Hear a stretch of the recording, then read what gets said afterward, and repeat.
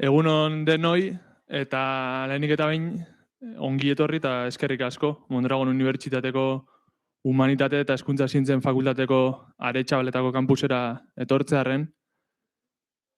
Dekanoa zen etortzekoa gaur, beste kontu bat atera zaio, eta niri tokatu zait ongi etorrea egitea. Esandakoa ongi etorri, ilusio berezia egiten digu gaur hemen, laugarren aldiz, jardunaldi hau antolatzeak. Ilusio berezia, batetik bideo bat egin duelako, bestetik Aretxabaletan lehenengo egingo delako, areto nahiko berri hontan, eta horrek ere ilusio berezia egiten digu, besteak beste, bertan kampus hontan kokatzen direlako Euskal Kulturgintzan eragietza unibertsitate masterra eta kultur eta sormen industrien gradua. Biak ala biak aurten lehenengoz, bata unibertsitate master bezala eskaintzen, eta bigarrena gradu berri bezala. Eta orduan, zentzu gehiago hartzen du gurean behintzat, hemen egiteak ekitaldi hau eta bi eguneko jardunaldi hau. Behin hori esan da, tokatzen zait eskerrak ematea, batetik lanean aritu zaretenei, eta arituko zaretenei, gaur eta bihar, bai inguruak gidatzen, bai hizketan, bai atzean teknika aldetik lanean eta komunikazioan aritu direnei ere eskerrak. Bestetik eskerrak berriari, edabide laguntzaile bezala parte hartzearren, ala bota genien proposamen eta asko pentsatu gabe uste dut baitz esan zutela. Beraz, eskerrik asko. Eta ongi etorri pantaiaz bestalde zaudeten hori ere, kamaratxo bat badago, eta baton bat egongo da pantaiaz bestalde, beraz, haiei ere ongi etorria. Eta Aitorri pasako diot hitza, berak ere hitz batzuk eman ditzen. Bai, egunon, hitz gutxi batzuk, ongi etorria lehenik eta behin, eta nire kasuan, esateko Udako Euskal Unibertsitatearen izenean, UEUN izenean, esateko oso pozgarria dela zera, jardunaldi honetan elkarlanean aritu izana UESirekin, eta hoxe nahi nuen azpimarratu, UEUren ikuspegitik guretzat oso naturala da, elkarlanean aritzain bat eragileekin beti ere euskera eta akademia uztartze nahi horretan, eta hori nahi nuen besterik gabe azpimarratu, oso eroso egiten zaigula, eta pozgarria ikustea areto haure iaia beteta. Eta, euskal kultura gaur eta bihar, ez da gutxi, zera, hor esaten dena, eta zentzu horretan, euskal kulturgintzan elkarlanean aritzea, baita ere oso naturala iruditzen zaigu, eta besterik gabe, agurretan esaten den bezala ondoren dator garrantzitsuena, ez da? Eskerrik asko. Eta azken kontu bat, jakiteko, besterik espada, UESik, Humanitate eta Hezkuntza Zientzien Fakultateak, aurten, ikasturtean 50 urte betetzen ditu, ospakizunetan gaude, eta ekitaldi hau ere ospakizun horren edo ospakizun horien parte da. Pentsatu dugu hilabete, nolabait gai bati edo gure gandik gertu edo gure den gai bati presentzia ematea, hasi ginen kooperatibismoari kinu eginez lankiren urte aurrenarekin, abenduan Euskararen hilabetea izan genuen, maiatzean komunikazioaren izango da, martxoan feminismoarena eta otsaila kulturarena izango da. Eta hau da nolabait hilabete hontako ginda, pastelaren ginda.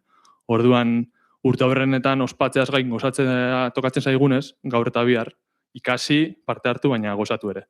Eta besterik gabe, Idurrerien pasako diotitza, hasi dadin mamia. Idurren, nik beste hau banatu ingoet. Txartela banatukoet. Egun ondan hoi. Txarteltxo bat daukat zuei banatzeko. Zuetako batzuek dagoeneko ezautzen duzu, zuk ez. Eta azkarren got. Bostekoa dira, ez da?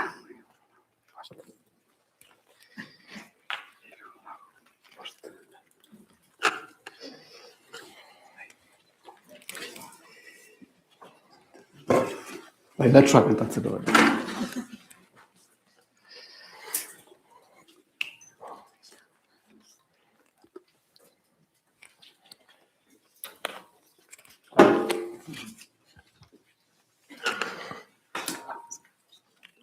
Hauek ez dut ikusi ez zuek.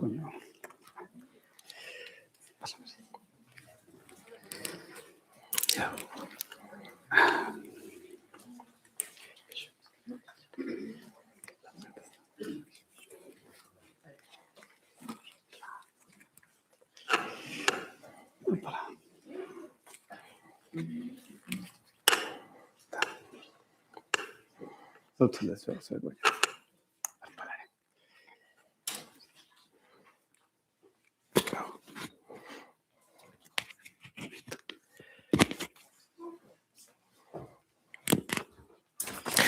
Bai, PowerPointa jartzeri bai.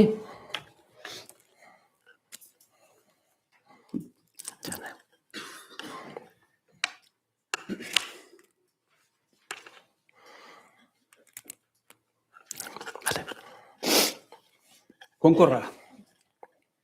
Artea beti da politikoa, baita politikoa ez denean ere. Itxusia den orok ideia propioak ditu, bizitzari buruz, gizarteari buruz, norbere buruari buruz, eta batez ere, bestei buruz. Asperdura beti da politikoa, baita politikoa ez denean ere. Itxusiaren definizioan datza norberaren itzala. Konkorra, errena, musu motza. Luzaliteke zerrenda, ezerosoa dena ere itxusi. Lodia, argala, iletsua, burusoila. Aize zabaltzen da deformitateen xenda. Homosexualitate jakin batzuk, heterosexualitate bigunak, hipotekara eramaten ez duten bideak, esplotazioa, langabezia. Lana beti da politikoa, baita politikoa ez denean ere. Itxusiaren definizioan datza taldearen itzala. Horregatik gero etxeak, presondegiak, kulturkritikari politikoak, subentzio bigunak, tertulia ustelak. Edertasunaren zentzu bat, galez dadin, oreka estetikoa eta ideologikoa desorekatzen duenari zor zaiolako laguntza edo erasoa. Aisialdia beti da politikoa, baita politikoa ez denean ere. Ideia propio oro izan daitekeelako konkor bat jendartearen itzalean. Edertasuna beti da politikoa, baita politikoa ez denean ere. Eta Oier Gilanen poema honi gehitu nahi genioke irakaskuntza beti da politikoa, baita politikoa ez denean ere. Bueno, gaurko hontan Ibai Iztuetarekin egingo dugu bidaia bat, lujo bat, zu hemen izatea, eta mil esker etorri zareten guztioi. Gaurko elkarrizketa hau bisita gidatu batean antolatu dugu, eta orduan joango gara irakaskuntza saritzeko iruditzen zaigulako herrigintzaz ere aritu behar dugula, joango gara plazaz plaza, Euskal Herriko hainbat plaza ezagutuz irakaskuntzara hurbiltzen. Orduan, hasiko gara plazaz plaza Ibai, ondo iruditzen bazaizu, eta lehen geltokia Euskararen plaza izango da. Bueno, lehen geltokia, ikusten duzu Euskararen plazan gaude, eta ez dakigu plaza hau oso ondo noiz eta nork eraiki zuen, baina begibistakoa da, ez dela diru publiko askorik gastatu plaza bizi berritzeko. Euskararen plaza honetan, zuloak dauden nahi, eta berritze lanetan partxe batzuk baino ez dira jarri. Plaza garbitu eta txukun mantentzeaz, herritarrak arduratu izan dira nagusiki. Plaza hori, hobeto ezagutu nahi genuke Ibai. Aipatu izan duzu, subordinatuta dagoen herria garela, eta hizkuntza ordezkapena bizi dugula. Une honetan, euskalduntasuna bera ere diluituta omen daukagu. Eta aipatzen zenuen, pentsamendu aldetik ere subordinazio egoera batean gabiltzala, eta ez ote garenari espainolez eta frantsesez pentsatzen direnak euskaraz esaten. Nola ikusten duzu une honetan euskararen plaza hau? Bueno, hori, aipatu dituzun hauek guzti hauek garai batean liburu batean idatzitako kontuak dira. Eta, bueno, badakigu, liburuak idazten ditugu geure ideiak eta argitzen juteko edo ze pentsatzen dugu jakiteko. Besteak beste. Kontu honi buruz, eta liburuak oso teorikoak eta intelektualak eta izaten dira, baina eta batzutan gertu daukagunarekiko begirada galtzeko aukerare ematen dute liburua irakurtze hortan geratzen baldin bagara. Bueno, a ber, egia da, bere garaiko liburu hartan, idatzi genuen gauzatako bat zan, euskaldun bezala, iruditzen zaidala, importantea dela begibistatik ez galtzea, subordinazio egoeran gaudela. Eta beste alde batetik gure hizkuntza ordezkapen egoera batetik eta horrekiko resistentzian bizi dela. Subordinazioa dio danean, nik uste dut banok badakigula, baina ezin da beti presenteuki, eta da, azken batean garela herri bat, azken hitzik ez daukana. Azken hitza, azken batean, Parisen edo eta Madriden dagoen herri bat gara. Determinazio eskubiderik gabekoa. Eta horrek bai implikazioak ditu, egunerokoan. Bai eskala handian, bai txikian, baita personalki ere bai. Ere. Eta hau konstatazio huts bat, alde hortatik. Eta honek eragin egiten du. Hainbat gauzatan, esan dudan bezala, nire ustez. Eta gero beste bada baita ere, ordezkapen prozesu batean, hizkuntza ordezkapen prozesu batean, eta horrekiko resistentzia batean bizi garela denbora luzian ere. Eta hori ere egoera berezia da. Guretzako dagoeneko hainbeste urte pasata gero arrunta, baina berezia da. Eta ustez garrantzitsua dela kontzientzia izatea horrena ere, besteik ez bada ere, eta igual hitz hau desentetan errepikatuko du nahi gabe autoestima hutsagatik. Oraindik ere 20. mendean, Unamunok euskararekikoak egin behar zirela esan zuen garai hartan, Euskal Herriko populazioaren 50% euskaraz egiten zen.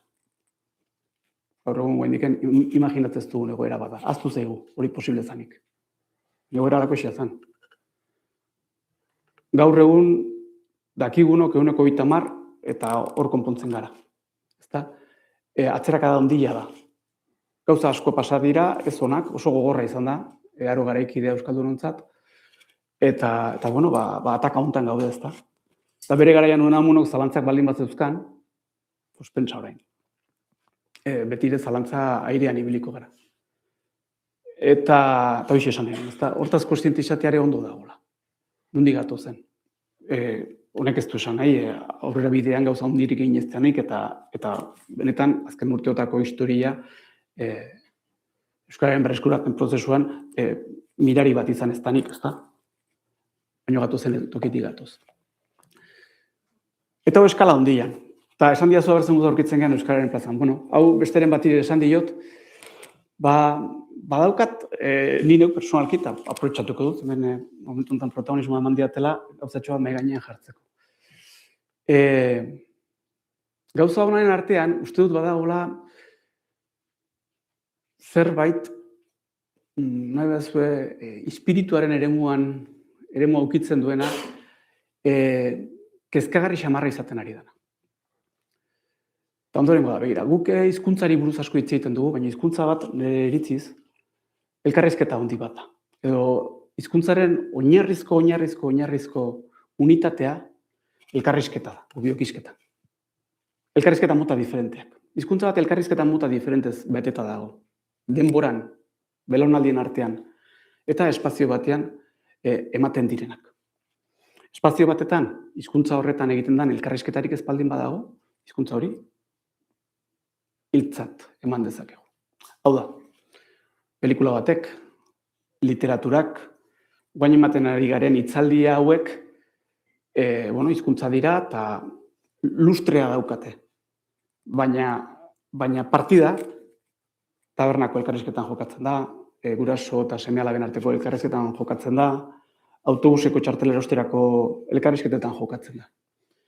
Eta horrek funtzionatzen ez baldin badu, kontua bukatu da. Eta gaur egun ze gertatzen da, ze obserbatu daitekeela uste dut. Behar bada, nire ingurune, ez da kuantifikatuta dagoen zerbait. Behin da berez ikusten dudana, atzo gabean ere ikusi nuen, udala aldameneko baserri batetan, barruan. Gertatzen da, beti olako sekuentzia bera, antzematen ari naiz.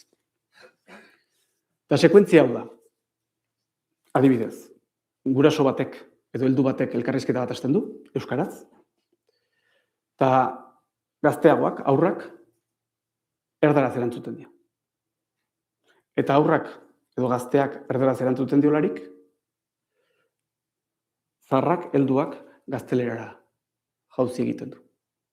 Eta euskaraz hasi nahi izan den elkarrizketa batek gazteleraz amaitzen du. Eta hori gertatzen dela uste dut edo gertatzen ari dela etxeetan. Ari dela gertatzen pareko lagunen artean. Eta ari dela gertatzen baita ere hezkuntzan. Irakasle eta ikasleen artean. Eta sintoma txarra da. Sintoma txarra da. Horrek esan nahi du, ertz batetara aiatzen ari garela. Eta hortiken behera ez dagoela sarerik. Hau orokortzen baldin bada. Edo naturalizatzen baldin bada. Ze gainera etorkizunera begirakoa da. Eta hau esanik, espiritua aipatu dut eta, ia esateko, bildur naiz esateko, ez dakit asmatuko dudan, neure buruan ez dudalako lortu esatera, baina, autoritatearekin zer ikusia daukan zerbait da. Eta autoritatea hitza jartzen dut hemen plazan zentzurik onenean. Maitasunarekin lotuta. Eta azpitik gora datorren legitimitatearekin lotuta.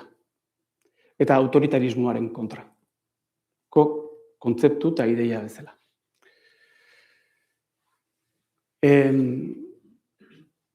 Elkarrizketen kontua aipatzen dudanean, etortzen zait gogora, bere garaian,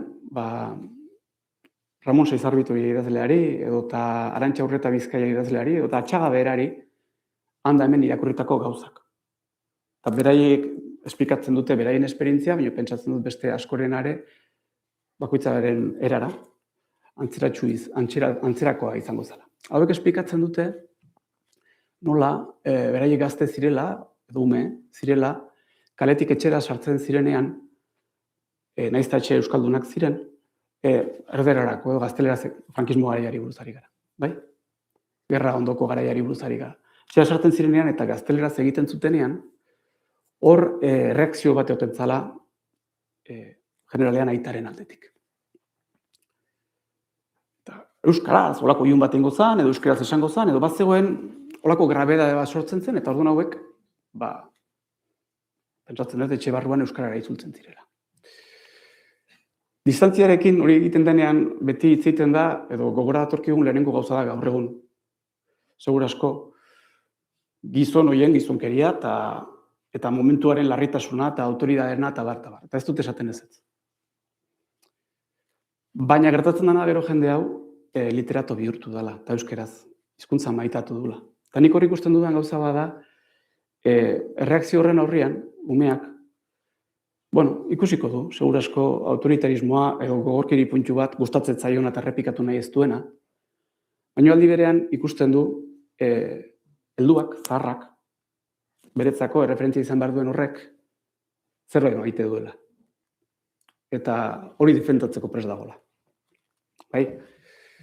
Eta nik uste dut, heldu guzti honen agresibidadeak ere zerikusia bat zeukala gerra osteko ezinbesteko kontzientzia gogor batekin. Gerra bukatzen denean, alde batek irabazten du, besteak galdu. Trintxera batzuk, lubaki batzuk asaltatuak izan dira. Eta botereak, gaiztoa danean, ez du horrekin aski izaten. Ze gauza bada kalez nagusitzea, eta eremu publikoaz nagusitzea, baina gero badago beste eremu bat, asaltatu beharrekoa. Eta hori intimidadearena da, sukaldea, etxea. Eta botereak, gaiztoa denean, badaki intimidadearen sukaldean sartu galizateko hori berak ezin duela. Etxai den denean. Eta horretarako bitarteko bat behar duela. Sakarratua den hori babesten duen intimitatearen mintza zeharkatzeko baimena izango duen norbait behar du. Eta hori azken batean da gure zirkulo gertukoena, maite ditugun horiek. Lagunak, seme-alabak, gurasoak, eta bar. Azken batean, hau da ideia bat pixkat delikatua, nahi nuke entzakotzat hartzea, agian autoritateak gure maitenak erabiltzen, autoritarismoak gure maitenak erabiltzen dituela sakratutzat jo beharko litzateken horretaraino iristeko. Bueno. Gaur egun ez dut uste, edo iruditzen zait, hain zuzen ere, aitasunaren izenean, eta termino batzuk inbertitu ondoren, jendia ez dela ausartzen esaten, norberak zer daukan sakratutzat, zer defendatu nahi duen. Ez eskolan, ez etxeetan. Neutralizazio bat eman dela, arrazoi diferentegatik. Lotsa sentitzen du, ume bati esateko ez barkatu. Eiaz euskeraz, saiatu zaitez, niretzako importantea da. Gu euskaldunak gara. Hau, dagoeneko ez da esaten, inor ez da ausartzen hori esaten. Eta hori esateko ausardiarik ez dagoen momentutik, kaleko arau sozialak bide irekia dauka sartzeko. Hala ikasgeletan, nola etxeetan. Uste dut hori ari dela gertatzen, eta kezkagarria da. Autoridade bat galdu da, desegin da, eta autoridadea desegin den momentutik, kaleko arau soziala, indarrean, zentzu batean edo jerarkia batean oinarritua, ari da sartzen, lehen sartzen ezen eremu batzuetara. Prozesuaren orantza aldatzen ari da. Etxeetan eta ikasgeletan autoridadea zegoen bitartean, euskararen erabilerak bazeukan kalera irtetzeko aukera. Orain alderantziz gertatzen ari da. Kaleko araua, telebistetakoa, tabar, harreman intimoenetaraino sartzen ari da. Eta eraldatzen. Orduan horrek, kezka sortzen dit. Eta iruditzen zait badagoela lan bat egiteko. Eta barkatu idurre. Eta gauza txikia da. Segurasko honi buelta ematea. Ohartzea da eta hitzak aurkitzea da. Zeinok ez du besoa ukabila altxatuta mailan kolperik jo nahi, nik ez beste inok. Hitz egiten jakin egin behar da horri buruz. Oda egoera ulertu eta hori tratatzen jakin behar da. Uste dut momentu honetan ez dakigula. Une honetan ez dakigula. Eta ondorioak ditu. Eta azkeneko gauza. Eta apurtxoa da dauka, zuk hasieran irakurri dugun politikoa eta ez da politikoa, eta, hezkuntzan segurasko bide bat hartu dugu, eta mila arrazoi, bide hori hartzeko, eta segurasko arrazoi legitimoak, eta zentzuzkoak, eta berra ezin dadako bestela, oso herri berezia daukagu. Baina, nola da, esango nuke urte askoan, euskarazko eredua eratzearekin batera, nola baita esateko, konsideratu dela, ez dugula zertan esan, euskara maite dugunik, edo euskaraz egitea, euskaldun izatea maite dugunik, edo euskaldunak garenik, edo Euskal Herria danik. Hau da, dana, Espiritu Santuaren bidez hartuko balitzaigu bezala. Eta urteak joan ala, aritu gara ezten de ereduan, ikasle batzuk berez, eta ez zuten zertan gainera, ez dute zertan euskararekiko, eta Euskal Herriarekiko harreman berezirik ez daukatenak, ez dute zertan izan, inok ez diezer erakutsi, bakoitza bere etxetik dator. Euskaraz ikasten eduki izan ditugu, hasteko, zenbat ordu izaten dira, 30 ordutan, inok azalpenik eman gabe. Erotzeko moduko egoera da. Eta hori batean dauzkagu, ikasle batzuk, euskara badakitenak, egiten dutenak, horietako asko euskaldun sentitze ez direnak, ez dute zertan, baina zergatik sentitu behar dute, inor ez badie gaia atera. Eta oso ondo ulertze ez dutenak, nahiz eta zerbait intuitzen duten, baina hori bereien esku utzi dugu, utzi dute helduek,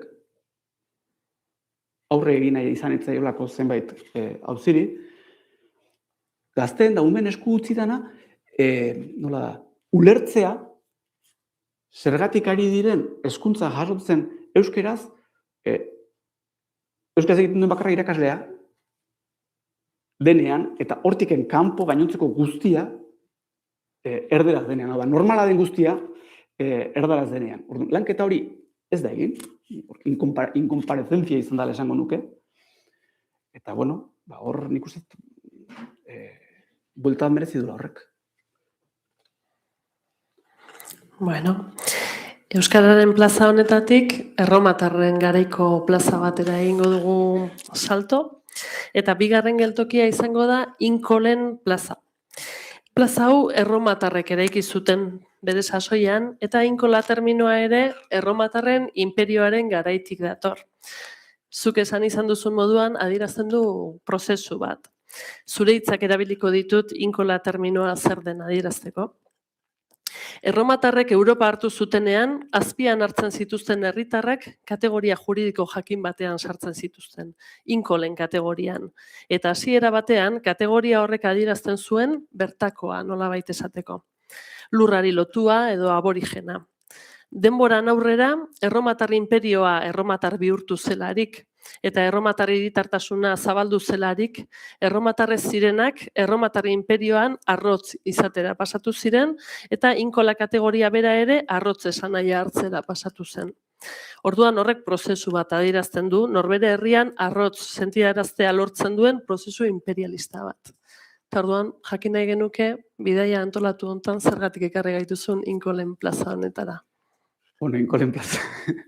Inkola ikusten duzu bezala, termino komplexu xamarra da. Emaztea hemen dut, Sira. Sirak egin zuen tesi bat, erromatar garaiko antzinarokoa, eta esplikatzen zuen erromatarrak nola konpondu ziren Pirineoa kolonizatzeko.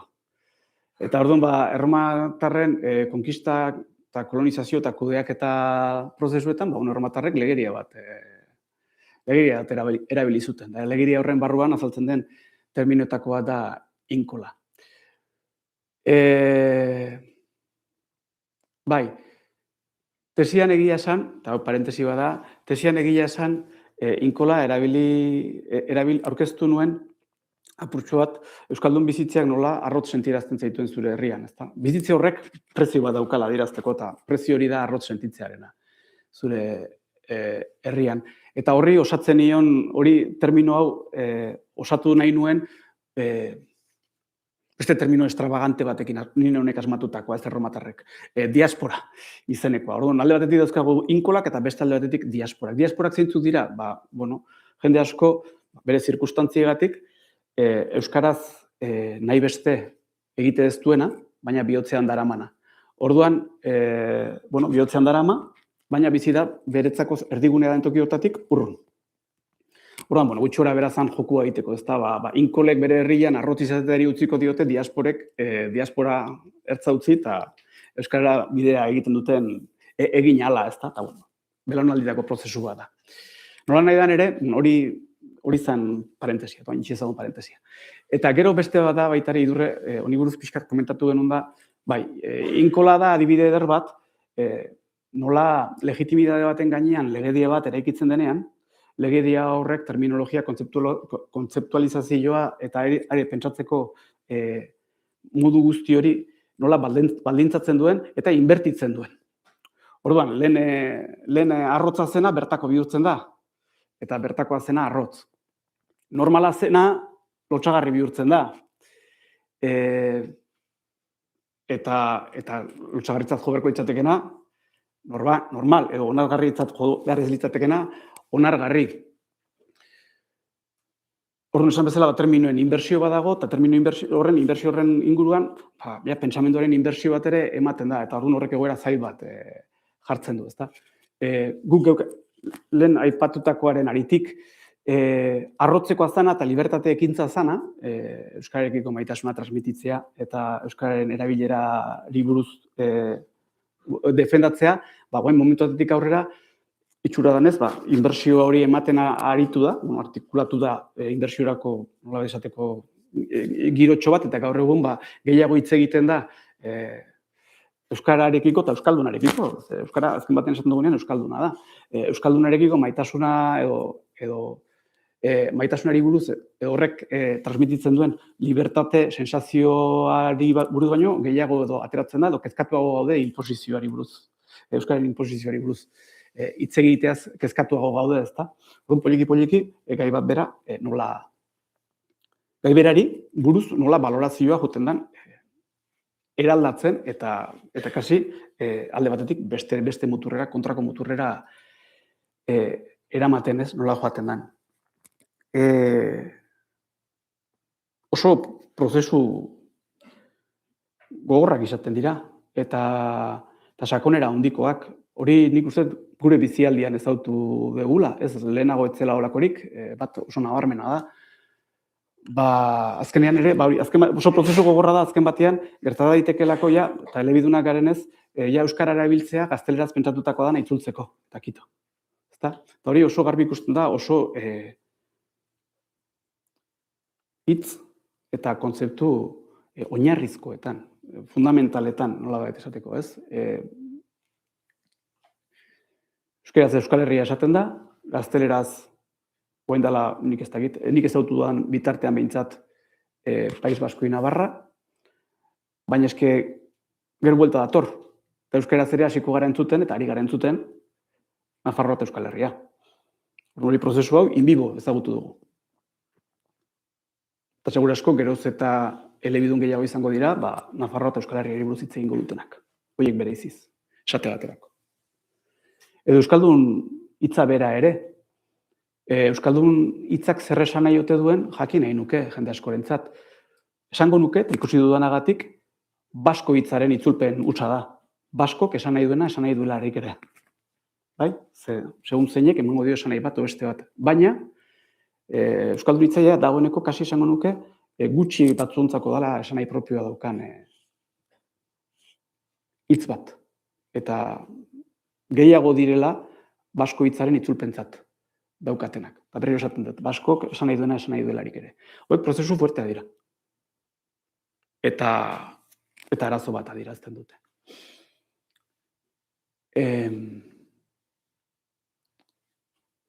Uste eta zala esan nahi nuen. Bueno, gatozen orain, 3. geltokira. Eta 3. geltoki hau Euskararen kultura garaikidearen plaza izenekoa. Gure 3. geltoki hontan ikusten dugu plaza karratu bat, ez dabil jende askorik, kultura garaikidearen plaza hontan. Eta Euskal kultura garaikidea deskribatu izan duzunean, deskribatu izan duzu 4 eremu bereiziz, eta gainera eremu batzuk, beste batzu baino argiztatuago omen daude. Orduan, bueno, pixkat, plaza honetatik pasatzen garenean, zer, edo nola ikusi beharko genuke hau? Bai, bueno, zuetako batzuk behar bada zautuko zue, dagoeneko txarteltxo banatua dudalako. Bere garaian, hezkuntza eta euskal kulturari buruzko hitzaldiren batetarako edo, hitzaldiren bat eman ezan edo uste eskatu zidatela, eta bertako unidade didaktikoak eta nola antolatu eta pentsatu bertzan, da, bueno, bi kezka dauzkan, bi puntu argitzearen, garrantzitsuak iruditzen zitzaizkidan, bi puntu argitzearen egindako grafika bat. Grafika batera zitzaidan da, esan dut, ez da, gaizki praktikoa dirudi eta baliagarria da. Euskal kulturari buruz aritzerako garaian nik uste dut garrantzitsua dela, niretzako bintzat garrantzia dauka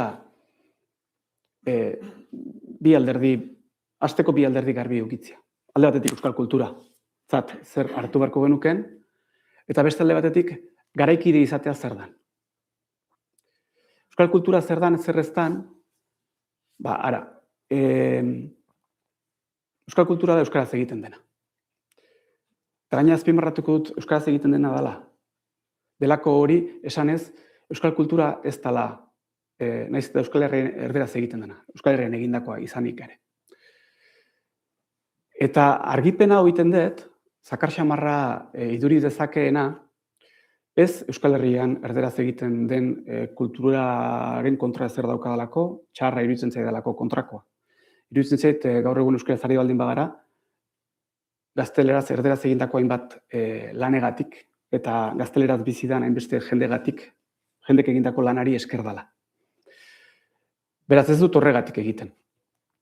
Ez bizkarrematearren hain gutxi, asko eman dit niri horrek, erderaz egindakoak. Egiten dut arrazoi ez oso sofistikatuagatik edo arrazoi intelektual oso altuagatik, baizik eta praktikotasunaren amorez, praktikotasunaren eta ezinbestekotasunaren amorez. Honek zer esan nahi dut? Guk esango bagenu euskal kultura, gazteleraz ere, edo frantsesez ere, edo ingelesez ere, egiten dena, ere badela, orduan euskaraz egiten dena, azpitalde bihurtuko genuke. Eta azpitalde bihurtzen dugularik, subkultura bihurtzen dugu. Eta euskararen erabilera gaur-gaurkoz ezin du subkultura eremuan harrapatua geratu, bere akabera izango litzatekelako. Mendebaldean, subkulturatzat hartzen diren hizkuntzek ez daukate irtenbiderik. Kostala kosta, edo nahi ala ez, kultura oso bezala dauka proiektatu beharra. Ze kultura oso gisa proiektatzen den eran, herri kultura, edo hobeto esan da, nazio kultura bezala proiektatzeko aukera ematen diolako horrek. Euskarak nazio kultura gisa proiektatu ezean, zail dauka. Beraz, horregatik, mugatzen dut horrela. Eta guain, azalduko dut, edo alinduko naiz, esaten niretzako garaikidearenak zer esan nahi duen. Begira, garaikidearen kontu honekin, kultura garaikidearen ideia, nik uste dut, nahi gabe bezala, lotzen dela kultura moderno deitzen zaionarekin. Baina ez da hala. Kultura garaikidea da modernoa eta modernoa ez dena, danetik. Hau da, garaikidea momentu hontakoa. Eta momentu hontan, zorionez, gizarteak konplexuak izaten dira, danetariko jendea egoten da, eta danetariko gauzaz gozatzen duen jendea aurkitu dezakegu. Hau da, aurkituko dugu jendea tradizionaltzat jotzen diren eremuetan, aurkituko dugu jendea tradizionalak modernotzat, edo azken momentuan, edo azken orduan asmatutako gauzak gozatzen ari direnetaz. Edo horiek konsumitzen, edo horiek sortzen. Beraz, guk tradizionaltzat jotzen duguna, eta modernotzat jotzen duguna, biek osatzen dute garaikidetasuna. Biak existitzen dirilako oraintxe bertan. Eta hori edukitzea, eta biak dira berdin legitimoak eta berdin beharrezkoak. Takit ikusten da beste hau. Grafika berez hau da. Ikusten duzuen bezala bi ardatz dauzka. Goiti bera datorren i ardatz bat eta ezker eskubi ezker datorren beste ardatz bat. Eta lau kuadrante bereizten dira. Goiti berakoak, eta konbentzio bada, zuen baimenarekin, bai, jasoa goian jarri dut eta herrikoia behean jarri dut, horrek ez du jerarkiarik adierazten. Eta ezkerrean tradizioa markatu dut, hau da, norabide bat, eta eskubian modernidadea. Bi ardatz hauen bidez lau kuadrante sortzen dira. Eta lau kuadrante horietan, kuadrante horietako bakoitzak, adierazten du gutxi gora bera. Bai, ez naiz kategoriak sortzen ari, orientazioak proposatzen baizik. Kuadrante bakoitzak adierazten du kultur formek hartu dezaketen itxura bat. Orduan, alde batetik, eta hor ikusten denez, horiz tradizio jasoa ikus dezakegu, tradizio jasoaren eremua, beste batean modernidade jasoarena, hemen behan berdez tradizio herrikoia, eta eskubian behan modernidade herrikoia. Mendebaldeko nazioek, sanoek, arazo berezirik ez daukatenek, argitsua piztuta edukitzen dute kuadrante hauetako bakoitzean. Beti daukaten norbait. Hauetakoren batetan zerbait egiten. Eta gustora gainera. Frantzia hartuko bagenu, ikusiko genuke, baten bat, arituko dela segurasko Richelieuren artxibuak arakatzen. Bai? Hortiken aterako ditu bere ondorioak. Beste batzuk aldiz, arituko dira CRS-en biokimika azterketak egiten, artikulu zientifikoak idazten, biokimikari buruzkoak frantsesez. Besteren batzuk berriz, ez dakit, pop talde bat sortzen ari dira ez dut esango, telesail bat. Teko gidoia idazten arituko dira, edo ikusten. Eta beste batzuk aldiz, behar bada, Bordele inguruko herrixkaren batetan, matxa bildu ondoren, lehenengo zukua edaten den festa horren bueltan egongo dira, euskal zein instrumentu tradizionalekin. Instantanea bada. Kultura garaikide batena, 4 kuadranteak piztuta dauzkana. Esan liteke Euskal Herrian ere, geure tamainan, baina 4 kuadrante hauetan daukagula argia piztuta. Hau da, badago jende bat, tradizio jasoa aztertzen ari dana, nahi baldin baduzue. Tradizioa ere erlatiboa da, baina eusko pizkundeko gauzak aztertzen ari dana. Beste jende bat berriz, inteligentzia artifizialak dakazkigun desafioi buruz pentsatzen ari dana. Beste jende bat, ostiraletan bere lagunekin goazen ikusteko geratzen dana, plana egiten duena. Eta beste jende bat, eskolariekin izugarri disfrutatzen duena. Eskolariak ikusiz. Seinale ona da. Hau da kultura garaikide bat. Eta gurea kultura garaikide bat da. Eta ideia hau importantea da, nire ustez, itxura danez ez dagoelako garbi. Euskal kultura garaikidea danik. Ze ez dago indala askokoa, antzadanez unibertsitatean galdera bat egin zuten euskararen erabilera nontzen naturala o nontzen normala olako zerbait, unibertsitatean. Edo euskara non erabili daiteken, edo non dagoen, non daukan berak tokia, eta berriro esaten dut, euskara esaten dugunean euskalduna esaten dugu, eta EHUko, edo ez dakit Leioako fakultatea zan, EHUko ikertalde batek egindako ikerketa da, eta deuneko 80-tik, 80-tik orak esan zuen baserria zalatuko ikonena. Ez taberna, ez kalea, ez lantokia, baserria, eta ez bueno. Dagoena dago. Baina, odo hemen gaizki ulerturen batean kategatuta gaude, o transmisio lan bat ez da ondo egin, edo desfase bat daukagu. Beraz, esatu dut, behar bada ez dago gaizki honi buruz ere hitz egitea. Nola nahi dan ere. Gaizki ulerturako motiboak eta arrazoiak badaude. Eta batzuk, sakonak. Alde batetik Frantzia aipatu dut, eta gero beste aldetik Euskal Herria, baina ez da gauza bera. Gure herriko kulturan, euskal kulturan, egia da, diglosiagatik, eta diglosia izan da fenomeno bat iraunkorra, egiturazkoa, Euskal Herrian,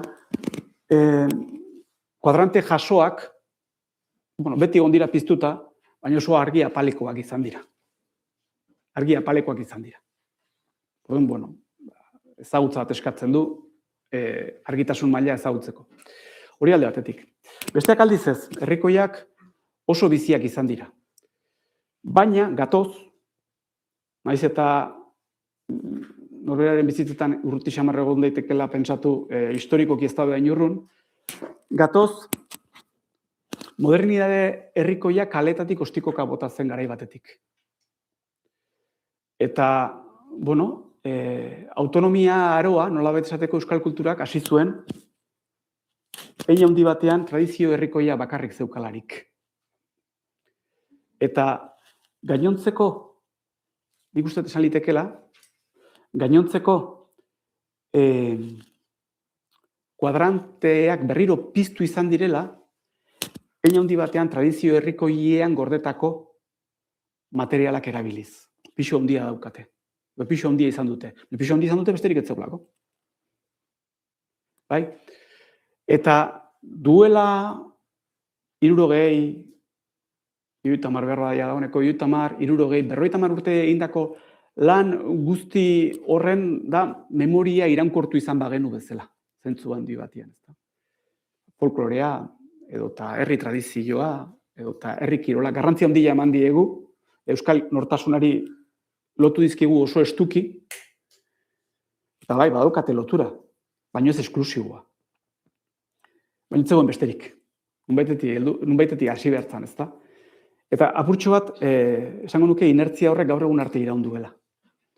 Eta inertziarekin doazen gauzak ez dira onak izaten.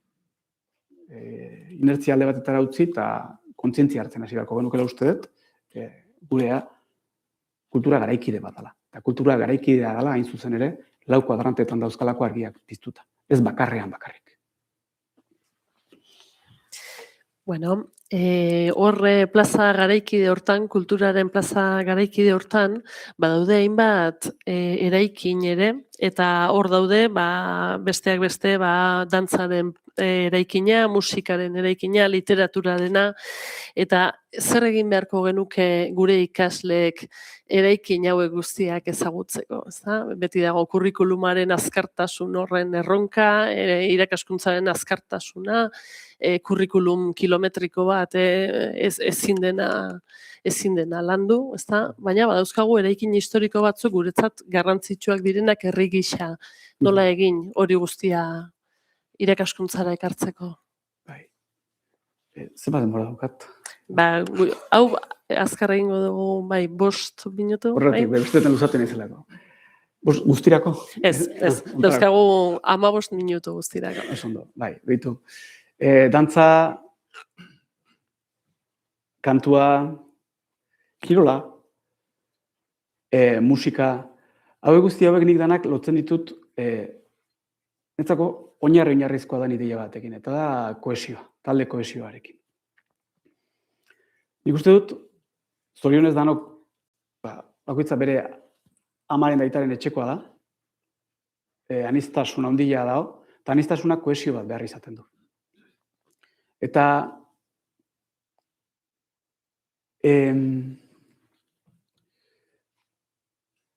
zentzumenak eta gorputz osoa goitik behera zeharkatzen dituzten zentzu eta sentimentudun jarduerak uste dut ezinbestekoak direla. Kohesio hau, talde kohesioa sortzeko. Nekeza da hori gabe talde kohesioa sortzea, eta lan bat da. Eta hori zaintzea, iruditzen zait, hori zaintzeak asko emango ligukela uste dut. Eta ez zaintzeak berriz, asko kenduko ligukela uste dut. Atomizazioa dela esango nuke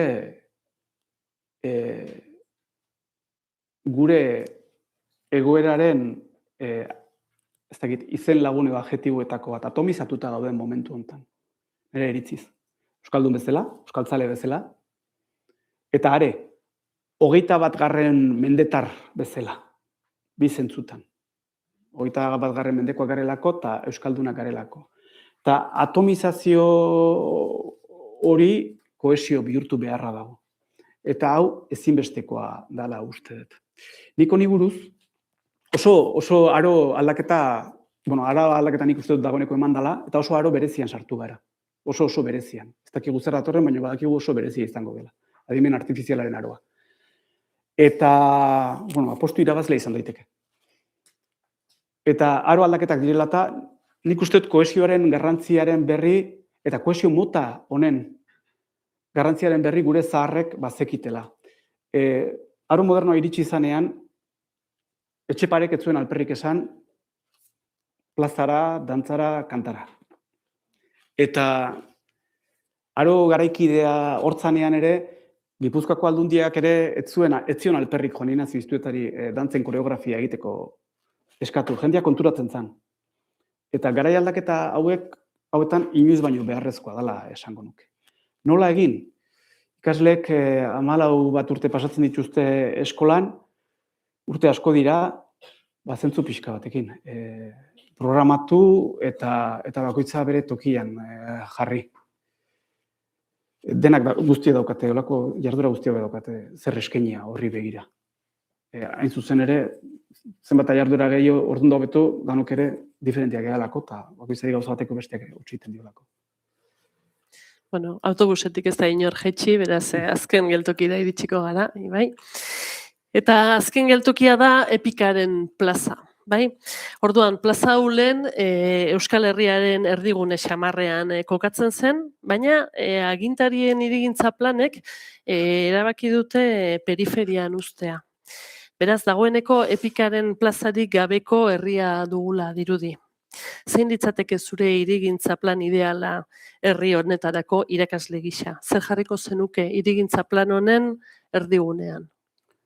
Bueno, ez dakit Epikarena erdigunetik kentzearena eta erabaki bat izan da, hori ez dakit, baina aitortu eta onartu edo zurekin bat nator ertzean dagoela. Ez dagoela erdigunean da ertzean dagoela. Eta honi buruz apunte batzuk bakarrik. Baina bardura batzuk egin nituzke. Epika dela eta, epika da genero literatur edo kontakizun genero bat, maiz, askotan, ez da errigor, baina askotan borrokarekin, eroiarekin, sakrifizioarekin, gatazkarekin, garaipenarekin, edo horri buruz hitz egiteko erabili dela. Hori maiz gertatu da.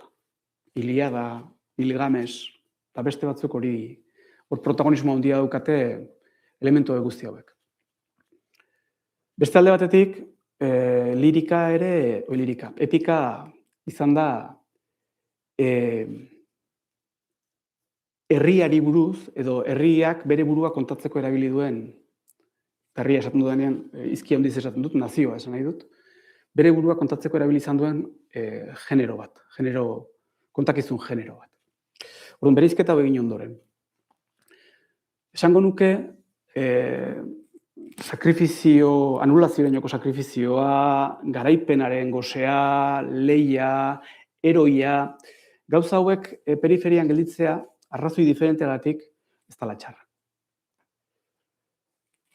Aldiz, epika periferiara bidaltzea txarra dela uste dut, era berean, herriaren ideia periferiara bidaltzen duelako. Eta ez egin zinerri, zehazki Euskal Herria bidaltzen du. Zer digunea gero, beste gauzatzu da betetzen da. Edo hor jarraitzen du, beste herri idea batzuk beste hor jarraitzen dute. Edo beste nazio idea batzuk hor jarraitzen dute. Alde horretatik txarra dela uste dut. Eta hemen parentesi bat. Eta gaina, prozesua berezi izaten da, ze uste dut, ez nago ziur, ez dut oso modu kategorikoan esango, baina, klaro, ari garela uste dut ikusten epika zahar horrek utzitako erdigunea orain ari dela betetzen. Herririk gabe, baino garaipen eta borroka handi mundialen ideia horrekin, ez da? Baino herririk gabe, alde batetik. Eta ez aldetik ikusten ari naiz, baita ere gauza bat nahiko mingarria, eta hasieran esan dudan intimidadearen erekin zer ikusia daukala, ez da? Periferiara bidaltze horrekin, iritsi garela momentu batera zeinetan, herriaren ideia eta norbanakoaren autonomia eta intimidadea kontrajarri egiten zaizkion, ez da? Eta, egoera, ez da egoera ona, txarra da. Hasieran esan dudanagatik. Orduan parentesi itxita. Begira, eta bukatzeko, honekin bukatuko. Gure herria, eta ez da salaketa bat inorerekiko, ez da oso jantzia. Ni neu ez naiz oso jantzia. Da ez da oso jantzia izateak lan bat eskatzen duelako, egindarreko lan bat da. Ez da goiti beratortzen, ez du Espiritu Santuak ekartzen. Transmisio lan bat eskatzen du, eta transmisio lan horretan, hainbeste gauza da egiteko, hontan, oain arte, behar bada ez du eguneko benean asmatu. Eta horren ezagarritakoa da esate baterako, ez dakitzu eta hemen zaudetenetako zenbatek, nik goain dela gutxi deskubritu dut. Ezagutzen jakingo duzuen, Euskaldunok badaukagula gure poema epikoa. Gerra aurrean, Espainiako gerraren 36ko gerra aurretik idatzi zuen horixe izeneko batek. Ez gara asko izango hemen, segura asko hori irakurri dutenak. Denik, existitzen denik, dakitenak ere segura asko ez dira asko izango, baina bai, badaukagu. Poema epiko bat. ederra. Eta berezia da, hori izan zen Eusko Pizkundeko idazle importantenetako bat. Nola esateko Eusko Pizkundearen, gailurretako bat. Bere ezaugarri guztiekin. Eta horiek egin zuen erabaki berezi bat, hartu zuen erabaki berezi bat. Ikusi zituen handa hemengo ereduak, eta berak erabaki zuen, berak eroia bila zizala, esan zuen, nik eroia, niretzako eroia herria da, herri isea da, herri normala, jende normala da. Eta nik herriari eman nahi diot protagonismoa. Eta aldarrikatu nahi dut, herri arruntaren heroismoa azken batean dala lana fundamentuz egitea, elkarrekin hizketak eukitzea, festa egitea, dantza, arrotza zaionarekin harremanetan jartzea, fede pixka bat eukitzea, haserretzea, haserretu ondoren bakezkoak egitea. Oso gauza arruntak. 50ko eta 60ko belaunaldi gazteari poema hau zozo xamarra egitu zitzaion, momentu hartan, eta iritu zitzaion ez zeukala berarekin zerikusirik. Eta orduan aparte xamar geratu da, eta ez zaigu iritsi. Zen balezkotzat jo. Eta bueno. Klaro, gero denbora pasatzen da, eta ez dakit, behar badanik kulturaren munduan eroso sentitzen aizelako izango da, baina Nitizki disparateak iruditzen. Zeite pika disparatatu ere ditzen. Eta, bueno, hoxe. Hortxe luzatuko dugu gomitea irakurtzeko, norberak. Bueno, iritsi gara bukaerara. Pasatzen da. Bueno, 5 minutu, inork hitza hartu nahi balu, inork galderarik balu, gida hemen daukagula aprobetxatuta, ikusi ditugun plaza horietakoren batean geldialdia egin nahi baduzu eta zerbait galdetu, hortxe, zeuena da hitza.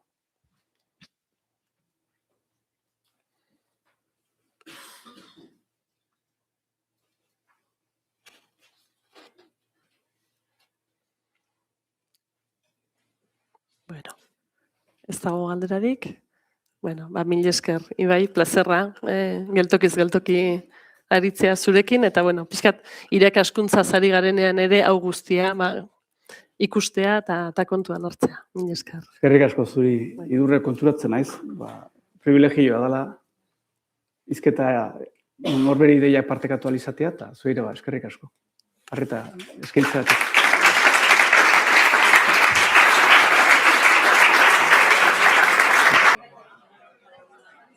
Bueno, hako gara pixkanaka berriz ere xertzen. Bigarren maila inguruarekin hasteko, mesedez.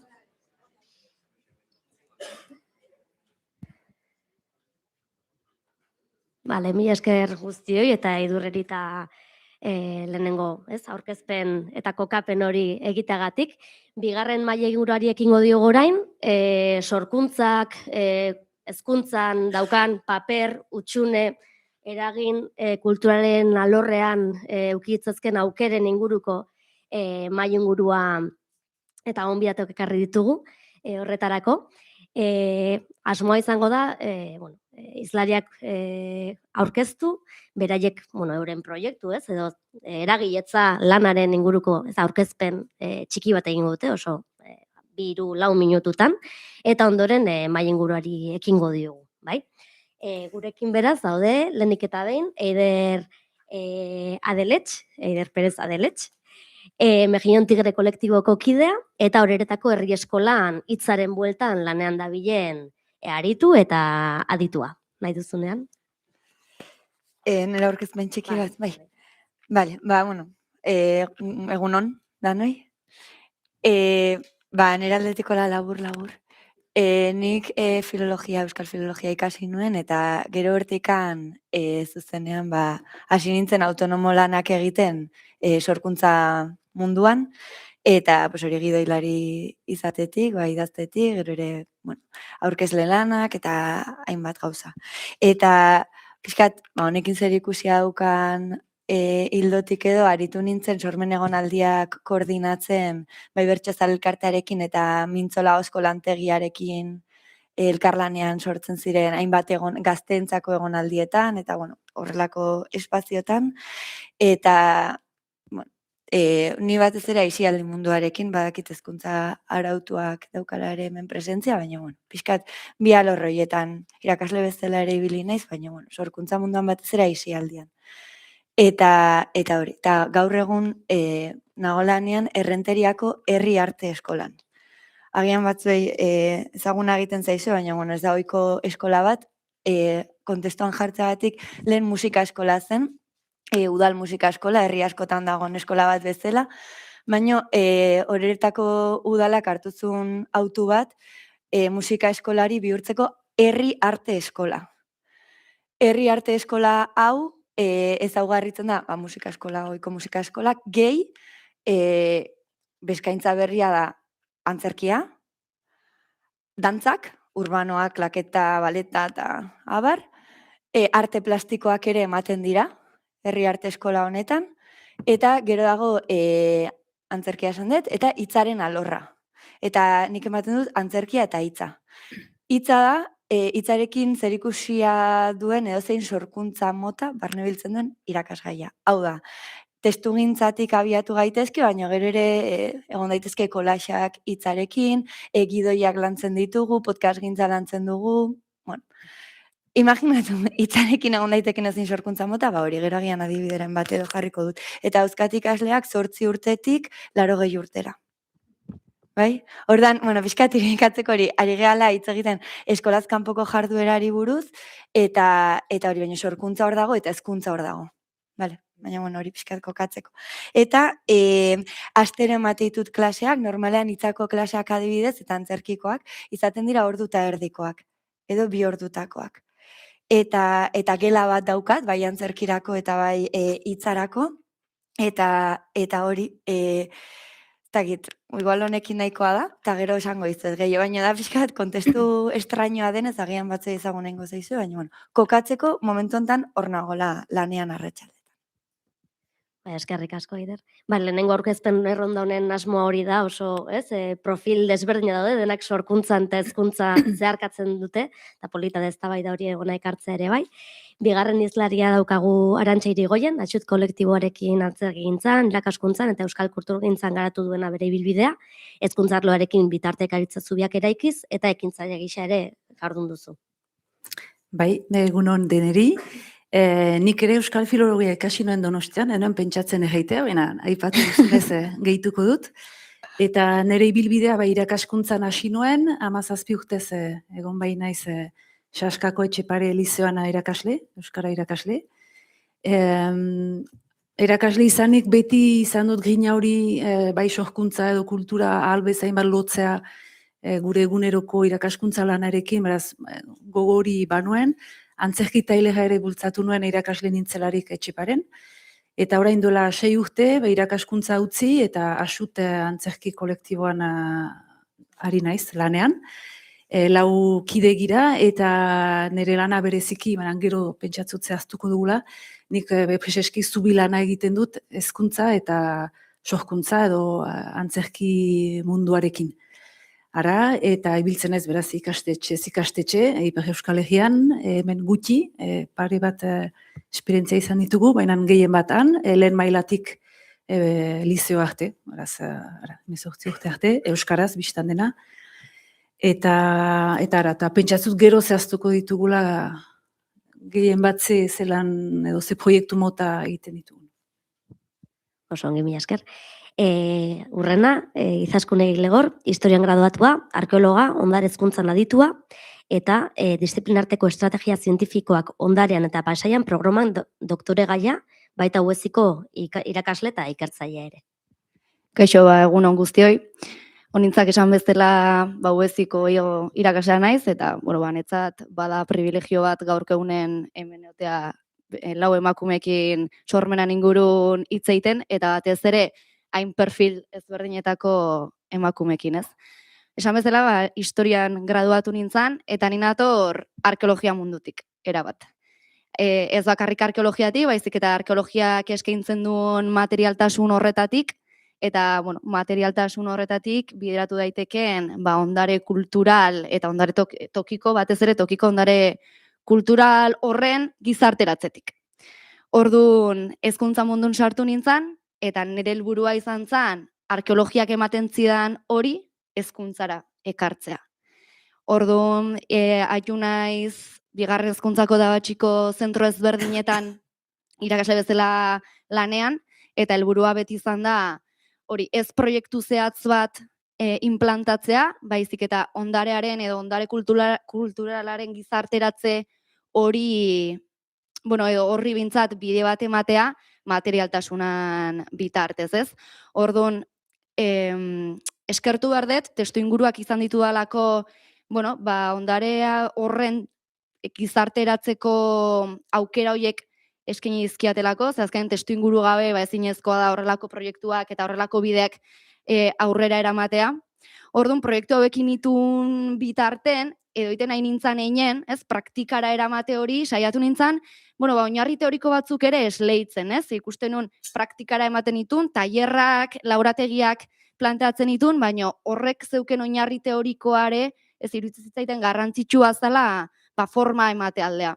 Orduan deskubritu nun, bazeola ondarea eta gizartearen artean zubilanak egiten zituen elementu bat, zara ondare hezkuntza, orduan horren baitan, eta ondare hezkuntza zui bezala hartuta indako praktika ezberdinak, eta gaur egun baita ikaslei saiatzen naiz transmititzen, eta egunerokotasunen baita ere bide horretatik iten dut pixkat jarduna. Eskerrik asko. Eta azkenik, Olaia Miranda, artean doktorea eta Euskal Herriko Unibertsitateko Hezkuntza, Filosofia eta Antropologia fakultateko irakasle eta ikerlaria. Eskerrik asko, nintza. Ni EHUko irakaslea naiz, arte hezkuntzako irakaslea naiz, eta nire formakuntza akademikoa arte bisualetatik dator, arte ederretan lizentziatu nintzen. Eta, nire proposamena, pixkat gurutzak eta horretatik, hezkuntza filosofia antropologiako irakaslea naiz, baina arte formakuntza batetik nator, eta hortan lan egiten dut, aurkeztu, kapena nire hitzaldi hauetarako bada EHUn hezkuntza filosofia eta antropologia fakultatean dugun proiektu bat, igoa deitzen dena, ikasle gaien, ohartze eta alduntze soziolinguistikoa deitzen dena, eta haren helburua litzateke hezkuntza zentroetan aniztasun soziolinguistiko batean lan egiteko eta kultur transmisioan hortan laguntzeko tresnak ematea gure ikaslegoari.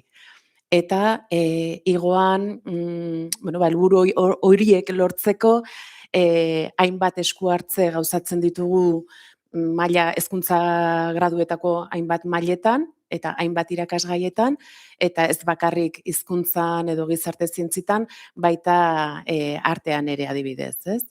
Adibide pare bat jartzeko, badegu esku hartze bat, hitza, ahotsa, gorputza deitzen dena, eta saiatzen gera, lenguaia, kasunetan euskera, ez da, ahotsaren bitartez, gorputzaren bitartez lantzen, pixko bat arte performatiboetara hurbiltzen, tabakalerara joaten gera eskala deitzen den tailer bat bertan gauzatzera, eta gero, berriz itzultzen gera klasera, lanketarekin jarraitzera, eta kasik, hitzak, gramatikatik kanpo materia puska batzuk izango balira bezala, edo adreilu batzuk izango balira bezala, erabiliz saiatzen gera horrekin jolasten, edo beste gauza batzuk sortzen.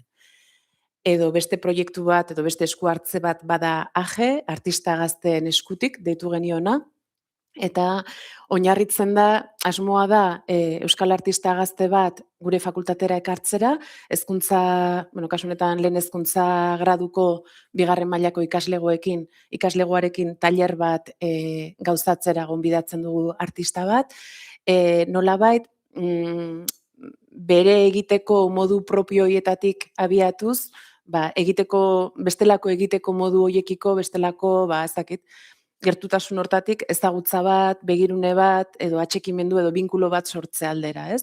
Bizipenetik edo hurbiltasun hortatik, transmisioa gehiago indartzen delako, ez? Edo beste indar bat hartzen duelako. Eta, AGEn adibidez, iaz egin genuen lehen tailer pilotua, eta asmoa izan zen ikaslegoaren identitate zeinuekin. Identitate zeinuen kodetze edo deseraiketa eraiketa lanetan aritzea. Esan bezala, ez? Azken batean bestelako egiteko modu batzuekiko ezagutzatik, begirunetik, askotan ez, ditugun referente kulturalak merkatutik edo komunikabidetatik datoz, orduan garrantzitsua da, ez? Bestelako erreferente kulturalak, garaikideak, bertakoak, anitzak, hurbilizatea edo ezagutzera ematea eta horietatik bestelako subjektibitate propioak, ez? Merkatuaren logikatik kanpo bultzatzea. Eta hor ere bada problematikoa, ez? Artea, sorkuntza eta kultur transmisioaren artean badaude ere problematikoak izan daitezkeen hainbat gauza, nola egin artea ez era instrumentalista batean erabiltzeko edo ez perbertitzeko zein da, ez? Transmisioa merezi duen kultura zein ez? Izan daitezke, ez dakit, kontu zibiltzeko kontuak, ez? Edo zer suposatzen da, ez? Dela euskal kultura dena eta zer ez dena, pixka bat guzti horrekin saiatzen gera lan egiten, ahalik eta modurik zintzoenean edo iruditzen zaigun moduan egin behar dugula edo nola ez behintzat. Hemen mai gainean uzten dute kontu hori ere. Joango gara pixkanaka, ez? Ez da Bai. sartzen, edo ikusten, ez? Ze bide, ez? Zubi egon daitezkeen praktika desberdinen artean. Hainbat galdera edo, proposamen datoz ondoren, sorkuntza hitz erabiliko dut, sorkuntza diodanean esperimentazio, lenguai, pixka bat zeu ere gana eraman, bai? Lehenengo galdera denontzat, bai, erantzun nahi duenentzat, banan-bana edo bik erantzutarekin nahiko, nahi duzuen moduan. Zergatik utxune hori hezkuntza formalean, ez formalean, ez? Sorkuntzaren lanketaren bueltan, horrekin lotuta, ez? Kulturaren lanketaren bueltan, zuek formakuntza hortatik bai aurrekin, bai nerabe helduekin, ez? Irakasleen prestakuntzarekin zer da ikusten duzuena, zuen esperientziatik? Hasiko nez, ni markatu bizkat. Bale, ez dakat erantzun bat ez ezakit zergatik dagoen utxune hori, baina argi dagona badagoela. Nire adibidez nik oso argi ikusten dut, esango banu, zakit nire ikasle batek esango balu jokeiera dijoala, nik ezakizkit jokeieko arauak egia esan, baina denek ulertzen dugu jokeieko saio horietan zer egiten duten, ez? Baina adibidez niri gertatzen zait askotan, ez? Ume batek esaten dunean, edo heldu batek ere, hitzaranoa, arte eskolako hitzaranoa, ez da ulertzen, ez da ulertzen zerotik, ez? Esplikatu behar da dena, eta ninago, 5 urte, 6 urte daramatzat jardun honetan, eta etengabeko borrokadan azalpena. Eta hor argi eta garbi gelditzen da, utxune bat dagoela, ohitura falta bat dagoela, ez? Gizartean, askotan ere gurasoak etortzen zaizkit galdezka, euskara hobetzeko espazioa den, ortografia hobetu dezaketen nerekin klasetan, eta ikusten dut nire burua etengabe azaltzen ez dela ortografia zuzentzen baiet, behar bada, baina ez dela nire asmoa, eta sorkuntza edo sormenaren espaziora mugatzen naizela. Eta nire burua ikustea etengabeko dialektika horretan, ez? Argita garbi gelditzen dela, gizarte bezala ohitura falta bat dagoela sormenaren espazioak eskaintzearekin. Orduan, ez dakat erantzun bat, baina erantzun batera hurbiltzeko esango nuke ohitura falta horrek esaten duela ez daudela horren beste espazio. Agian gauza hauetarako eta espazioak egongo balira, jendeak pasako luke gorputzetik zer denez, sorkuntza eta hezkuntza juntatzeko ekintza hau, eta orduan gorputzetik pasatzen zunean ulertzen duzu, adibidez, honekin esan nahi duana, nire ikasle bati esaten diozu zer da hitza, eta oso ondo azalduko dizu ze bizi izan du, ez, bere azalean. Sekula olako zerbait egin ez duen batek, behar ditu azalpenak eta gehiago gaina, azalpenarekin ere inkluso galdera gehiago sortzen zaizkio. Orduan, hori, nik esango nuke ohitura falta honek agerian uzten duela espazioak eskaini behar direla. Nik justu segidartzeko espazioa aipatu baituzu, eta gure gaira pixkatek agiz, preseski uste dut espazio hori eskola dela. Hanait, sormena edo egia da, sormena eta hezkuntza bizki gutitan elkartu direla, bi mundu ezberdin direla, naiz eta elgarrengandik hurbil izan daitezen, eta funtsezkoak direla. Eta behar bada, eskola hasteko uste dut transmisio leku importantea dela, eta hortarako guk ere guen txatzen gira hasteko albezain bat hortan eragiten.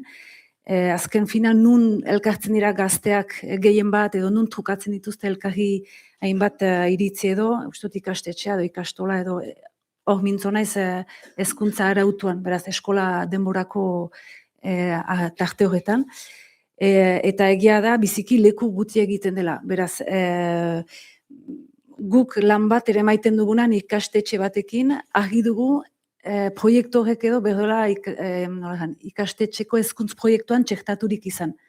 Janaitolako proiektu bat ere maiten dugunean, eta guk suertea dugu, xantza dugu asuten, lau kide gira, eta nire lana preseski da, hortan ibiltzea, zubilan hori egitea hezkuntza eta sormenaren artean. Talde gehienak edo antzerki talde edo beste kolektiboek berba ez dute norbait preseski hortaratzen dena, beraz guk xantza hori dugu eta egia da lan hori nonbaitan aixe ere maiten aldugula. Baina ne ustez hori importantea da zehaztea espazio hori baitugu gaia ere ikastetxea, euskal kultura edo sormena transmititzeko leku importantea dela. Eta leku hori hartu behar dela, hori ez aitora ezaldu behar da, baina ginen den berantago. Ostion aipatu dituzu ere kurrikulumak eta behar programetan, kurrikulumetan sormena sartua da, baina realitatea bestelakoa da. Ustez, bai ikasgaietan edo beti borrokan ibiltzen gira ere proiektu bat baldin badugu, plantan emaiteko, berda ordutegia, berda egutegia, ez da simple, beti bada olako borroka bat, gehienetan euskarako irakasleak hartzen du nunbaitan bere gain, eta hori guretzat biziki importantea da irakasleen implikazioa, hori argi da, goezkira kanpotik heldu zerbitzu baten eskaintzerat, edo ez da osagarri bat gehiago, da zinez elkarlan bat, eta pixka bat espaziora berriz itzultzeko kokatzeko gure lan eremua. Bainikor, espazioaz aparte baita ere denbora gehituko nuke, ez? Testuinguruak eskaintzea bai espazio denboran. Espazioak behar dira, ez? Aipatzen zenuten bezala transmisio hori eta sormen tailer horiek edo sortzeko, denborare bai, ez? Azkenen sormenak denbora bat eskaintzen du, ez da ariketa soil bat egitea, ez? Hausnarketara bideratzen du, behar dia pertsonak baita prest daudenak denbora hori eskaintzeko bai prestakuntzara eta baita ikasle bakoitzaren espresatzeko errealitateak ulertzera, orduan testuinguruak behar diala iruditzen zait, espazioak bai, baina baita denbora. Eta ez dakit, eta bizkat Idurre eta Ibaiek komentatutakoaren harira, ez dakit transmisioaz hitz egiten deunen ea egoki erabiltzen egean hitza, ez dakit transmisioaz hitz egin behar deun edo gizarteratzeaz hitz egin behar dugu, igual gero egongo da tartea hortaz hitz egiteko ez, baina iruditzen zait gizarteratzetik hasi behar deula gizati hartzeko. Igual transmisioa unidirekzionala denean gizarteratzea bi norabideetan dijoa ez, da igual gakoa agian horren daiteke. Beno, nik aria jarraituz, denbora aipatu duzu, eta esan dut, bai, egia da, ez? Sorkuntzarako, sorkuntza prozesu bat benetan gerta dadin, denbora behar da. Denborarik ez badago, ariketatxoak egiten ditugu edo gauza solteak, ez? Eta egia da, denbora bizireala gizarte batean, oso produktibista eta non prozesuak leku gutxi duen, ez?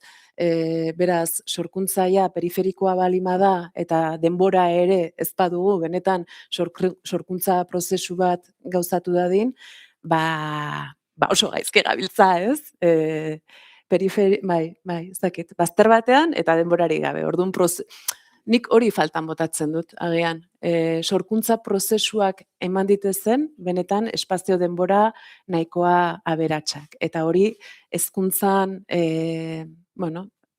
Hezkuntzan ez dago, hezkuntza formalean oraindik ez du behar duen lekua, ez? Edo behar duen modua.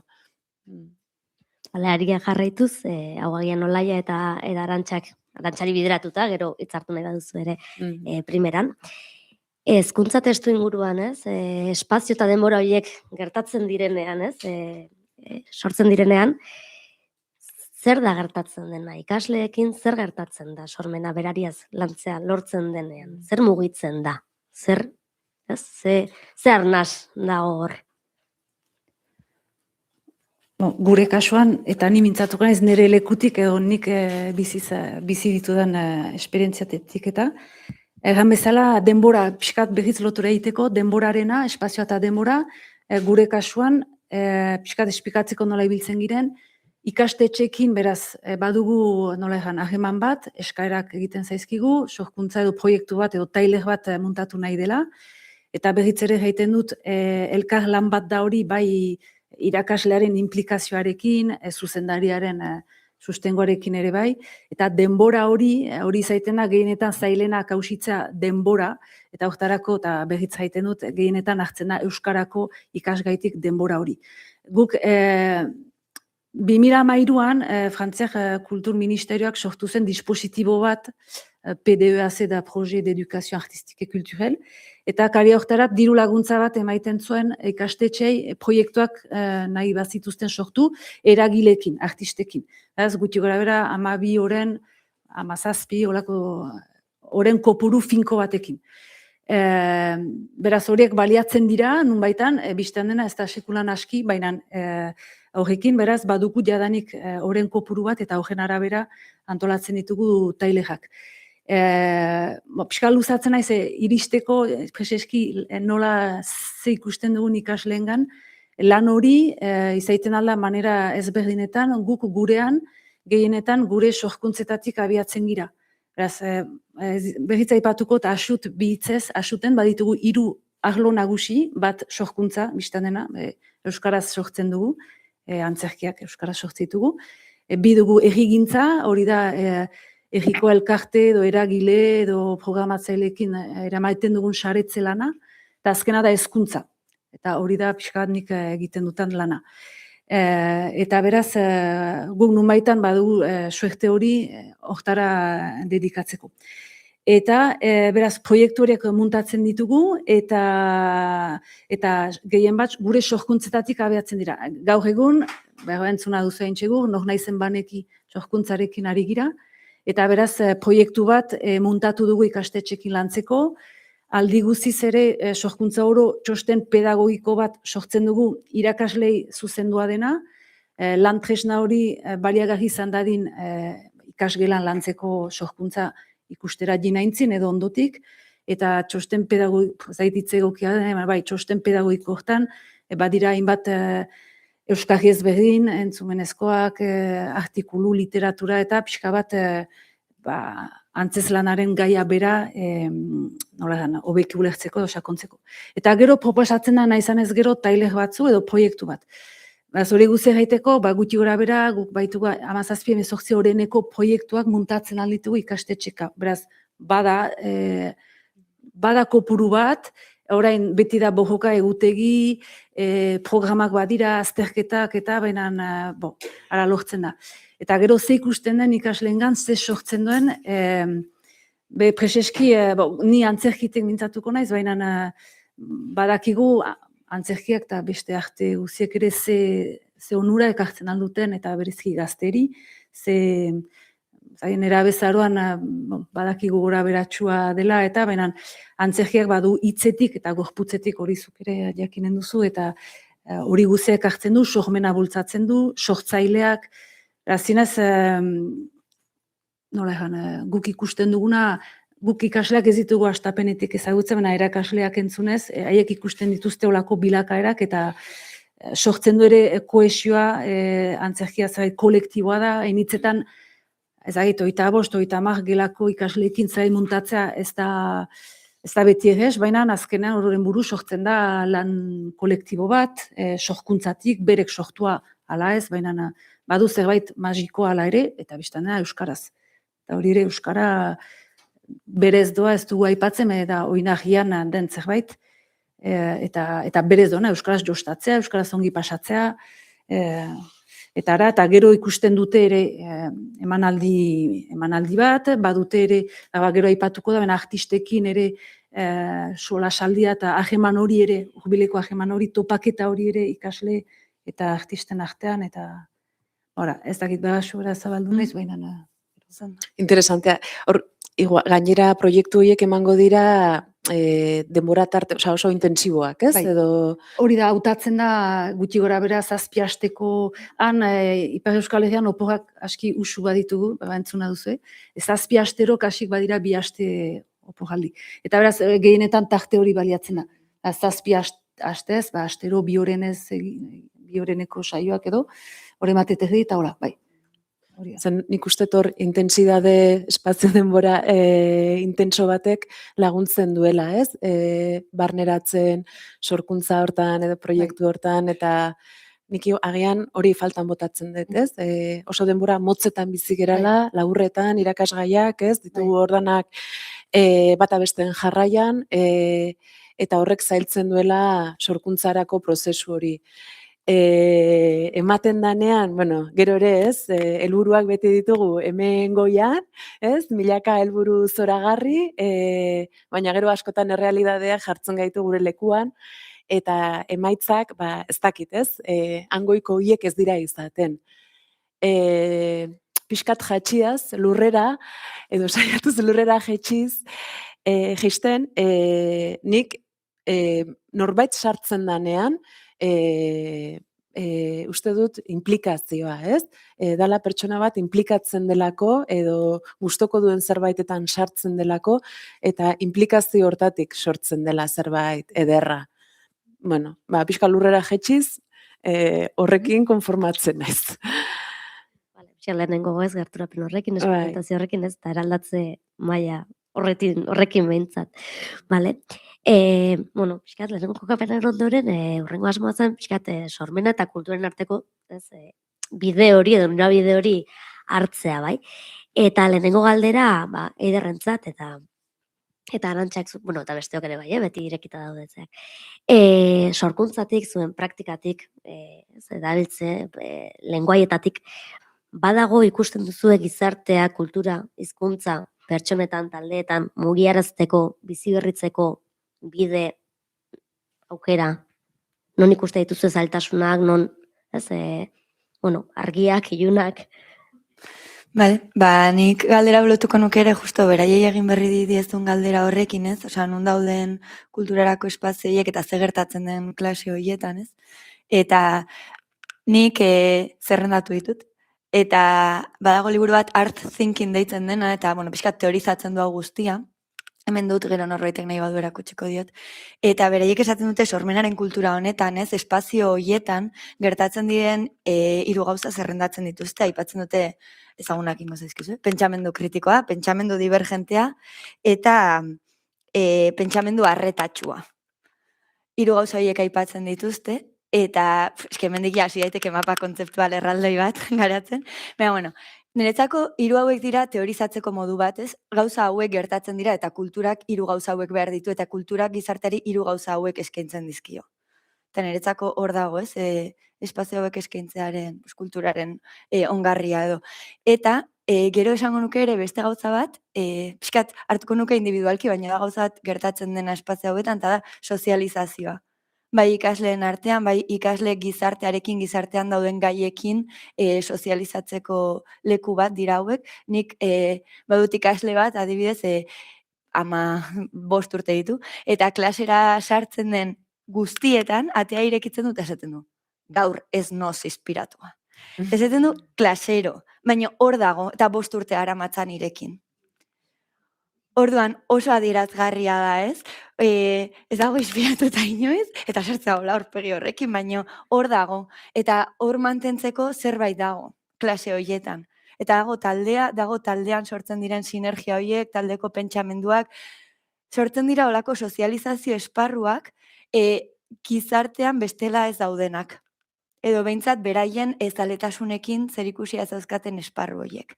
Eta horrek, olako, ez dakit nola, opariak edo olako momentu izarrak, dira kulturak eskaini ditzaken honenak, nire ustez. Eta hori gertatzen ari da, adibidez, pues hemen, momentu honetan ere bai, ez?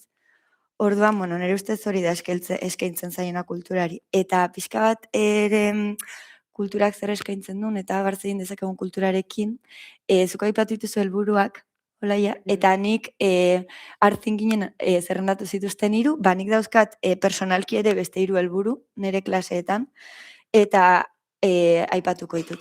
Lehenengoa da kulturzaletzea, argi eta garbi, ez? Kulturak eskaini ditzaken gauza guztiak adierazi behar zaizkie ikaslei, eta adierazteko modu oso on bat da beraiek kulturzaletzea. Gero beste gauza, nola egiten den hori, baina hori beste galdera bada. Orduan, kulturzaletzea, gero gaitasunetan trebatzea, geroz eta trebeagoak izan hortan, gorputza adierazpenean, testugintza adierazpenean, hitzekin, pues hori ez, trebeak izaten, geroz eta trebeago, geroz eta gehiago gozatuko dute. Eta, bestea da, agertu den bat, dela espazioa ematea. Eta hori. Eta 3 helburu horiek saiatzen naiz lortzen 4 ardatzekin dela literatura jakintzan aritzea, sormen individuala lantzea, sormen kolektiboa ere bai, eta hizkuntza gaitasuna. Hori, pixkat nire aldetikan oso zehaztuta dauzkat, baina bueno. Arantxa, zure Ni aldetik, bai. lehen pixkat aipatu ditut eta ados naiz idehek handituen azkenan guk ere ustut oak gabean lantzen ditugula horiek, bada ere hausnartzeko eta gogoetatzeko espazioa ere badela, direla, olako tailerak edo, gai baten inguran edo, eta egia aipatuzuna kolektibo izate hori, zerbaiten parte izaitea, nahiz eta individualetik abiatu, ala ere ororen buru, bederen antzerkiak edo olako sormen lanek, zerbaiten parte senditzen dira, eta hori. Eta bai, polita dena hor, adibide konkretorik ez dut, benen ikustea bilakaera hori ez, guk ala ere 7 hasteko proiektuak baditugu, eta beste batzutan urte osokoak ere badira, eta dudarik ez da, bilakaera hori ere ikusten dugula aste edo bukaeran. Eta gero ustut, gure kasuan entxatzen gira ere, nola esan, zerbait, helburua ez da ere ikusgarri bat muntatzea edo antzerki bat, helburua ez da, helburua da egiten den bidea ez usu egiten da. Baina, badenan zerbait, entxatzen gira ere aurkezten ikastetxe barnean, edo gazteagoenei, edo zaharrenei. Eta hori horrek ere ekartzen die zerbait ere beste urrats bat, eta gero kultura ere, entxatzea ere olako sormen espazioen bitartez ere gure kultura ere transmititzea, eta kultura transmititzen dugun einean ere, euskararen erabilera ere transmititzen dugu edo garatzen guztut biak lotuak direla, lehen aipatu dela kultura eta euskara edo hizkuntza. Eta hortan ere, gaur egun ez dakitze erreferentzia dituzten edo sare sozialetan eta ze nola ibiltzen diren, baina bada behar hori ere, euskal gure referentziak transmititza. Eta horiek izan daitezke espazio egokiak. Nikor, eiderre komentatu dezun horrekin, ez? Sorkuntzak pentsamendu divergentea, eta gero zukarantxare aipatu dezu, pentsamendu divergentearekin lotzen da, ez? Eta niretzat arte edo ikusarteetatik pentsamendu divergente hori dago ere konbentzioaren hausturarekin, ez? Edo normatibizatua edo bai, konbentzionala den horren hausketarekin. Eta zeinen importantea den ere, bizigeran ere, ez? Mundu global, merkatuak, ez? Hainbesteko indarra duen mundu honetan, egiteko modu propio batzuk bultzatzeko, eta propioak direnean, propioak dira, eta konpartituak ere bai, ez? Agian, hori du kulturak. Propioak dira, baina beti konpartituak ere bai. Nik hor gauzatxo bat puntualizatzeagatik eta eramateagatik baita ere hezkuntza arautura, ez? Pixkat kurrikuluma lehen aipatu da, sormenak ze eskaintzen du, ez? Eta hasi zaten edo zerrendatu dituzuen kompetentzia helburu guzti horiek hartu ezkeo dartze baldin badeu, adibidez, bigarren hezkuntzako kurrikuluma eta funtsezko kompetentzietara jute baldin bagea, zerrendatuta dauden funtsezko kompetentzia horien garapenerako ezinbestekoa da sormenak, eta sormenak eskaintzen dituen berak ditun helburuak, baina baita sorben prozesuetan sortzen dien kompetentzia txiki horiek osatzen dute, ez? Funtsezko kurrikulumak, funtsezko kompetentziak eskatzen duen guzti hori. Orduan azkenen ikusten da espazio ezberdinetan, baina baita ere hezkuntza arautuan badula tokia eta sormenak eduki behar dula testuingurua. Ados, aipatu dugu, ez, norberak, ez, taldean ere bai, ez, izan dezaken mugimendu aldaketa, ez, begirada, atxikimendua, motivazio hori, ez, intrintxeko hori, nahiz da inspiratuta ez egon, eta guztionekin ere bai, mugiarazi daitezkela, konbentzioak, imaginarioak, norberak kulturarekin ere, eta gure referentzia kulturalekin, bertakoekin, kanpokoekin ere bai, izan dezakegun, ez, atxikimendua edo, atxikimendu eza. Hau, aria jarraitu, sartu zarete ja pixka da gainan, baina sakontze aldera, eta zuek ere gonbidatuta. Hola jata izaskun, nola bihur daiteke, ez, prozesu, prozedura, experimentazio, ez, denbora, espazio hauek,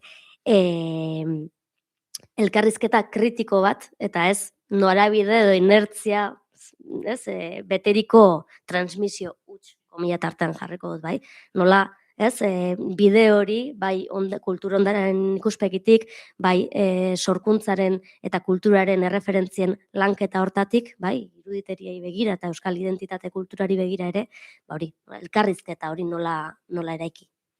Galdera potoloa da, badakit. Ez dakit. Esperientziatik, adibidetatik. Nola egin, era kritiko batean, edo era, irakasle bezala, edo... Nahi duzun lekutik, erosoen zauden tokitik. Ba, ez dakit, zaila iten zait, egia esan, erantzutea galderari. Nei zehazkita lehen justu aipatu dut, ez? Agian, igoa proiektu honetan, gaude soziolinguistika kontuarekin, kultur transmisioaren ideiarekin, eta beti ez zait erreza egiten artetik nola, ez? Esaten nuen bezala, ez... iruditzen zaidalako gaur egun arteak edo arte hezkuntzak ezin dula izan era instrumental batean ezin dugula erabili kultura bat edo kultura hegemoniko bat edo ez dakit nolako kultura bat ezartzeko, ez? Orduan, nola egin elkarrekin habitatzen dugun eremu horretan ze zeinuk, ze elementuk egiten digute oihartzun. Zeintzukin konektatzen gera, ez? Eta nola konektatzen gera, edo ez gera konektatzen, edo zer dugu komunean, ez?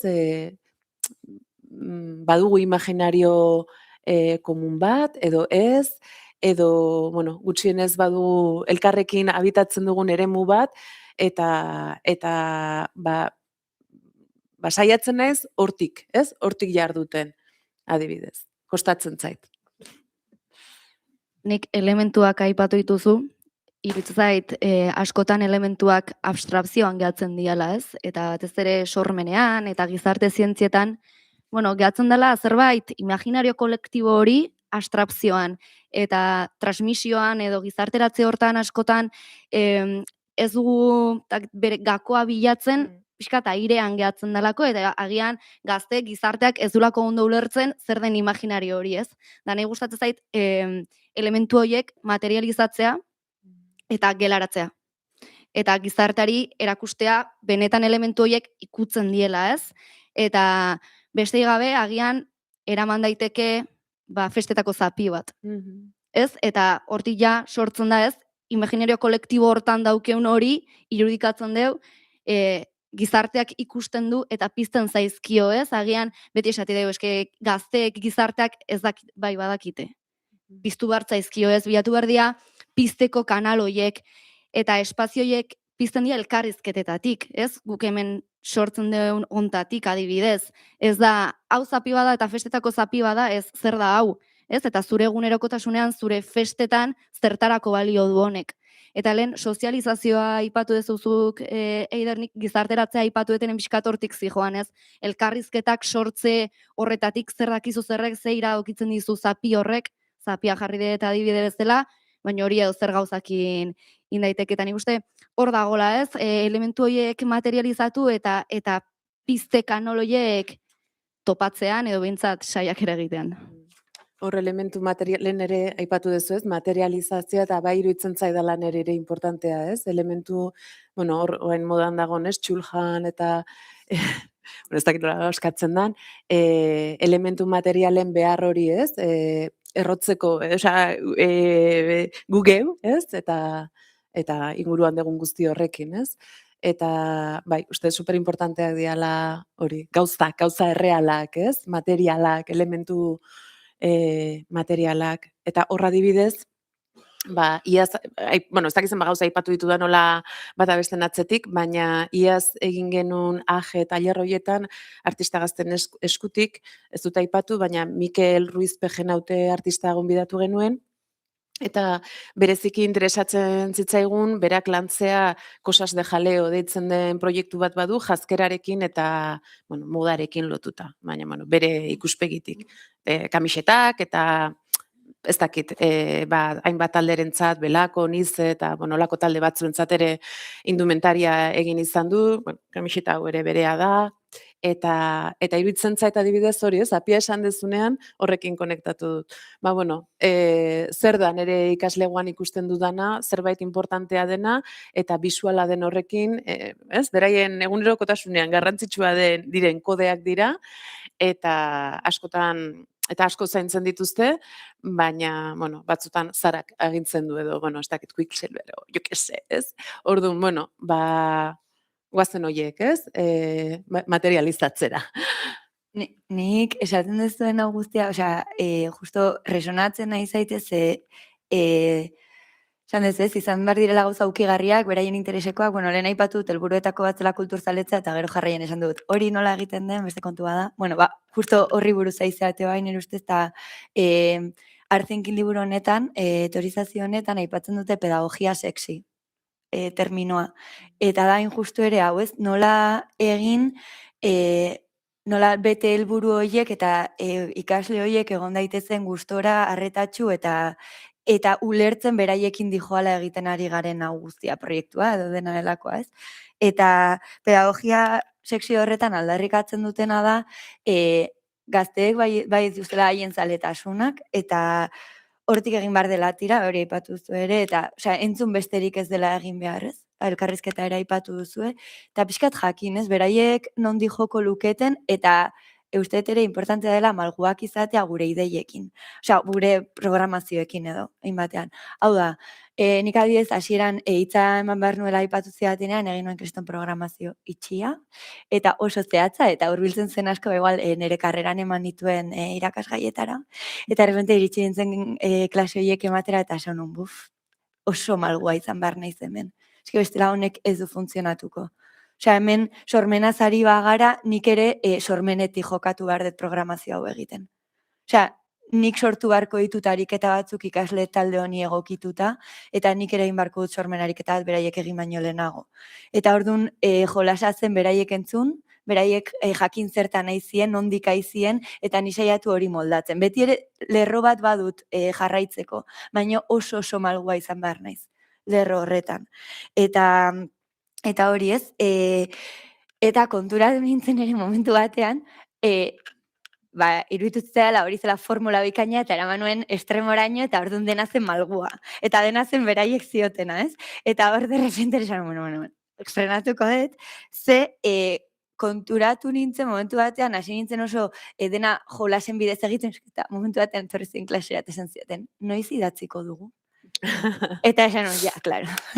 Hau ere fiskat jo nintzait eskutatik, ez? Orduan, zen, eske beraieko nabadatu zere hau egin nahi dutelako da. Ez, askotan ere aurre iritzi horiek, ez dute idatzi nahi. Eta nik ere dakaten brauzean, eske eskolan asko jazte dute, eta honak hartze baitut, etxeko lanak ez dizkiet jartzen, baina ez ditut jarriko brauzean idaztik. Horrea badatoz ulertu behar dut ere, edo ulertu behar dugu, datuzela hortara, eta nahi dutela, eta espazio hori eskaini behar zaiela. Orduan, zen olako oreka bat, ez beraiek entzun pedagogia sexi hori bultzatu, eta aldi berean ere ulertu hor nahi dutela egon eta nahi dutela idatzi. Eta direla, zekit nola esan, ez? Olako buru, zekit friki zoragarri batzuk, nahi dutela hori egin eta bakoitza dauzkala bere gustuak eta bueno, simaz espazio hori eskaintzeko. Piskatort. Ez justu gehitzeko egia gure kasuan ikastetxetan eta ari girenez, ez dute bortxaz hautatu eta ileja. Bai? Ja. Beraz, olakoetan egoera ezberdina da. Ezberdina da, bai. Baina interesgarria da, preseski ikustea nola ze ez dute hautatu irakasleak erabaki du proiektu hori ere ematea gelan, eta haiei tokatu zaie, eta antzerkia, azkenan ongi pasatzena, baina badira ere olako perfilak, eta preseski hori da desafioa. Olako ikasleekin ere, nola lan egin, nola eraman, eta sortzaile hutsak dira denak, nik ikusten ditudan gazte horiek, hainitz etxeparen lan egiten dut, baina badira artista hainitz baditugu, beraz, musikariak, dantzariak, eta hori, beraz, gauza bada behartuak izaitea, eta gero badugu ere beste tailer bat nahian tendako, hori gauez nahi duenak, hor bai, ahun desberdina da, heldu dira nahi dutelako taula, baina hori, bada ere ezbentasun hori, baina azkenean ororen buru behin bidean txartuta eta sarbide ezberdinak badira, baina azkenean bururaino ere maiten dutenak, eta justu gehitzeko eta bukatzeko jekin, bada orain 2 urte, zaitzagutzen duzen hango lizeoko sistemak, orain 3 urtekoa da lizeoa, bigarrena lehena eta terminala, eta berezitasunekin ari dira. Ez da gehiago zientzi saila, literatura, ekonomia, horiek desegin dira, eta berezitasunak. Eta bada euskara berezitasuna deitzen dena, da euskara klasez gain, badira beste 4 oren berezitzeko edo indartzeko euskara. Eta orain 3 urte sartu dute, beraz, antzerki proiektu bat berezitasunean. Hau da, urtero ikasleek, 18 oreneko antzerki tailer bat izanen dute, hautatzen badute euskara berezitasuna. Hala, heiteko emeke ere ehotzen ari girela hezkuntzan, naiz eta hori gero aipatuko da, segitzen dut, baina baldintzak ere ez diren beti onak. Hola iduridu dena biziki polita dela eta ongi pasatzen dela, baina gero aipatuko ditugu edo orain edo... Gauza txike barkatu, bakarrik Arantxak aipatu dena ere egia da, dena dira oso derrataniari naizela ere hitz egiten ez, justo herri arte eskolara datotzen ikasle batzuei buruz, hain justero horrego nahi dutenak, baina nahi dut bakarrik egin ohar txiki bat, ni ere aritu izan naiz hezkuntza arautuan tailerrak ematen taldean hitzagoekin, eta nahi dut bakarrik konpartitu otutzen zaian esperientzia bat dela zein den desberdintasuna, ez? Ikasleek nahi dutenean horregon, edo derrepente zaudenean ikasle talde handi batekin, eta batzuk nahi dute eta beste batzuk ez. Niretzat, personalki, nire esperientzia hori izan da, desberdintasuna dela nik zer rol hartzen dudan.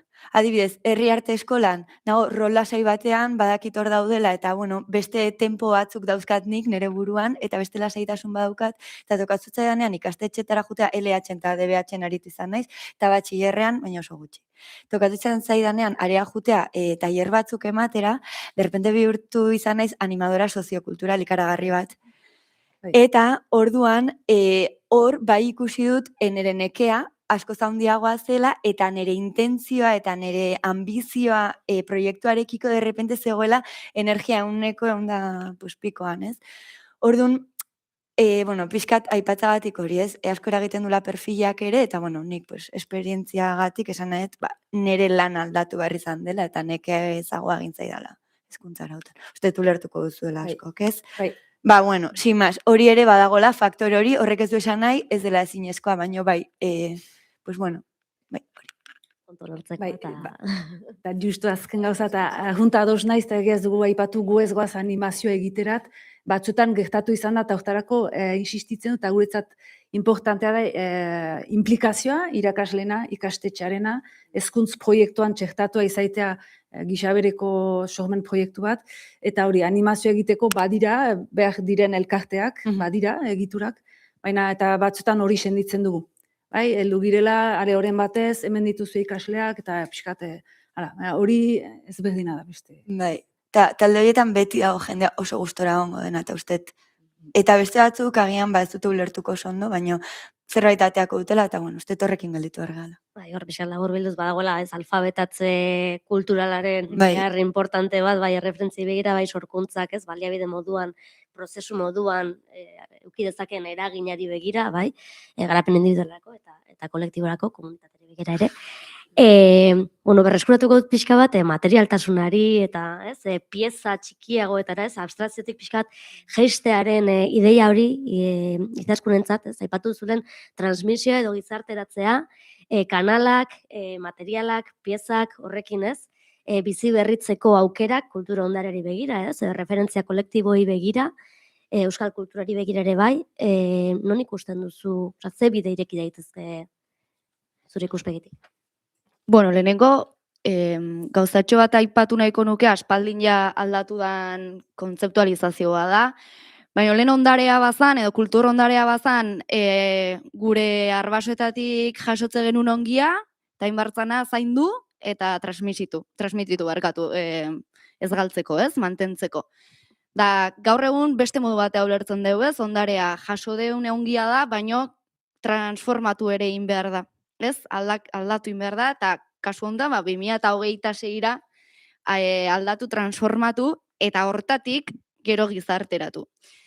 Orduan, transformazio hortan, iruditzen zait daudela errotu beharreko kanalak, ez zerbait egituraketan aldatu behar dana, ez dela zerbait azalekoa, baizik eta transformazio hortan, helburua ezin dula izan transmisioa, askotan transmisio hitza erabiltzen da, ezaguna dalako eta erresa dalako erabiltzen, ez? Baina iruditzen zait transmisioak divulgazioa eta difusioa bezalako hitzak bezala gehatzela norabide bakarreko kanal batean.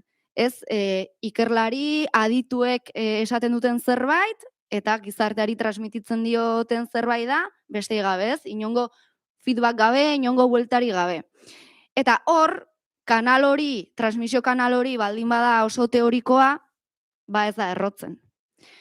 Horregatik elkarrizketak beharrezkoak dira, gizarteratzea beharrezkoa da, eta adituengana, edo adituetatik ateratzen den hori gizartera dijoa, baina gizarteak badu ere asko hitzeiteko, eta bueltan ere ekartzeko, ez? Horregatik, nahi gustatzen zait hitzeitea gizarteratze bidirekzionalaz. Igual bada oso hitz potoloa, baina ez bi norabideko informazio kanalak dian einen. Eta iruditzen zait, hor dago lagakoa. Eta hortaz aparte, bi norabide horietan oso ondo gehatzen da teoria, baina parte hartzailetza ez bada bultzatzen, bi norabideak ez dute funtzionatzen, ez? Eta informazioa, perfil berdinetatik etorriko zaigu.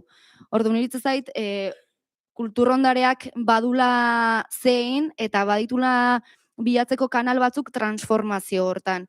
Eta esan bezala parte hartzailetzan iruditzen zait daola gakoa, eta hor eragin behar dela, ez? Nola oso zaila da.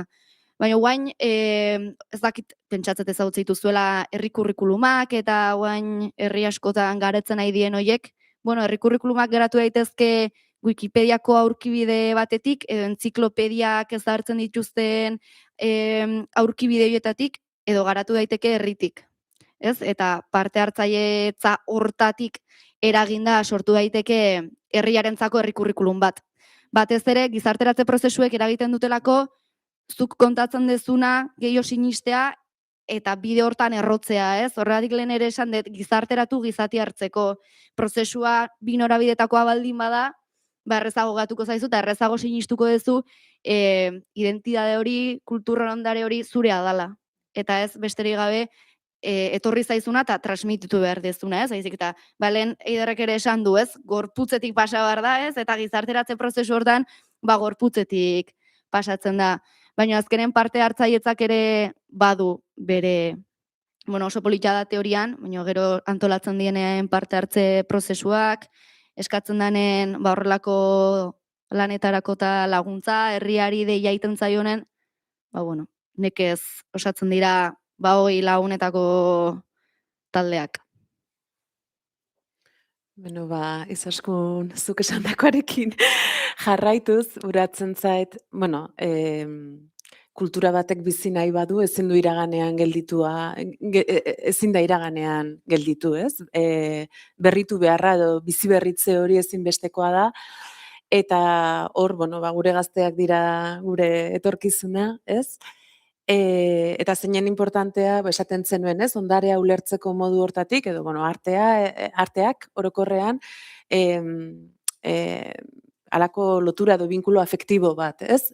Inporta zaizuna. Edo nola egin zuretzat importantea den zerbait, edo afektatzen zaituen zerbaitean bihurtzeko.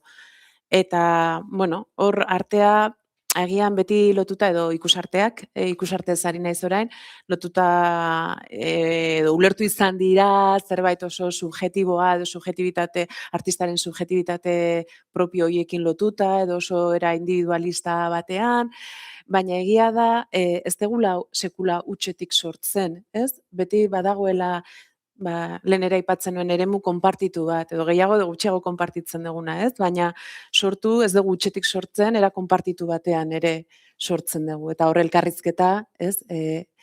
Elkarrizketak etengabea izan behar du, ez? Ez dakit.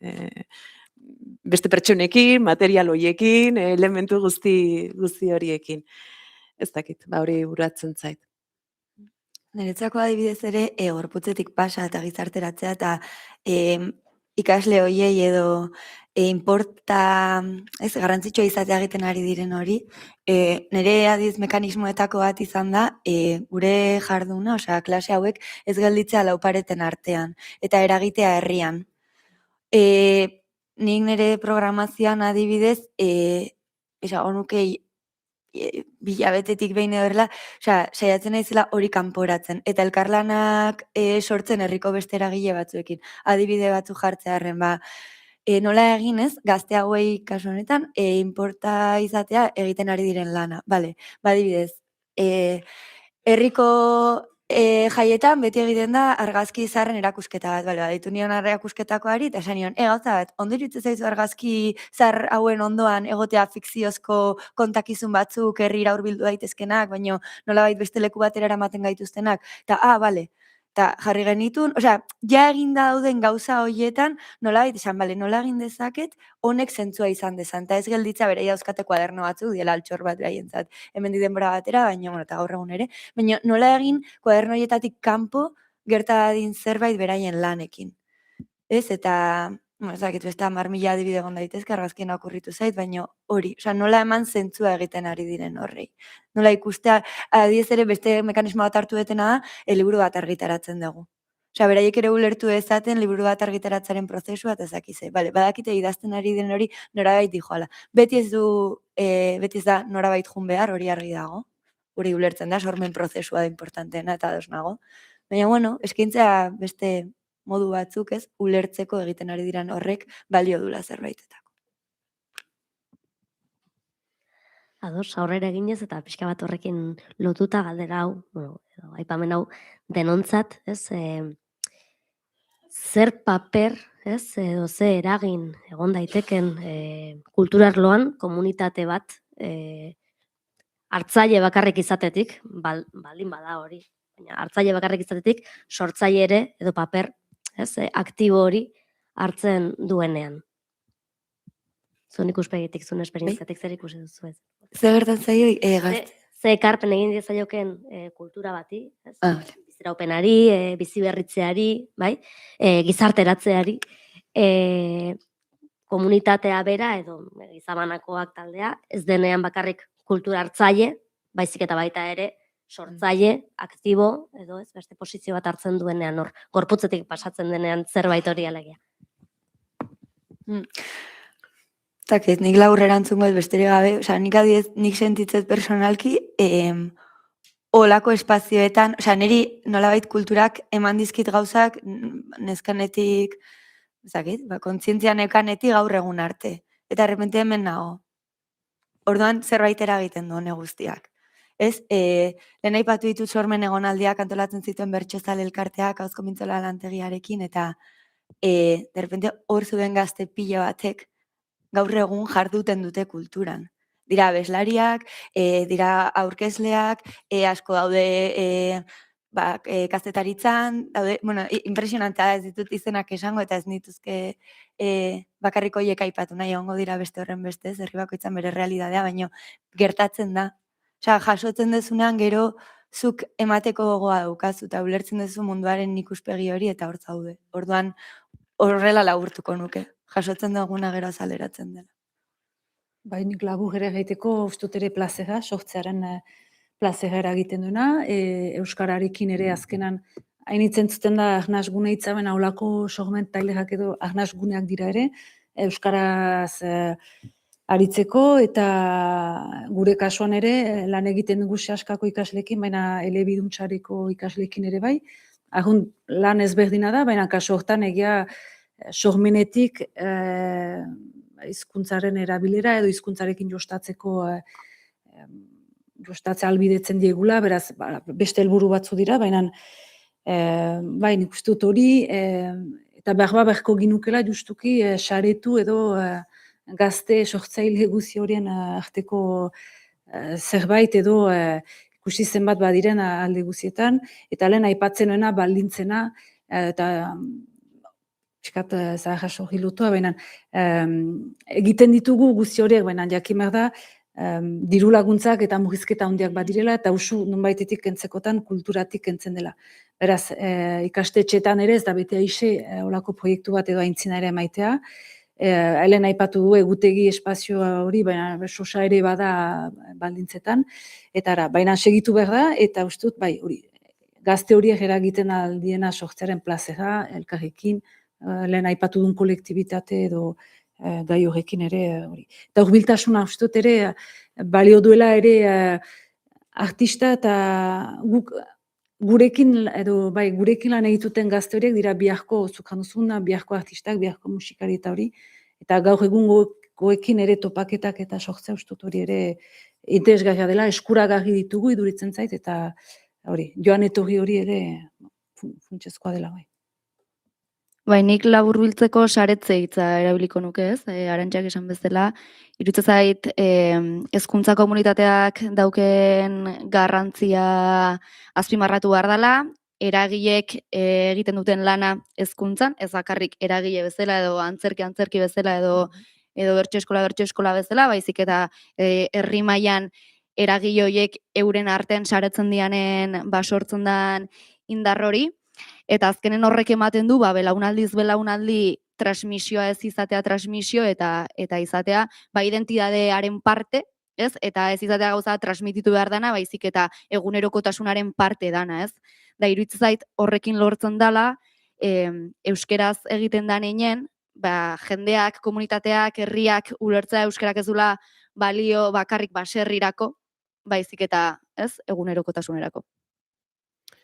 Eta, bueno, beste zerbait esatearren, nik uste oso ezinbestekoa dela, ez? Eskolan edo klasean egiten dugun hori, plazara, kalera edo komunitatera eramatea, horrela, bueno, bestelako pixu bat, errealidade bat edo beste zerbait sortzen dela, ez? Beste dimensio bat hartzen duela eta ezinbestekoa dela hori. Primeran, eskerrik asko, Lauroi, benetan, zuen ekarpena egiteagatik. Orain, rondatxo bat, norbaitek hitza emango diogu publikoari, norbaitek zerbait esan nahiko balu, aportatu edo nahiko balu ere. Ezko ditugola isiluneo momentu, ez? Eroso deseroso arraro, hau? Nik behar justu gehitzeko pentsatzen duzen bitartean, plaza hartu baituzu, eta behar jakinean zezten, bada ekimen bat Preseski ikastolen elkarteak bultzatu duena eta piztu plaza izena duena, eta hemen ahasaten apilaren 25 emanen dena ustu lehen aldiz Preseski ikastetxez berdinetan sortu diren sorkuntza, dantza, antzerki horiek, helburua da juntatzea elkartzea gazte guzi horiek, eta bakotxak bere sormen lan hori aurkeztea. Eta 25, bai, hori.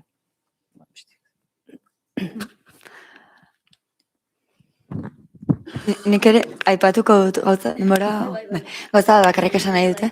Hezkuntza arautu eta ez arautuarekin aritu garela, nahi dut igual ere, zakitarri utzi edo horrela, berez nik abiz ulertzen dutela hezkuntza ez arautuko jarduna, sormen jarduna, paraleloki dijoala eskolarekin, eta momentu batzutan ere ulertzen dela eskolak ezin duela dena bere gain hartu, ez dakit nola esan, eta uste lan handia egin dela azken urteetan sormenaren txertaketa honekin, zen irabiz batzutan bai gertatzen zait, klasera iritsi eta zerbait proposatzen du sormenetik, eta esaten diate, hau eskolan egin dugu eta bai. Ez da, esatet, jo, hau egitera iritsi zaret, orduan, guai da, osea, pentsatzen di, jo, zeona, ze behartzen hau ni ere, are, sortzaileago bilakatzera ez gelditzea gauza ez egin zen. Eskolak gauza batzuk hartu ditu bere gain, eta orduan aukera dago ez arautuan are gehiago zabaltzeko sormenaren espazioa.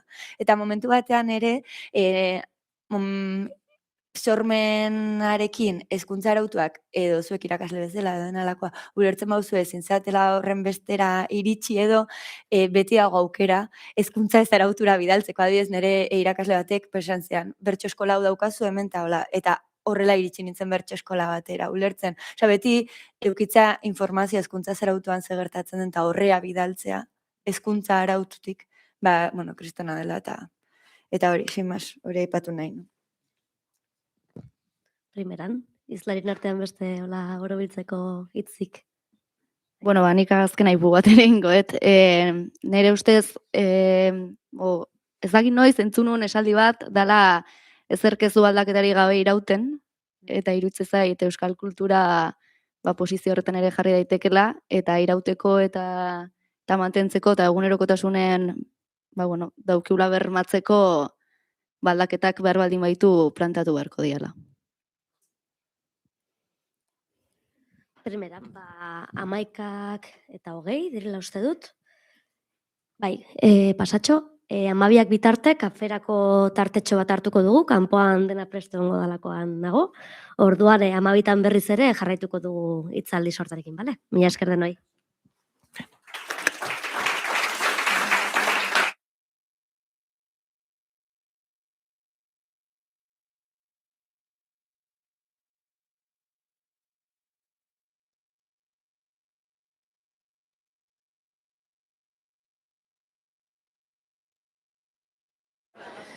Ia asteragoaz, bai, 12 eta 7 markatzen dizkite erlojuak, eta, ordu bat eta terdiak arterako tartea daukagu, ustut mami desente egon litekela mainguru honetan, eta, hasi egingo gara. Ederra da plaza hau ikustea, aurreko urtetan askoz mintegi formatoagoan antolatu genuen, familia formatoagoan, eta ura ere ederra zen, goratzen dut gaur ikutuko dugun gaia bain dela urtebete hemen zeuden batzuk bertan zirela 20 lagun inguruan jarri eta alibiligina da, 2 ordu zizketan, da, arek beste aukera batzuk ematen ditu, ezta, partekatzeko, gaur berriz gehiago izango da guk hitz egin eta zuek entzun, baina, zueta aukera polita dela, ikusirik ze jende ekarri dugun, beste bat edo beste ere gonbidatu genuen maion egun gurontara, baina, azkenen 3 hauekin gelditu gara. Bai, abisatu nahi dut, kulturaren atal edo esparru jakin bati buruz hariko garela. Eta guztut, kokatzeko interesgarria dela argitzea zertaz ari garen eta zergatik egiten dugun esparruen bereizketa hori. Funtsezkoa delako, ezta? Gutxienez 3 esparru handi edo 3 esparru garrantzitsu iruditzen zaigu bereiztu litezkela euskal kultura, euskal kulturgintza deitzen dugun horretan, ezta? Batetik kulturaren adiera zabala arriskutsua da, ze kultura mikrofono hau gure kultura da, bai, eta botila hau ere gure kultura da, jano mami batentzat, kultura dena da, baina nolabait kulturgintza deitu izan dugun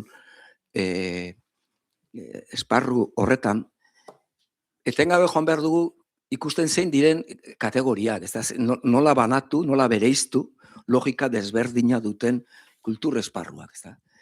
Eta hor, iraganean egon dira, elite kultura versus kultura popularra, edo, egon dira, nolabait, kategorizazio desberdinak, eta gaur egun, euskaldunontzat eta euskaldunok ditugun desafioekin lotuta, gogoeta egiten baldin badugu, ze kategoria edo ze esparru komeni zaigun bereiztea eta lotzea, Kontuz, bereizten dena gero lotu egin behar da, baina bereiztea eta lotzea euskal kulturaren barruan ikusten dugu realitate jakin bat, hiperkapitalismoan gaude eta hipermodernitateko baloreak bizi ditugu gero eta gehiago.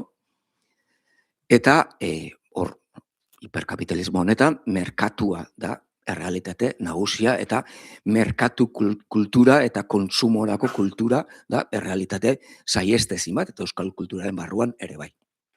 Eta horrek, merkaturako kulturak ditu bere baldintzak eta bere logikak, horren azpian galdera da, zer kontsumitzen dugu euskaldunok, zer kultura kontsumitzen dugu.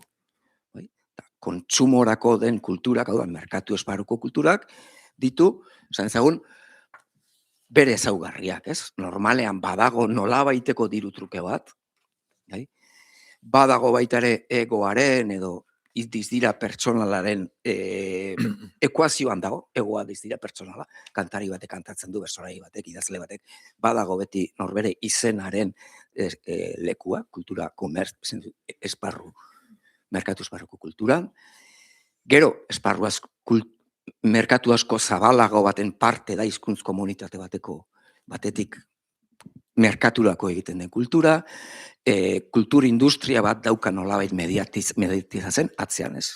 Hemen ikasei, kultur industriaren ikasgaia sortu da, karrera, hau da, kultur industria baten logikan funtzionatzen du, eta hori da, esan ezagun, merkatu esparruko kultura. Ez da kultura osoa, ez da kulturgintza osoa. Badago beste esparru bat, eta da, ez denean galdetzen zer konsumitzen du herriak, o zer konsumitzen du herritarrak, baizik eta zer kultura egiten du herritarrak. Bi galdera desberdin dira. Bat, zer konsumitzen du herritarrak, merkatu esparroko kultura ari gara, eta horretan ere euskal kultura behar dugu, baina horretaz ari gara, eta ulertu nahi badugu, hori ulertu behar dugu, horko mekanismoak ulertu behar ditugu. Beste galdera bada, zer kultura egiten du herritarrak, hemen pixka aipatu da, zer kultura pasatzen da herritarraren gorputzetik, zer dantzatzen du herriak, zer kantatzen du, zer dakidu kantatzen, zer kantatzen dugu familietan bestean, zer hortik hasi, eta ikusiko dugu bezala, esparru zabalagoa da, batez ere orain iparraldean, ernetzen eta indartzen ari den herri kulturako espresioetaraino eta bar. Orduan, ikusten duzuen moduan, guk gaur bakarrik ariko gara bigarren horretaz. Deitu diogu herri kultura, deitu diogu komunitate kultura. Baina ez gara ari kontsumitzen den kultura esparru horretaz.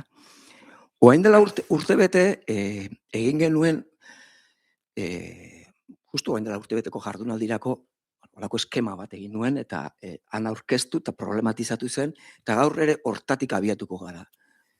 Aukera baldin baduzuela laburok aurkezteko eskema hori, nola konzeptualizatu dezakegun eta nola ezaugarritu dezakegun herri kultura edo komunitate kultura deitzen dugun hori.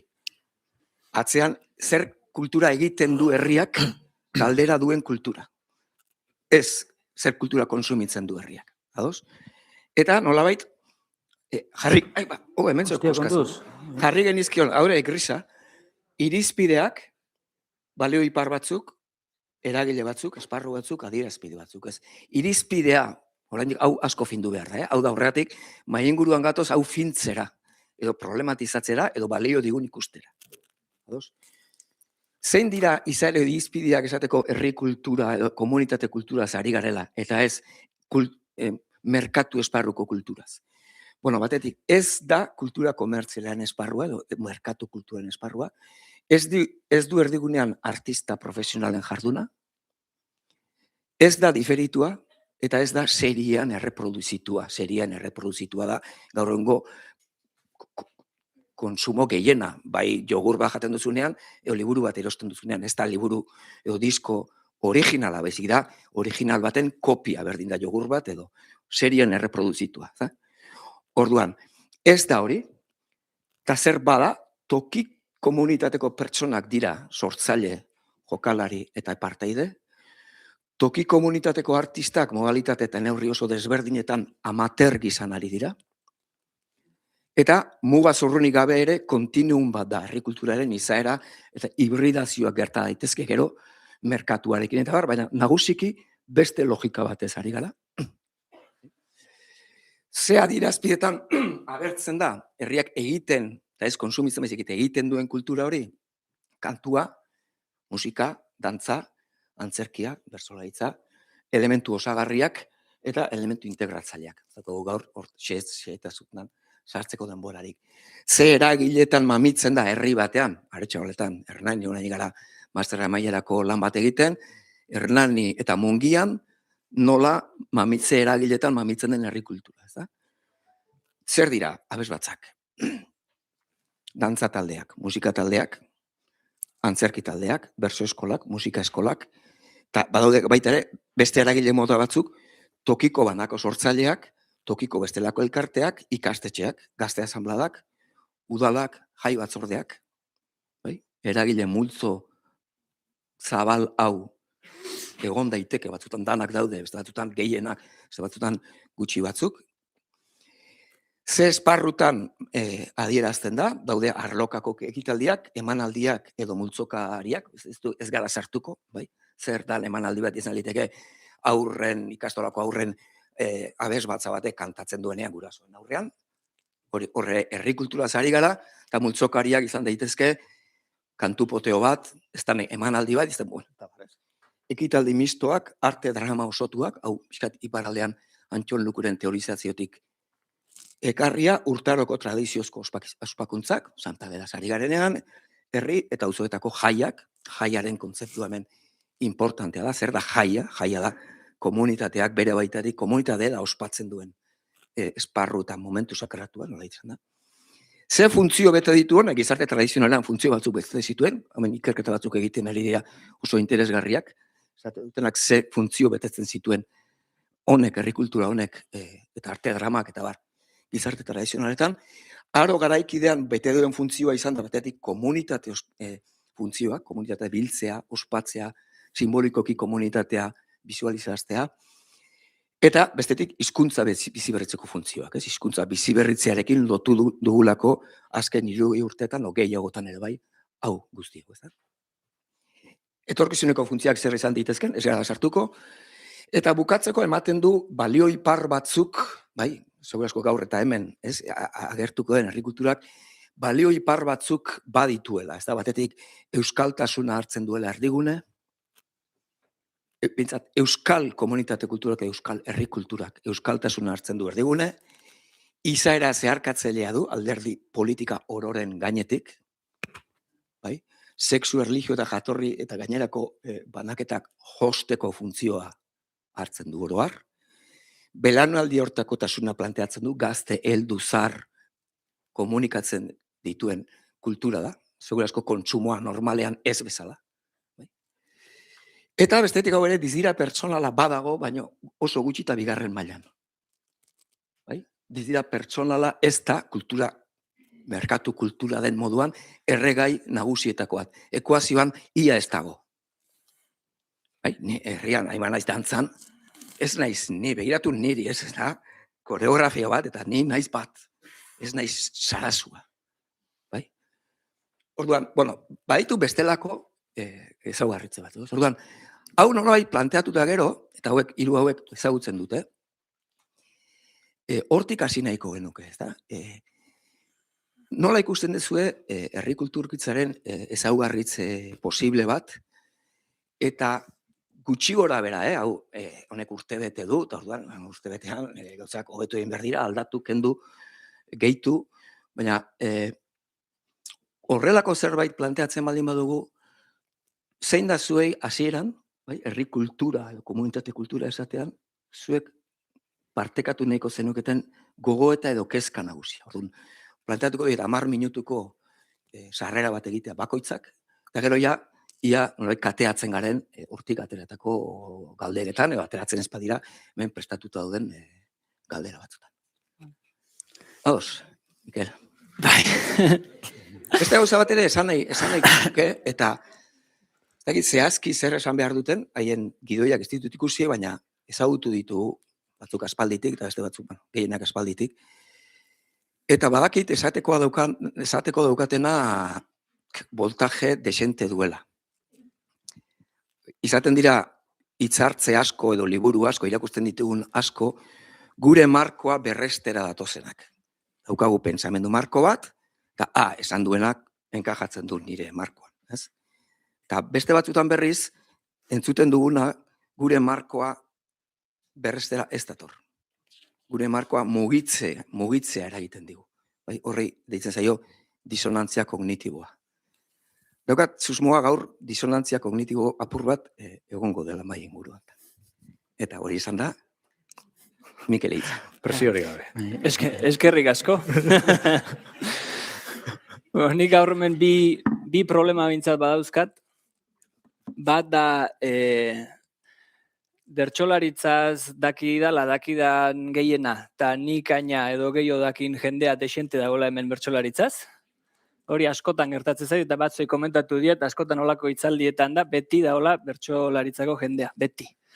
Eta orduan, zuekin, segurazki bertso munduko jendearekin hitz egingo nuken modua, eta orain hitz egingo detenare, ez dela berdin ez litzateke izango, eta badaki dela, eztabaidarako gauza asko izango genituzkela. Eta bigarren problema da, handiagoa, gauza batzuk filosofikoak edo direla, edo gabe, filosofian kokatu litezkenak, eta hortaz, pixkat gehiago ez, askoz gehiago daki jendea daula gaur hemen. Baina, hala ere, azken aldi hontan, desente pentsatzen gabiltza, aritzekin eta desente tokatzen zaite hontaz hitz egitea, eta oierrekin ere aldian behin tokatu izan gara olako lekuetan, eta, hortik hitz egingo dut, azken aldi hontan buruan dabizkidan gauzak.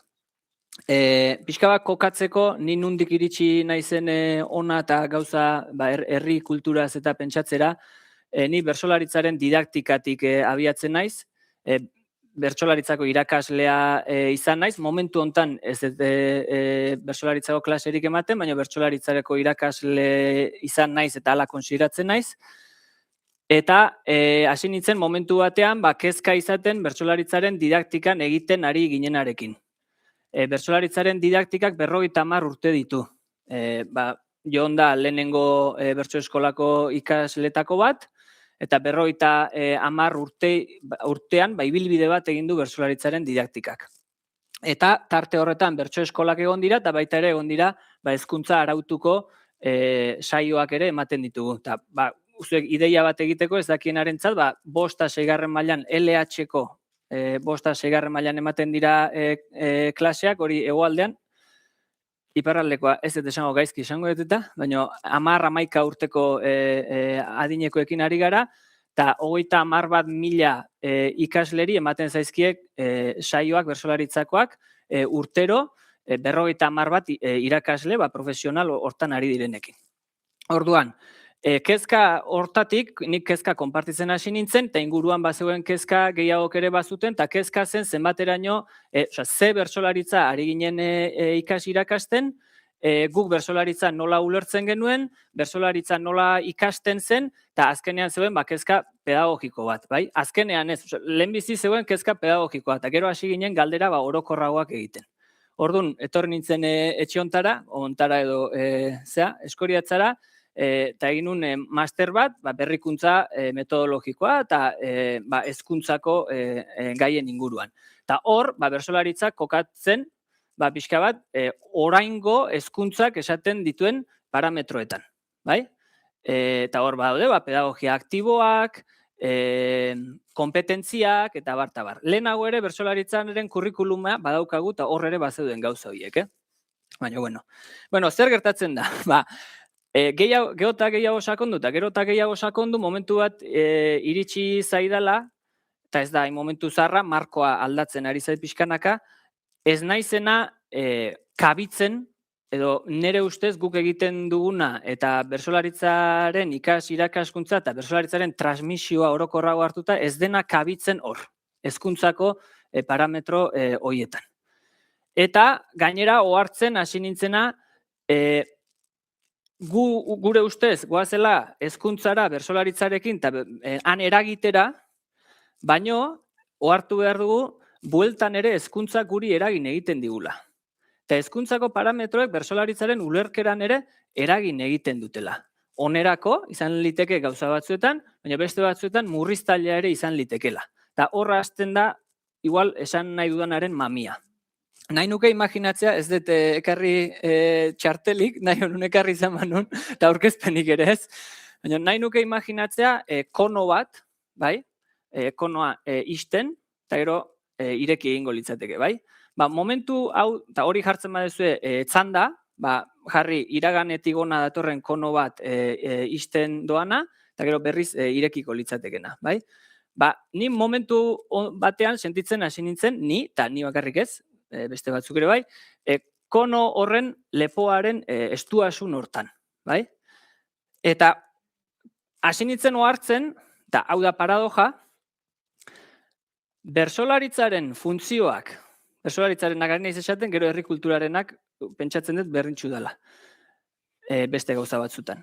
Bertsolaritzaren funtzioak historian zehar murrizten joan direla, alegia, egunerokotasunean bertsolaritza komunitate baten praktika izatetik etxean, lagun artean, leku askotan, joan dela murrizten, bai? Eta ondorioz, bertsolaritzaren ulerkera bera ere bai. Nere ustez, redukzionismo batera etortzeraino esanez bertsolaritza dela batipat komunikazio tresna, bai? Eta paradoja da, ulermenak berak, itxitasun horrek gero irekitzeko ez dizula laguntzen. Eramaten zaituela sorgin gurpil batean bezala,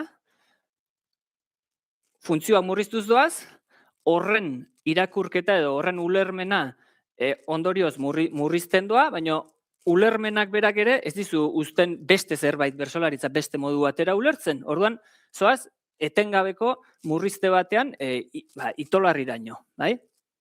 Orduan, hortik etorri izan pentsatzea eta galdetzen hastea, azkeneko 50 urte hauetan didaktikaren evoluzioa zein izan da bertsolaritzaren didaktikarena, eta ez hori bakarrik, bertso eskolen aurretik nola transmititzen zen bertsolaritza, edo nahi baduzuen nola irakasten zen, edo nahi bada nola sozializatzen ziren. Ni nahiago dut, gero igual esplikatu dut zergatik, transmisioaz hitz egin. Edukiet bolara bat sozializazioaz aritu naizena, baina momentu honetan transmisioaz nahiago dut egia zen. Eta hasten zarenean galdetzen da, atzeraka joten, elkarrizketa batzuk egin izkien, bertso eskolatik pasagabeko bertsolari batzuei eta gero hor dago beste gauza bat, bertsolari bakarrik egin dizkiet, eta oaino hartu naiz ez dela bertsolariak bakarrik, berso mundua bertsolariak baino askoz gehiago da. Ez da entzulea, parte hartzailea, eragileak eta bar, baina elkarrizketak egin izkien, eta konturatu nintzen, momentu bat imaginatzen, zer esango zidaten, nik ere neurri baten hori bizi nuelako, eta berso munduan sartzen zirela, bazegoelako ekosistema bat, bizi munduko bertsolaritza hori oraindik bazegoelako herri horietan, eta gero hasten zirela teknikaz jabetzen, bai? Klakan nun egin duen, konturatu nintzenean, gauza evidentea da, norbera konturatzen denean iruditzen zaio bea konturatu dela, igual mundu guztia badakizue, baina netzat izan zen aldaketa bat, eta izan zen, hauek ez dute bertsolaritza bakarrik ikasi? Hauei transmititu zaiena ez da bertsolaritza bakarrik, eta hasi nintzen pixkat miatzen da, bertxotan egiten zuten horietenak edo jaso zuten horiek, dantzan ere zerbait bazekiten, eta buruz ere berso batzu bazekizkiten, eta pasadizoak zekizkiten, eta jarrera bat ere bazeukaten desberdina, parte hartzeko beste jarrera bat ere bazeukaten, eta horrek pixkat deskolokatu ninduen, eta orduan, bertsolaritzaren didaktika aztertzetik hizkuntzaren didaktikaren barruan, nolabait esan da, oso modu simplean ari naiz, jartzera bertsolaritza herri kulturaren ondoan, harremanetan beste herri kulturako beste esparruekin. Eta orduan, galdera bat sortzen da, badauka zentzurik bertsolaritzaren transmisioaz hitz egiteak bere hortan? Besterik gabe? Edo zerbait zabalagoaren parte da hori. Eta horro hartzen naiz, gero hori izan zen lehenengo zea, eta hor dagoela, lehen esan dizuetan, inbutu hortan hemen kokatzen baldin naiz, gure begiratua Raimon Panikarrek esango luke, kultura dominantearen ikuspegitik ikusten ditugu gauzak. Hori ulertzen dugu, kultura dominantearen tokitik ikusten ditugula gainontzeko kulturak. Bai, gure buruari atzeraka begiratzen diogunean, ere, kultura dominantetik ari gara ikusten herri kulturat. Herri kulturak ez du funtzionatzen modernidadearen parametroetan. Eta modernidade, 3 gauza esango ditut. Bat, modernidadeak ekartzen dula, pentsamendu fragmentatzaile bat. Herri kultura, hor jarri dugun zera hori, gu 3 gauza bada ulertzea, ni bertsolaritza, dantza eta zera, baina igual aritz behintzat badakit 3 dala. Dantzan egiten du, eta bertsotan ere bai pixkat, eta bai. Karo, ez digu balio fragmentazio horrek, bai? Hori batetik. Bestetik, subjektu parametroetan ikustea da atzekoari begiratzea edo beste nahi beste lekukoari bai, guk antropologia bat egitea, ni subjektua, obiektu hor daukat eta obiektua aztertzen dut. Bueno, iruditzen zait batzutan ikerketa horiek erakusten dutela gehiago, subjektuari buruz gehiago hitz egiten dutela obiektuari buruz, baino ze irakurtzen dezute ez da obiektua ikusten dezuna, baizik subjektuak zer pentsatzen duen naizea ikusten. Horrek zer esan nahi du? Bueno, badagoela beste kontzeptuetan pentsatzeko modu bat bakarrik ez dela ezagutza, beste ezagutzeko modu batzuk badaude, eta ezagutzeko modu horietako bat simbolikoa edo izan liteke, eta da parte hartzen dezu neurrian ezagutzen dezu. Bai? Eta azkenekoa, modernidadearen eta gure kultura dominante honen dominazioan dagoen erdiguneko gauza bat, kultura idatzia da. Eta karo, herri kultura hori dena, etzen idatziz, transmititzen eta etzeuen idatzian oinarritua. Eta horrek esan nahi duen guztiarekin, ni baino gehiago jakingo dezu, eta ez sartuko kultura idatziaren eta ahozkoaren diferentziak, eta dikotomikoki ulertu gabe, hori egiten bade da, hobeto esplikatzeko, bai? Orduan, hasi naizenean, atzeraka begira, eta laizter bukatuko ze uste luzatzen nahi naizela asko, ez? Berotu naiz. Atzeraka begira jartzen geanean, Kepa Matxainek egin du tesi bat, oso interesgarria, oantik ez dakit irakurgai dago, baina nahi utzi ziten. Eta beak jartzen ditu, bizimunduko bertsolaritza, eta bertsolaritza eszenikoa jartzen ditu, bai? Eta esaten du, batean gertatzen dena, bestean ere gertatzen dela, ez dela era bate dikotomikoa, bai? Baina nola joan dan, historian zehar, bertsolaritza eszenikoa bakarrik bihurtzen edo horrantz doan. Oaindik ere badago jendea lagun artean kantatzen duna, baina bai, ulertzen da pixkat norabidea zein dan. Orduan, atzera begira jartzen ba naiz, ikusten dut bertsogintza eszenikoa, atzerago goazen erean bizimundukoa eta funtzio gehiago betetzen dituna, igual eszenikoa ez, eta horregatik ez naiz esaten ari oraingoa txarra denik ere, ze irabazi ere egin ditu gauzak, baina herri kulturara iristen naiz, lehen esan duten bezala, jendeak ez zuen bersoa bakarrik bizi zuen dantzaren ondoan. Eta igual egun berean, ze igual erromerian dantzan nahiko ziren, han bertsoak kantatuko zituzten, buruz jakingo zituzten, dantzan egingo zuten, lehen pixkat Ibaik ere zerbait komentatu du, eta gero etxerakoan egingo zuten bertsotan igual, bai? Gero galdera da, nork egiten zuen bertsotan, badakit ikusi beharko da, noiz egon diren baita ere genero aldetik eta arrakalak noiz hasi ziren eta bar. Baina hor ere badaude gauzak berri interpretatzekoak edo ondo ikustekoak, ze joaten bali magia 17. mendeko eta ikerketetara ikusten da Kristo guztia izala bertsotan. Eta gero murrizte bat gertatzen dela, eta horrek irauten du, 2 mende, 3 mende, bai?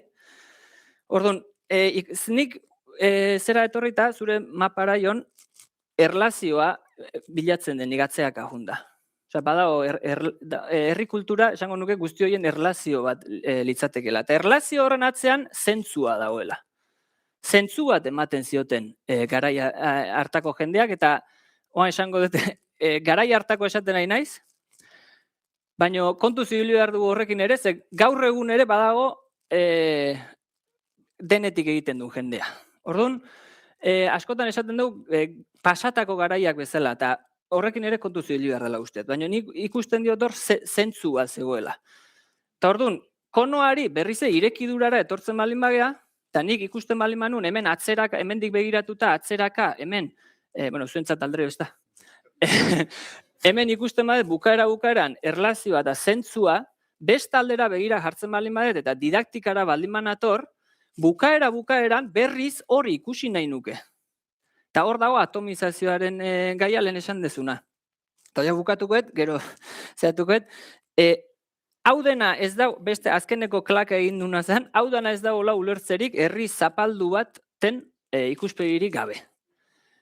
Eta herri zapalduak ere guztiz etzidan zehatzen, da hor dago Jose Azurmendiren herri puskatuaren metafora hori, edo irudi hori, edo esplikatzeko modu hori, eta nik esango nuke, ja puskatua ere,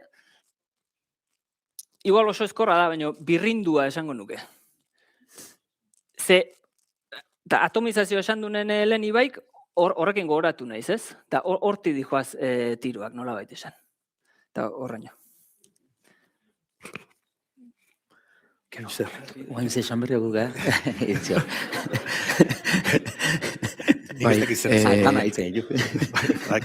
Mikelek harimuturra asko utzi ditu, zer da herri birrindua, zertaz ari zara zentzua esaten duzunean, eta bar, baina izango dugu, ez, ordu terdian denbora berrartzeko, dut bigarren, aritz hartuko du laitza, da gero oiar, aparitz. Bai, entzuten da, ezta. Bueno, nik hasteko eta behin eskerritzekin hasi nahiko nuke, eskerrik gaur hau antolatu dezuena, jardunaldi hauen atzetikan lan asko goten dalako, eta gu gerrixena, etorri eta hitzik egingo dugu, baina antolatzen jarduntzeaten guztia eskerrik asko. Eta, bueno, pixkat hemen harremana zuekin egin duen masterraren bitartez, eta gaur ikasleak baldin bazadute, zoriondu egiten dezuen masterra, ze izugarrizko aukera da benetan euskal kulturaren inguruko argazki zabal bat, eta beste lekutan aurkitzeztan marko teoriko batzuk aurkitzeo. Nik bea prestatzen nahi nintzen bitartean, neuk ere asko ikasi nun, eta gaur hemen azalduko ditutan kontu asko ere, master hortan ikasi eta gogoetatutako gauzak dira, bai? Aipatu, trikiti laia izan naiz, gaur honin Euskal Herriko Trikitixe elkarteko parte eta zuzendaritzago parte naiz, baina ez dut elkartearen izenia itzen, baizik eta neure izenean, bai, itzengoet, eta neure gain hartzen ditut gaur esandako guztiek. Zuen baimenakin, PowerPoint bat jarriko dugu martxan, ik esan da bezala, marko honetatikan abituko gara, Jon Sarasuak egin du markotikan abituko naiz, eta erresa da, bestiek esan dagoen gainean hitz egitea, eta nabardurak egitea, baina aurretz ere beste aitorpen bat ere bai. Ausardia bakarrik ez jakituria handia behar du plantilla bat eskaintzeko, eta nik uste dut zurdura bikaina eskaintzen dula, nolabait aurrera behira pentsatu nahi dugun, herri kulturaren inguruan pentsatzeko marko honek. Alata guztiz, nire galdera batzuk ere sortu zaizkit praktikan bidea egiten hain izen bitartean, eta igual horietxek proposatuko ditut hitzartze honetan, ondoren hizketan jarruteko, bale? Marko teorikoari dagokionez hemen, trampatxo bat, erabat ados nago Mikelek aurkeztu digun marko teorikoarekin, lehen trikiti irakasle izan nintzen gaztetan, baina tarte baten duela 6 urte bertsotako irakasle ere izan nintzen, gure bailaran utzi nintzen irakasle inbertsunak, eta hilabete batzutan izan nintzen. Eta bapatian topo inun Mikel Artolaren didaktikako proposamenekin, ez, berrikuntza didaktikoako hasi ginen ezten, eta niri berak klik esan duen bezala, niri ere buruak klik egin zian, eta esan nian, jode, trikitixan ere, arazo berdinazek hau, ez da. Eta hortaz, marko teorikoan ez dut sakonduko, berea dalako eina handi baten, horren orde seiatuko naiz, esaten duen hori, eta nola ikuspegi zabalago baten beharra esan duen, trikititik sakontzen, eta trikititik ere arazo bera nola erreproduzitzen den, edo sentitzen dugun ikusten, ez da. Eta ideia nagusiarekin bat egiten dut, usten dut nazio zapaldu bat gehala, birrindua, eta puskak josi beharra dauzkagula. Eta didaktika hori sartzen dela, eta pedagogia hortan sartzen dela. Ez da bakarrik irakastea, baizik bide horretan josi egin behar degula, eta gizakiaren zentzua, euskal pertsona edo pertsona ereduaren zentzu guzti osoat berrikusi behar dela, eta hori egiterakoan didaktikan ere hori hartu behar dela. Beste modu bat esan da, didaktika baino zabaloko arazo da. Pedagogia arazo oso bat, epistemologiak goitik behera zeharkatzen duena, ez? Eta problema badak agusten dut. Ez baldin bagea horretaz jabetzen, iruditzen zait, kulturaren eta hezkuntzaren nolabaiteko ulerkera txiro eta disekzionatzaile baten erreproduzitzaile bihurtzen gala, bai. Orduan, behin hau esan da, trikitira etortzen hasiko ginaka, eta trikitilaren historian bi data dian ere ustez gakuak hezkuntzari daukion, ez? Bat 1977, eta bestean 1981, ez da? 1979an, lehengo aldiz panderoaren eskola bat sortzen da Bilbon, baina albokari gehiago lotuta, bai?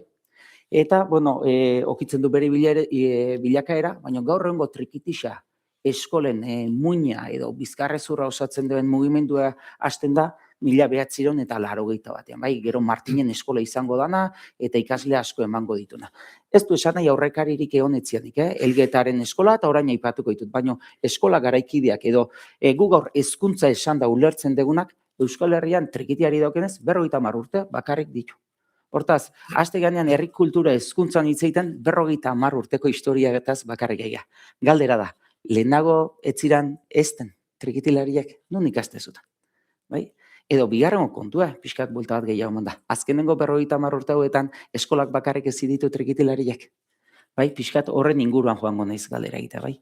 Gero nola zu sakonduko dugu, eskolak eta nola izan zen eta bat guztia, trikitian ideia, baina ideia nahi dut, bai. Hezkuntza bakarrik hitz egiten dugunean 50 urteta zaila. Eta horren atzean usten dut irekidura bat behar degula hezkuntzaren gaira ulertzeko. Horretako 3 data mugarri ipiniko ditugu, bai. Bat 1970, beste 1980, eta 2016, bai.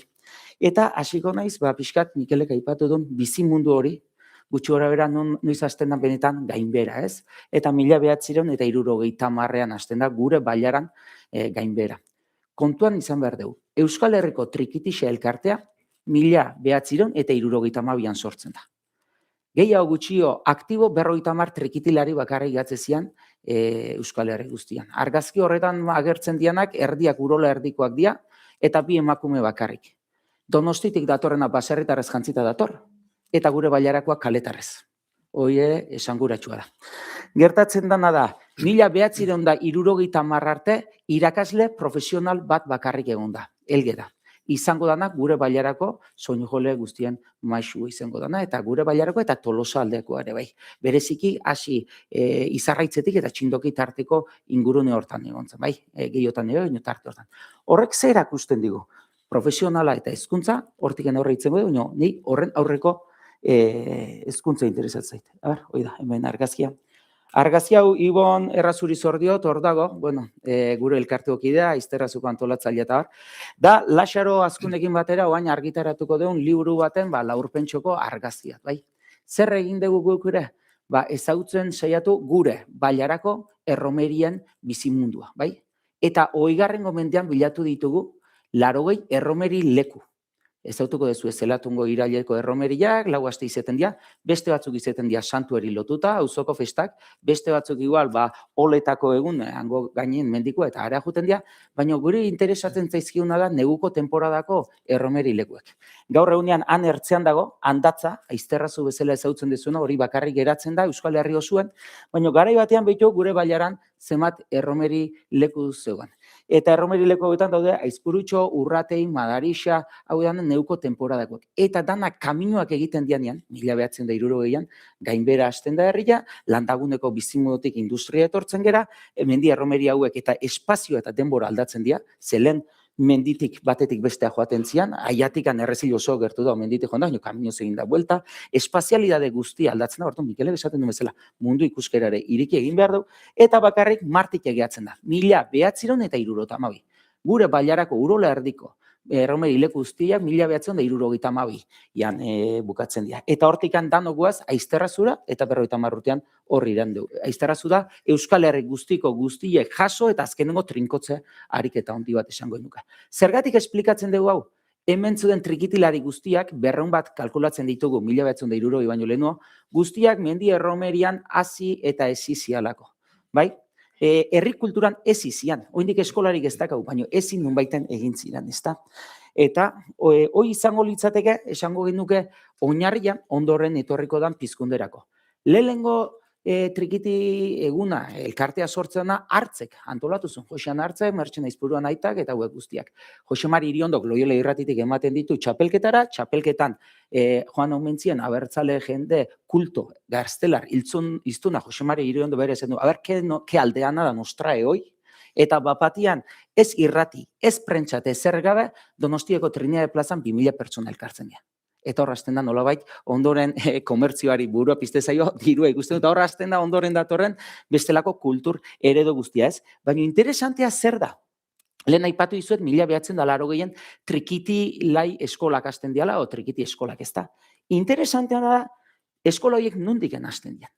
Eustazpi bezala dakau, herrikultura edo erromeria, Mikelek aipatzen duen bezala, baina horren gainean hasten da trikiti eskolak ere egitzen. Bai? Eta zein dazkau gure lehenengo maisuak, dazkau maltzeta, epelarre, laja, sakabi, helduenak zeatenak entzungo zein juzko, eta asko, elgetan eskolatia tozena, gure bizimundu hortan trikitilari, bezala herri kulturan ezizian trikitilariak dazkagu. Eta horiek gero ondoren, belaunaldi bat gazte erakusten diote, zabale gazteari erakusten diote, imuntzori erakusten diote, jauregiri, nolait, 80ko hamarkadatan, txapelketatan ezagutuko zen dituzkenak. Eta kepa junkera eta datozenean, gaur honean periferia deitzen zaion horrekin, erdigunak ez dio periferiarik kendu, alderantziz, bizitza eman dio. Kepa junkera etorzen, laja grabatzen zuen, eta ondoren Bilbon erakusten hasi zen. Nolait, irradiazio zentroa arnazgunetatikan kanpora doa, bai? Zentroa bizitza iturri da, igual muina deitzen hasi beharko inake, bai? Eta hola hasten gea zabaltzen trikitixa eskolak. 1980an, 70an, 0-otetik, 80an ja 60 trikitixa eskolazko. Ikastolan bume gertatzen da bezala, trikitixa eskolen bume gertatzen da garai hontan. Eta gero da 2016, bai? 2016en zein da errealidadea. Bizimunduan hasi ziren trikitilai horiek adin nagusia joan dira, lagadebe irakastea, gaur honean 2., 3. eta 4. belaunaldiko irakaslea dezkau, eta 140 bat eskola kalkulatzen zian 2016an zedela, bai? 4.000 bat ikasle. Galdera da, bizimundua agortzen ari zaigu, gaur egunean ja erromeria bukadia, izterrazu bakarrik gatze zaigu, 80tik ia izterrazu bakarrik junga, lehen horren gainean herrikultura hezkuntzan eraiki izan, hortaz, etzan ordezkatu zula zeon bizimundu hori eta horretarako prestatzen, orain gertatu zaigu, eustazpia izango litzatekena erori da, ja ez ga herrikulturan hasten, eskolak ezten gaitu, eta hortaz oso ezberdinak dira. Dazkeun jarrerak, dauzkan edukiak eta baita baloreak ere, eta zentzua herrikultura guztiena. Eta zer gertatu da? Eroi zaigu bizimunduko trikitilaia, eta oin espektakulua azaldu da. 4.000 ikasle dazkau, jarri 50 eta 10.000 bete, 2 milioi eurotik gora ertetzen du, dirua, eta gurasoiek kontentuoki berdia, hortaz espektakulua montatuko dugu, argazkia atako dugu, eta ja bestelako zentzu eta jarrera batzuk datoz trikitixa mundura. Eta hor kezka batzuk sortzen dira, ezta? Eta horren aurrian, nik ze kezka edo ze ikusten ditu dute edo nola, ezta? Ez badegu herrikultura bizi hori, ez badegu bizi munduko herrikulturaik eta espektakuluaren mundura baldin bagoaz, eta hori teorizatzera baldin bagoaz, arriskua dago, trikitia bihurtzeko beste instrumentu bat bezala, hortaz, soilik musikara bihurmurriztuko genuke, eta horren irakaskuntza soilik musika eskolana da. Eta orain gaina, 2025an beste arazo bat edo eztabaida bat toki dugu gure barruan eta potentea dana, horren formaziorako eta kurrikulunerako musiken sortu digute, bai? Eta musikenekin zer gertatzen da, eustazpirik ez baldin badago, ezta? Beste de batea, txistuari gertatu zitzaionak gertatu dakioke trikitiari, eztabaida handia dazkau. Irutze zau, zuk aipatu duzun, gurpil zoro edo sorgin gurpil hori gertatzeko arriskoa da, hola. Kulturaren ideia txiro eta disekzionatzaileak. Ikusten den bezala, musikara bakarrikan hurbiltzen dalako. Eta horren aurrean egon da erreakzio bat. Erreakzio bat badago. 2010tik aurrea eta hain zuzen ere bizimundua zegon eta hortik irradiatu zen esparruetan bertan, lekuan lekuko elkarteak sortu eta sortu ari dira. Toizta, kasualidadea. Gure kasuan Trikiro sortu zen, Tolosaldean Auspotu sortu zen, Oñatin ere badao Lizargarate izenekoa, gehi gaina aparte usten dut hemen gaina debagoineko trikiti egunak eta ere antolatzen dituzuela, Aizterrazun ere, hor daude belaunaldi gazte bat hasi zen antolatzen eta martxa jartzen, Zarautzen ere badago, bizimunduko jendea jabetzen da ezin deula, olako ondarea eta gure instrumentuaren pedagogia utzi, gaur egungo logika komertzialaren esku eta atzean beste zentzu bat eman behar diola, bai? Tokiko elkartean bizi berritzea sartu genuke. Eta hemen ze aldaketa dago, lehen esan dugun bezala, trikitiaren zentzu ez da musikara bakarrik banatzen. Guk dantza egiten dugu, koplak abesten ditugu eta aldi berean musika jotzen dugu. Gorputz oso bada eta holistikoki ulertzen dana. Debaldeko festa bat egiten dugu, porrak izan gehalako historikoki eta ez da geulako kapazidaik altaoz apagau eta ze egiteko, konsumo egiteko, beste erateko festa bat, beste zentzu batekin egindako festa izen da. Eta hemen da kontua, zeintzu guztio hartze baldin badugu, honi nazio zapalduaren ideia eman behar baldin badugu, agortzen ari dan herri bat, soziolinguistika gurutzatu behar dugu, musika eskola eta musiken eta Espainiko anekak egiten duen kurrikulunaren esku utzi behar aldegu gure etorkizuna. Horregatik, bere biziko importantzia usten dut eragiletzan dakala, tokiko lekuek eta horiek artikulatuko dituen elkarte nazionala, kasu honetan Trekitixa elkartea, bai? Eta hau aurra begirako, nik usten dut, marko honi egingo nioken galdera edo da, herri kultura berezik usten eta ardaztu behar deula komunitate estrategian, ze komunitate estrategian eta gizarte politiken zentzuak ez dira berdinak, ondo daude gizarte politikak laguntzeko, musikenek bere zentzua daka, balio dezake, baina benetan erdigunean jarri behar deuna eta benetan gure herri honen motorra eta euskaldun osoaren ondoren hitz egingo dugu hortaz behar bada, komunitate estrategia nazional eta oso batzuk usten den beharko ditugula. Bueno, earki, aritz, denbora gutxian gauza asko, gogoa galdetu zait mozteko, ze bizimundua esatezen duen, da bizimundua hain kontzeptu funtsezkoa da, adibidez, kultur industriarekin kontra jartzen dena neurri baten, da behar baina disonantzia kognitibo handia eragiten duena gure entzulegoan, ez? Gerorako, gustura galdetuko nikek, zer den bizimundua esaten duan hori. Eta gero hemen detaile polit bat, ez? Ez gara oso elkarri loreak botatzekoak aurkezpenetan eta astu dintzait, aurkeztea hirurak, ez da? Aritz doktorea da eta EHU Unibertsitateko irakaslea da. Oso interesantea da hemen hori anedota txiki bat dela. Garrantzitsua da, beak ere ez duela burua aurkeztu. Unibertsitateko irakasla naiz eta doktortza egin dut, baizik eta ni Trekitixa elkarteko bezala aurkeztu du bere burua, eta uste hori dela baita ere hemen ikusten ari garen zenbait gauzaren korapiloa azaltzen duela aurkezteko modu horrek ere, ez da?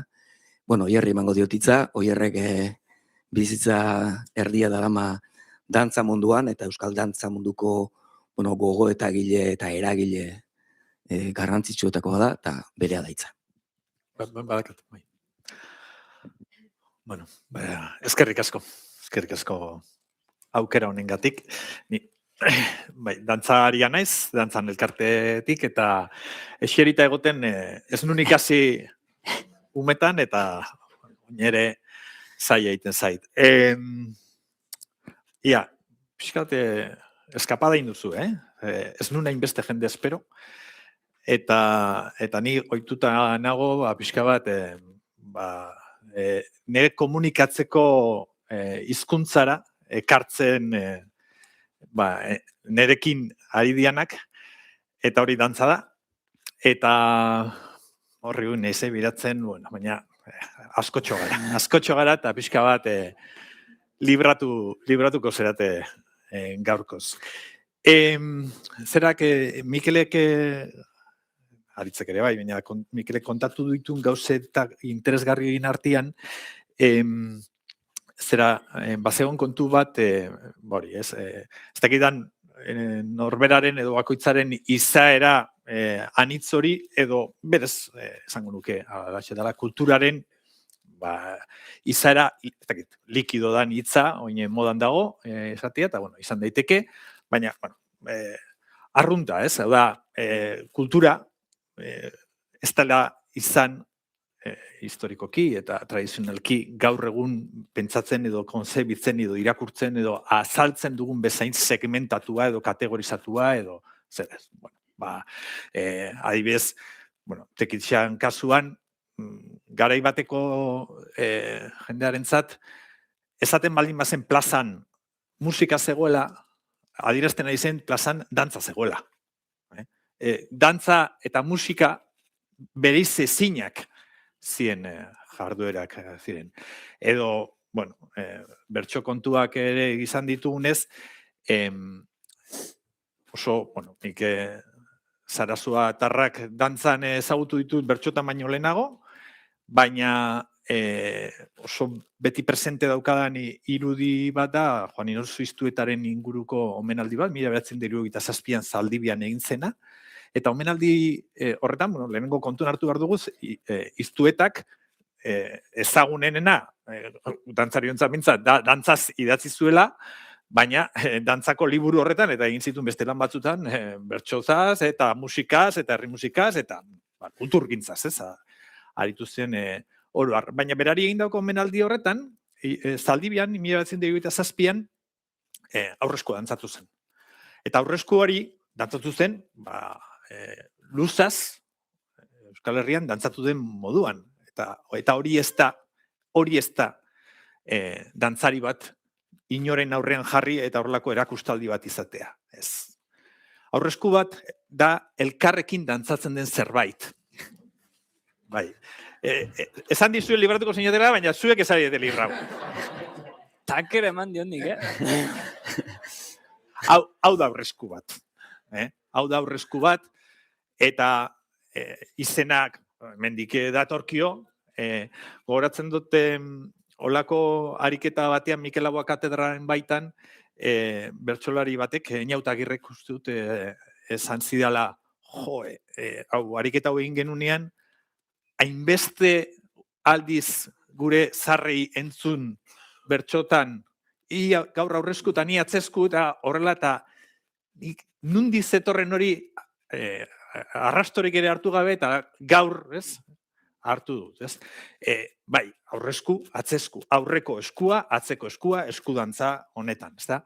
Bueno, 1927ko argazki horretan, aurresku urbeltz ageri da, eta sokan, badira Euskaltzaindiako ordezkariak, garaiko agintari batzuk, eta basarri eta uztapide. Sokan. Gaur egun, badira bertsolari, dantzari prestuak, baina zenbat kostatzen zaigun, ez bakarri bertsolaria, baizik eta beste inor soka baten harrapatzea. Iesean joten zaizkigu denak, eseri zaitezkete. Zuek ere, ies egin dezakezu egingoz. Aurreskua. Gaur egun hainbesteko inflazioa dago aurreskua ez den aurresku horretaz. Nun, dantzatu ez baduzu ere, gehienok, ja, bisualki, egiten diren, estandar horretan gehien bat egiten diren oinarrizko mugimenduak ikusiko dituzu, ez? Ikusten baldin badugu, bai?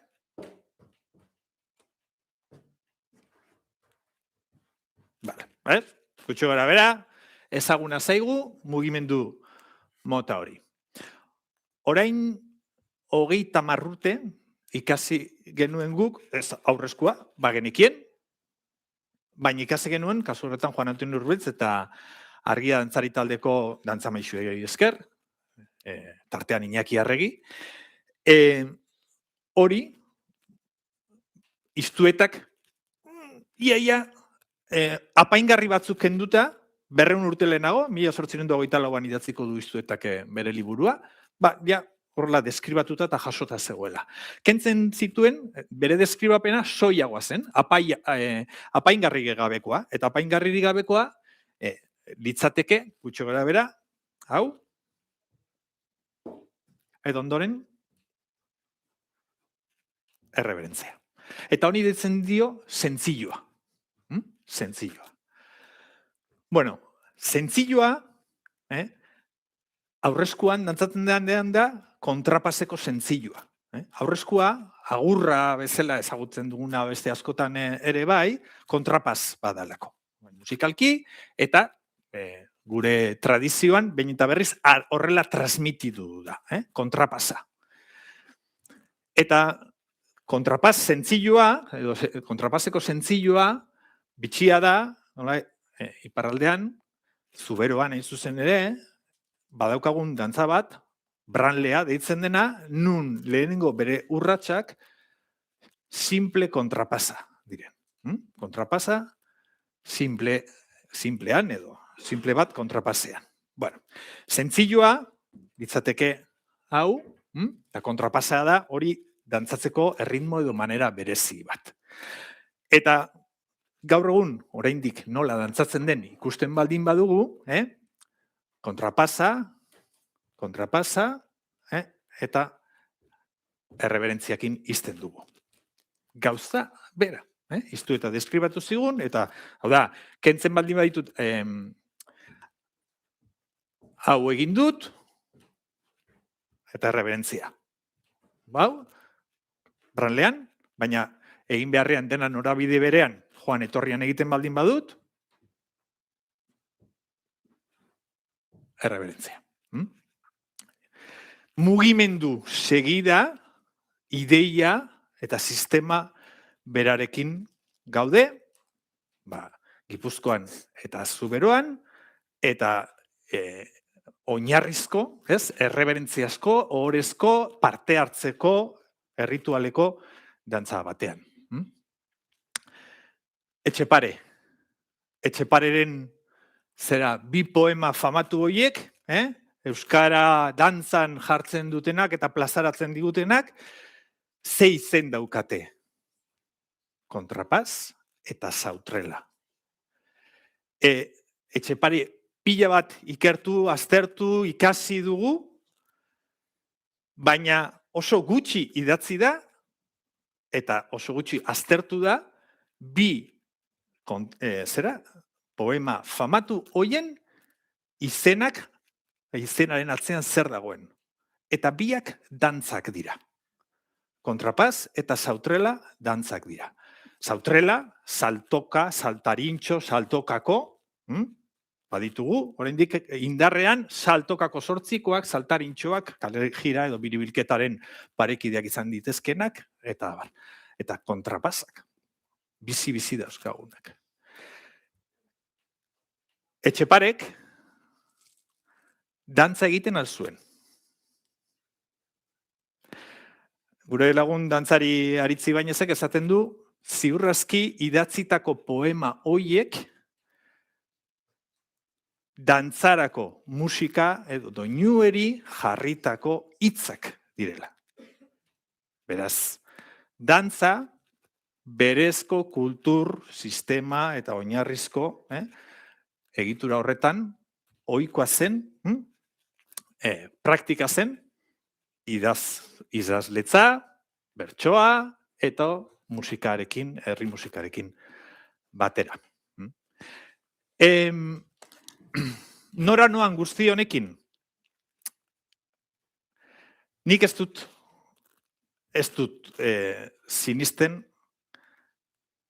euskal kultura gaur egun kategorizatzen ari garen moduekin. Ez disiplinaka, baina ez da ere horiek ez dakit jasoa, xehea, herri mailakoa, sortzailea tradizionala. Uste dut, ardatz horiek, dikotomia horiek, ez dutela zehazten, definitzen, bereizten eta ekarpenik egiten. Ardatz bat garbi ikusten baldin badut gaur egungo kultur dinamiketan, pixka bat, Jonek mapa horretan, horren abia puntuan planteatuko duen hori da. Eta da, kontsumoko kultura eta kultura parte hartzailea.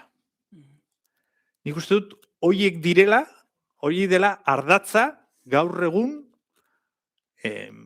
kultura praktikak definitzeko tresnak ematen dizkigutenak.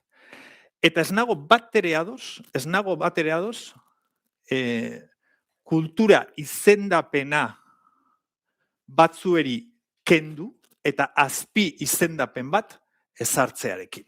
Ze hori da, gaur egun gertatzen du dena eta gertatzen eta egiten ari garena. Momentu honetan, kultura da, konsumoko kultura bezala kontzebitua eta saldua dena. Eta besteok bilatu behar ditugu azpi izenak. Herri kultura, kultura tradizionala, euskal kultura, bigarren mailakoak, eta horrela da, bigarren mailakoak zegero, gogoeta ariketa, kultur sustapen politika, hezkuntzara begirako planifikazio, eta alor, guztietan, kultura bezala definituta dagoen goi mailako jasoko ustezko kultura hori da, jotzen dena kultura bezala, eta besteak gera, Galeanok esango luken bezala, besteak. Eta bueno, nahikoa momentuz. Ondo.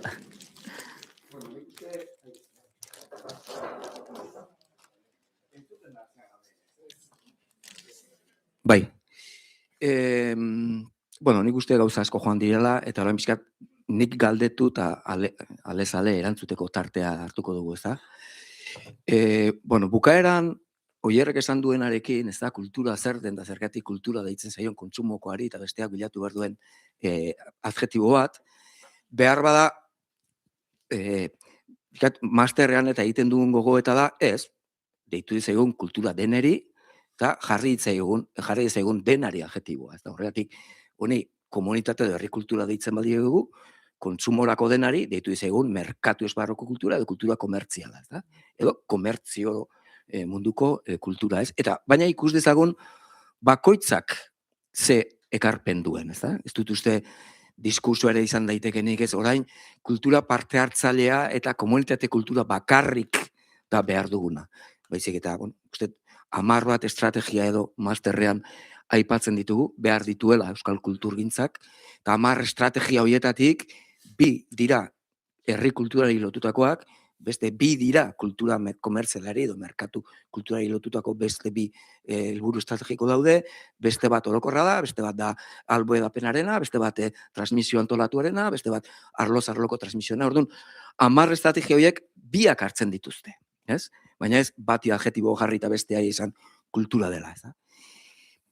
Kultura komertzial edo merkatukoari ere buruz gauza asko esan daiteke, txarrera ere, baina, bueno, behar dugu, ez da esan daiteke, baina aurri baten gaur lehen, hemen sormen hitza oso handi jarri dugu, eta, bueno, sormen hitza hain garrantzia handi ematea, zer ikusia du hipermodernitateko gizarte narzisista batekin, nun pentsatzen dugun, sortu egiten dugula, eta, bueno, ez da, sortzen dugun, edo, zemateraino, kombinatzen dugu, fin gauza asko daude, ez, orduan. Asko hitz egin behar da, kontzeptu berriak plazaratu behar dira, nik badut gogoa adibidez, ospakuntza hitza plazaratzeko, ospakuntza kontzeptu moduan behar dugula gure kulturaren funtsesko bat ulertzeko. Zer da, ospakuntza, zertan sorkuntza beti asko rebajatuta. Eta barrez. Baina, dena den, nire galdera zen, bueno, kategoria desberdinek egon daitezke, ez da bat, komertzio kultura edo kontsumodako kultura, beste bat, herri edo komunitate kultura, eta 3. bat gaur arratsaldeko mahai-inguruak enfokatuko duena, ez da? Oldozpen landuko kultura, ez? Herri baten pentsamenduaren tradizio kulturari, ez? Pentsamendu tradizioaren kultura eta herri bezala gure burua pentsatzearen koizpena, ez? 3 horiek behintzat badaude, baina nik galdetzen dizuna da, zergatik iruditzen zaigu 3 horietatik guk hartu duguna, hau da, herri kultura, komunitate kultura, gaur egun funtseskoa dela gure etorkizuna. Herri birrindu bezala, herri puskatu bezala, nahi duzuen bezala esan ez. Gauden moduan hipermodernitateko balioekin, herri moduan hizkuntza komunitatean ditugun desafioetan, zergatik da garrantzitsua herri kultura? Zergatik ari zeate zuek honi eskaintzen zuen militantzia, zuen kezka, nola argudiatu litekegu?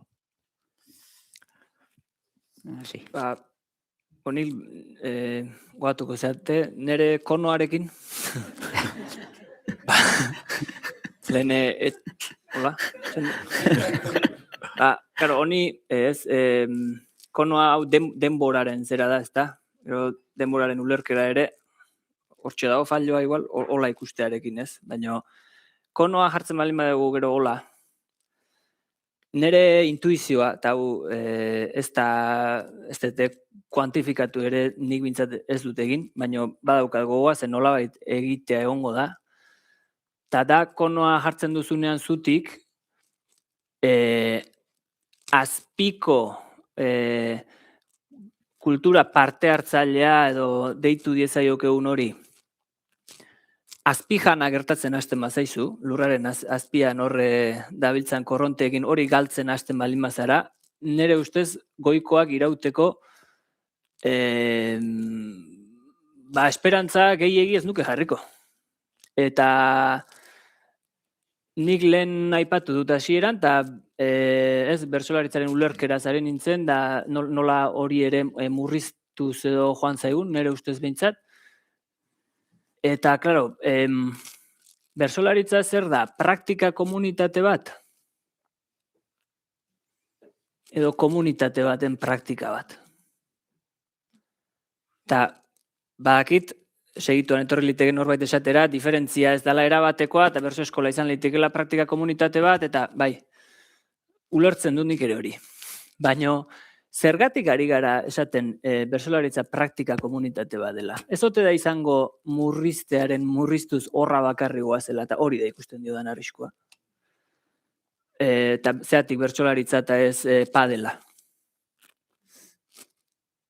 Hori baldin bada, kontua, ez? Eta badakit ez dela berdina, bat edo bestea izan, ja, baina da orduan nik ikusten diot, eta bizkoku bat eginez, eta bizkoku inor gaizki ez dela hartu, praktika komunitate praktika komunitatea, eta hurrengoa patrika komunitatea daukazu.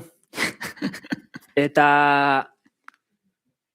nik ez dut hain urruti ere ikusten hori zenbait gauzatan, Oraintxe ateratzen dut, oraintxe komunitatekoa naiz, oraintxe ez esateko, eta hizkuntzaren kasuan ere berdin ze redukzionismo hori bertsolaritza komunikazioa bakarrik ez da, nire ustez, eta galdetzen badiot jendeari bertsolaritza zuretzat zer da, eta zuretzat horretan dago gakoa. Inork ez du esaten komunikazio tresna denik, Esaten du, berarentzat dela, jolasa, bizitza, gero evoluzionatzen joaten da, eta komunikazioan inor ez da geratzen. Eta galetzen badu gauza bera hizkuntzarekin, eta hori garabiden zabiltzaten noketa, aurreko batean zuetako bati irakurri nion elkarrizketa batean, nola galdetzen dizueten beste kultura batzuetakoek, ez? Hizkuntza bai hizkuntza, baina hizkuntzarekin batera zer, ez? Lehen esan dudan, kono hortan atzerakoa joaten baldin bagara, ikusten duzu, etzela bakarrik transmititzen bertsoa, dantza, trikitia, ez, baita ere zentzua esan dut, eta zentzua horretan balio batzuk daude. Balio horiek ere horrekin batera transmititzen ziren. Orduan, uste hemengo bati irakurri nion, hizkuntza komunikatio bai, baina komunio zen, komunio ere bai. Komunikazioa bakarrik. Arrisku horiek ikusten ditut. Orduan, azpik jana gertatzen baldin bazaigu, eta esango dizu zergatik esaten dudan. Eta diskutiblea da, eta bertso mundukoek diskutituko diaze. Nik egoten naiz gustora begira bertso saioetan publikoan zein dagoen.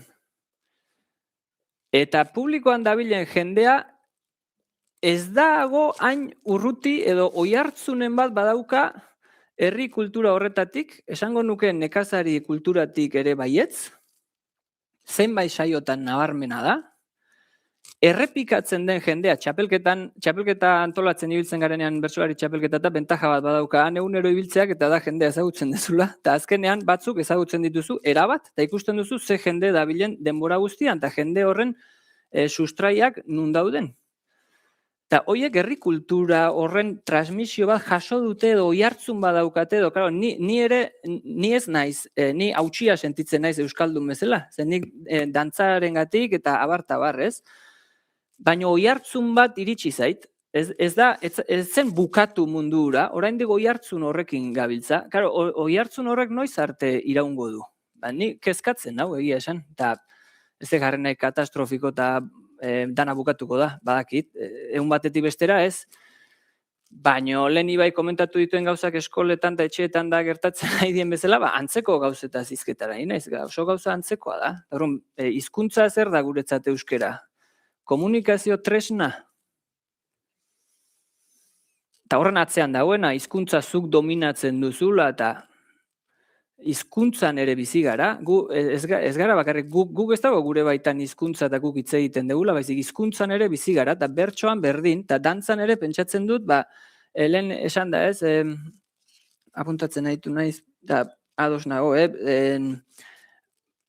bueno, igual da nire era esango dut, hezkuntzan eta esate baterako askotan aipatzen den gauza da, aurrezagutzak aktibatu, aurrezagutzatik abiatu, bakoitzarenetik abiatu, bai, zuk badakizu, zuk baino askoz gehiago dakigu herri bezala.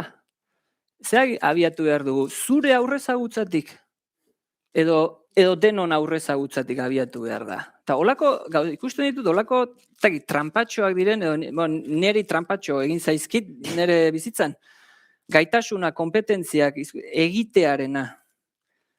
Zegero igual sartuko gea, baina zer ikasi behar dugu, bertxotan egiten, dantza batzuk egiten bai, baina hizkuntza bat hitz egiteko kompetentziaz ari gara beti, eta entzutekoa, ze entzun gabe ez da hitz egiten ikasten, eta hor dago lehengoarekiko eta memoriarekiko irekidura bat, eta balioan jartze bat ere, bai, eta hor dago zerbaitegatik, ni seguro nago askori, nahi bintzatala egite zitzaidan, ari ez ezagutu nuen, aste zitzaidan trikitiari buruz, esaten, hau noizko kontuarekin ari zait. Ez? Baina ez da ala. Bai? Zergatik da trikitia lehengoa jotzen dugu, eta aurrekoan ez dakit berak esan zidan, rockaren belaunaldia igual pasazan, baina trikitiarena ez? Irauten du. Ez kontuz atzera aurrera horrekin da, ez? Ez dakit ulertzen den esan adietena. Eta kezkan nundi di joan. Bai, bonik ja tirada baten igual ordu ikusita, kontu bat, ez da igratzen, anedota bat kontatzeko da, ez da igratzen hau, ez da, bale.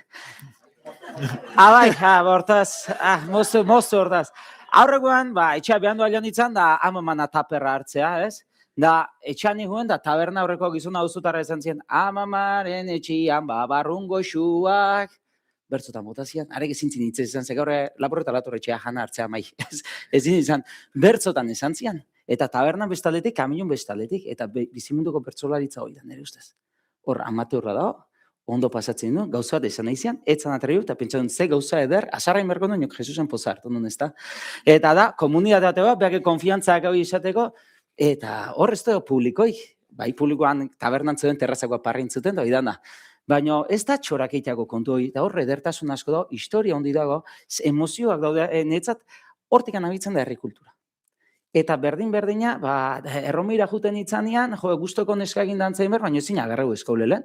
Eta hortaz, zein da erresena, harin azken hau pauzu, bai, gurutzotzeko azkar, bere aurra. Eta hola da, ulertzen, hoi etxeki gazi behar, eta hola hasi, gu herri kultura hola bizi izan dugu. Hoi edia balorek, jarrerak, eoteko ikastezu, mundu ikuspiat, eta mundu hori ez da gortu. Gaur egunean, zarautzen azte aldin baga urtetako festetan, San Sebastian, San Sebastian aztek eta San Romanetan altzolan bukatzen dek, abenduan. Da, oindik urte osoko agenda bat da, bakarrik arrate irratean esaten dana, ez da hona igual Facebooken, ahoz transmitutu, oindik mundu hori gehatzen da. Eta mundu hori badao, eta mundu horrek, nahiz da kuantitatiboki gutxi izan, kualitatiboki esan nahi handi daka. Eta ni horretik interesatzen zait mundoi. Gero, pentsamendu jasora jungo gea, baina hortik abiatuko duke, amateurrak erdian jartzen dulako, ez profesionalak erdian daudelako, ez talako komertziala, eta zeintzu oso bat ematen diolako komunidai. Eta adibidez, Iturbide, pandero jotzen hau nola ikasizun? Itaia eskun hartuta. Tordun, Iturbidek bietzakin jotzen dik. Landakantak errotan, galbaiakin, darenak kolpekuadek. Eta hortaz, bizitzako materialidadiak ere, hezkuntzan eragin iten dugu seriekuk aiga, produzio eta produzio. Baina txepetxek esatezian, zertako lehentasun alda iztun asko sortziak gutxi esateko, bai? Eta hortaz, hor ere lehentasunak ere pentsatu egin behar diteu, ezta?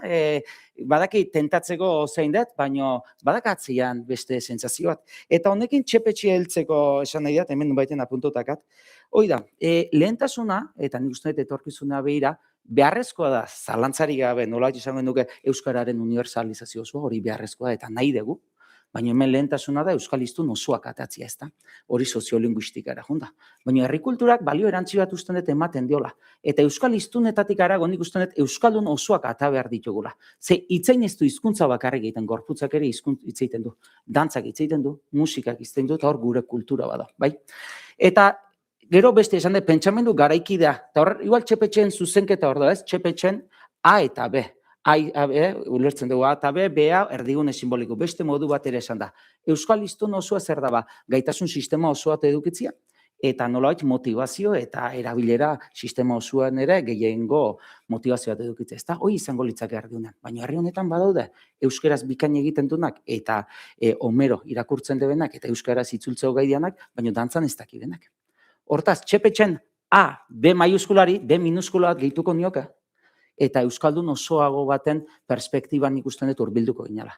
Ze nik usten dut hori ere galtzen nahi dela. Gaurko kultura begirada modernokin hurbiltzen nahi eta disfrutatzen baldakigu egiten duen kultura. Nik literatura irakurtzen dut gustatzen zait, eta asko gaina. Eta irutzen dut igual literaturare lehen dure egitezala herri kultura ezela. Baina esan eta asko gustatzen zait, baina disfrutatzeko herri kulturare bada, eta ez da menos. Ez da kealdean da nostra egoi Jose Mari Iriondo. Bai. Eta horretik beste begirada batetik geure mundua ere ikusten hasi behar du. Eta honi lotuta, eta igual gaur nire proposamen hau izango litzateke, guk 2025an, pentsa gure bikotian amaman osaba, karnetua zekan, aspirantea musiko. Eta tregedia gotezun. Eta bakar-bakarri jozezaken, karnetunek, soinu handikuek, okupatuta zudenien. Hai eparu almezen, ari zeokion. Eta guz zer geha, gugea, pobraren pianoa, hoxe gaitugu. Eta gure historian, gutxistapen handia jaso da hain zuzenera askotan gizarte politika horietatik. Ze gizarte politika horiek arrotzak izan dira, edo gureak izan dianin ere herri kulturaren inguruko ezagutza eta begurien egutxe hori. Horratikan irutzizat, ezinbestekoa dela, horiekin ondo eman behar dugu, horiekin itzen behar dugu, baina kultur politika komunitario batzuk pentsa behar ditugu, modu zabal baten, hizkuntza erdigunean jarrita, herri kulturatik abiatuta, eta iruditzen zait alde hortatikan, eta badala garaia edo igual, pentsatu beharko degula, ez dela normala lehenengo aldiz, elkartzia, dantzaiek, albokakoak eta trikitilaiek, gizarte politikateko zentro bateko mailan. Haie jarritako marko teorikoaren gainean, esateateko musiken, gu elkartzen gale lehenengo aldiz, pentsatu. Edo diputazioa, eta ez zer kontraketelako. Guk geuk elkartu behar dugu, gure irtera soslaia geuk pentsatu behar dugu, eta behar bada pentsatu beharko dugu Euskal Herri Kulturaren erakunde nazional baten sorrera. UEU daun bezala, Unibertsitate mailako, Euskal Kurrikuluna daolako, formaleako, igual pentsatu beharko dugu, trikirixe elkarteak, bertsozale elkarteak, elkartu beharko dugu dantza elkarteak, alboka taldeak, igual kantukoak eta irrintzi elkarteak, eta pentsatu beharko dugu gutxienez, zer dan horren irteera soslaia. Oinarri batzuk garatu, eta gero gutako bakoitzak garatuko du bere kurrikulum propioa. Bertsolariak berea garatuko du, baina Mikelek esan du bezala, bertso eta zeharka dantzare. Gu trikitia erakutsiko du, musikan ardaztuko du, baina koplak nola egiten zian ere mendi lainoa esplikatu egingo du, bertsoare erakusten nola. Nik ustean dut badakegula olako bulkada komunitario baten beharra, hori ez bada egiten, nire sentsazioa da, Euskal Erdigune simboliko hori deitzen zaion hortan, pentsamendu basko eta modernoak sistema operatiboa jakeako digula, eta bulkada edo taupada berri bateko indarri gabe gatuko dela. Sistema operatiboa jakeatuko digutela, bai. Esan berri hori. Gure erdigune simbolikoak beak sortu berri bere bizioa, bere iruditeria, bere etorkizunerako utopiak, iraganaren memoria, ze memoria bi gauza da, azten dezuna, eta berreskuratu nahi dezuna. Eta hori dana normalian, nolabait ekoizpen simboliko guzti hori, kulturgintzak egiten duna erdigune simbolikoa izan da horren patroia ez da. Eta ez baldin badeu, herri kulturak ere hor bere aportazioa egiten, nik usten dut motor hori kripatzeko arriskuak daudela. Nik ikustenetan arriskua da, gaur egunean, herri kulturara borondatezko langile edo jende baino gehiago dator, unibertsitatetik galderak egitea TFG bat egiteko. Ulertzen, erabat modernizatzen ari da herri kulturaren logika, eta ari gara bizi indarri gabe eta borondatezko espazio gabe. Eta behar dugu, habitat gabe, habitusa galtzen da. Eta herri kulturak edo proiektu komunitatioak behar ditu bere habitatak, bere habitusak eta bere ikuspegi eta mundu ikuspegi propioak reproduzitzeko. Eta horren eraikuntzarako edo eragiletzarako gonbida bat. Zergatik herri kultura. Vale. Urbeltzek esana izan digu nitik edo nia, baino baliatzen ez duen kultura bat ez dula aurrera egingo. Gua behar dugula. Kolektiboa, taldea. Eta herri kultura zerbait baldin bada hori da. Parte hartzailea eta norbanakotasunaren elkartze horretatik abiatzen dena. Eta konsumo kulturak justu kontrako norabidean dijoa, eta konsumo kulturaren tresnak ez ditugu guk. Nik uste dut konsumo kultura behar dugula. Behar dugu gure espiritualikatu, behar dugu gure emozioak bizi, jasotzen ditugun estimulo indartsu horien bidez. Baina tresna hori ez dago gure esku. Eta tresna horren eraginkortasuna ere neurri batekoa da. Neurri batekoa. Gure esku daukaguna da, elkarrekin jardun, elkarrekin bizi, elkarrekin ospatu, elkarrekin kantatu, dantzatu, baina hori egiteko gure kodeak konpartituta izan behar ditugu. Eta konsumo kulturak saltzen diguna da kanpoan ekoizten diren beste kultur ikuspegi batzuk guk erostea. Hori da, euskaraz izan arren, konsumo kulturak eraginkortasuna medioen kontrolean datza. Eta gaur egun oso konsiente gera, euskarazko kultur ekoizpena inoizko, aberatsena, anitzena eta oparoena izan da ere, irismena oso apala dela. Oso apala dela. Medioak ez daudelako gure esku. Guk ez dugu Netflixen zer jartzen den kontrolatzen. Guk ez dugu TikToken algoritmoan esku hartzerik. Eta bueno, hori da, bustitzen gaituen kultur jarioa ez dago gure esku. Orduan, guk horri aurre egiteko daukagun tresna bakarra da elkarrukitzea. Eta elkarrekin gaudenok, elkar transmititu, elkarrekin dantzatu, elkarrekin ospatu eta elkarrekin komunikatzea. Eta hori herri kulturak eskaintzen digu.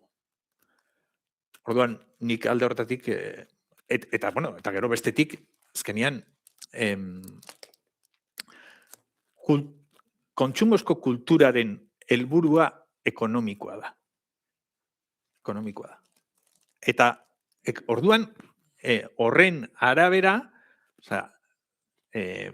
transmitituko dizkigun mundu ikuspegiak eta kultur moduak, beti joko dute, individualtasuna indartzera eta akulturazioa bultzatzera. Eta, bueno, hori horrela da. Eta gero, kultur politikekin dagoen obsesioa sorkuntzarekin eta ekonomiarekin, industriarekin, gure burua herri bezala deusestera datorren kapitalismoari gure etxeko ateak parez zabaltzea. Eta gure kulturgileak ez dira hortik, gaur egun ezin dira hortik bizi, eta etorkizunean ere ez dugu aurreikusten aldaketarik egongo denik. Beraz, zergatik gauden herri kulturan? Nik uste dut argi eta garbi, gure herriaren geroa hor dagoelako. Eta ez badago hor, nik ez diot ikusten gerorik.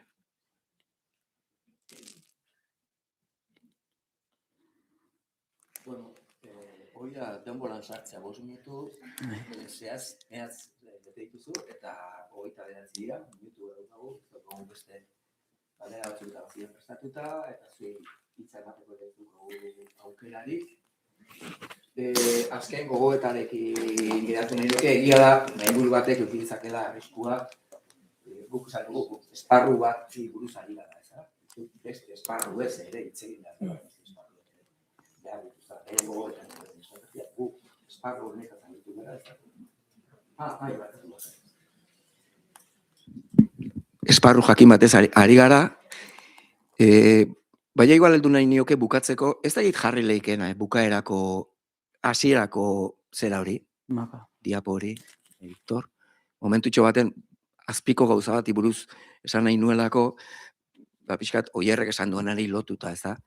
Netflix aipatu du, eta ikusi behar dugu nora goazen, ze indar daukagun euskal komunitate moduan, zer datorkigun gainera, nola gauden, oso galdera potoloak ditugula. Hemendik, 20 urtera, 30 urtera, idurikatu dezakegu, aipatu dituzun Netflix, TikTok eta leku hietan euskarazko produkzio potente bat egoten. Segura asko ez. Irudikatu dezakegu ala ere euskal komunitatea bizirik? Segura asko bai, segura asko euskal komunitatearen bizi indarra ez da gongo hainbeste konsumitzen dugun kulturan daukagun kuotan. Apur bat bai, baina ez da hori, segura asko elementu existentzial, hilo biziko elementu existentzial gako bat izango, ez da? Nik uste, mainguru hontako espirituaren susmoa dela, ondo ulertu badut esan duzuena, eta bereziki oierrekaz bukaeran esan duena, da, hementiko 30 urtera Netflixen eta TikToken fuerte egon gabe ere, behar bada biziko gara. Baina susmoa dut, Opa, kontuz. gure herrietan, hau, eragile hauek espadaude, aretxo horretan, momentuz, ustot hauek denak daudela, antzerki taldea ezik. Baina aretxo horretan espadago abez batza, dantza taldea, musika taldea, antzerki taldea, bertso eskolak, musika eskolak, banakako tokiko sortzaileak, ikastetxeak, gaztesemak, udala egongo da noski, ikastetxeak ere bai. Baina, elementu hau, herri kulturaren zuntz hau desagertzen bada, seguru asko euskal komunitatea ez da existituko edo neko residuala izango da. Uzut, hau zela, mainguru honetan, mai gaina jarri nahiko genuken kontua, ez da? Piskat, ikusteko zertaz ari garen, herri kultura, komunitate kultura ari garenean, besteari ezerkendu gabe, ez da? Eta ikusirik, besterako ere, kultura komertzial edo merkatu kulturarako ere, behar ditugula estrategia batzuk, bai? Eta gero, pentsamendu landuko euskal kulturaren zera lanketa ere egin behar dugula, ez?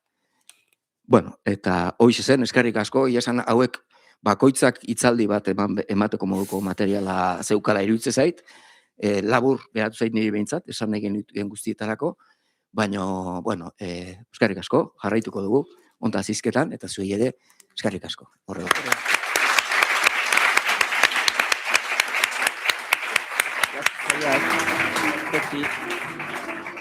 Nahi du, aztu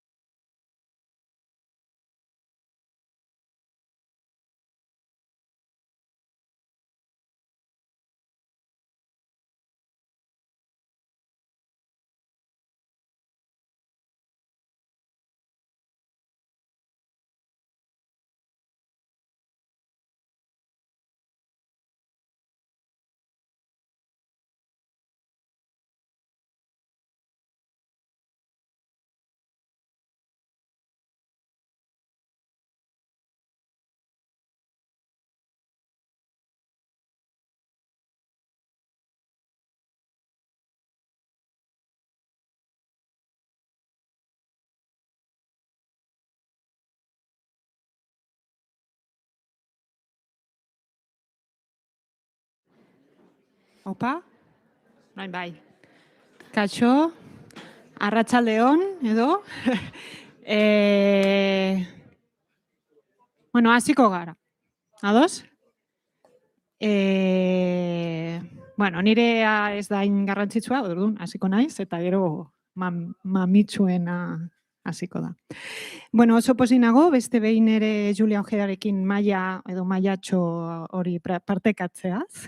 Eta, bueno, ura aurkezteko enkargue egin didate, eta hau da egingo dudan orain. Julia Ojeda literatur kritikaria, ikertzailea eta pentsalari katalana da.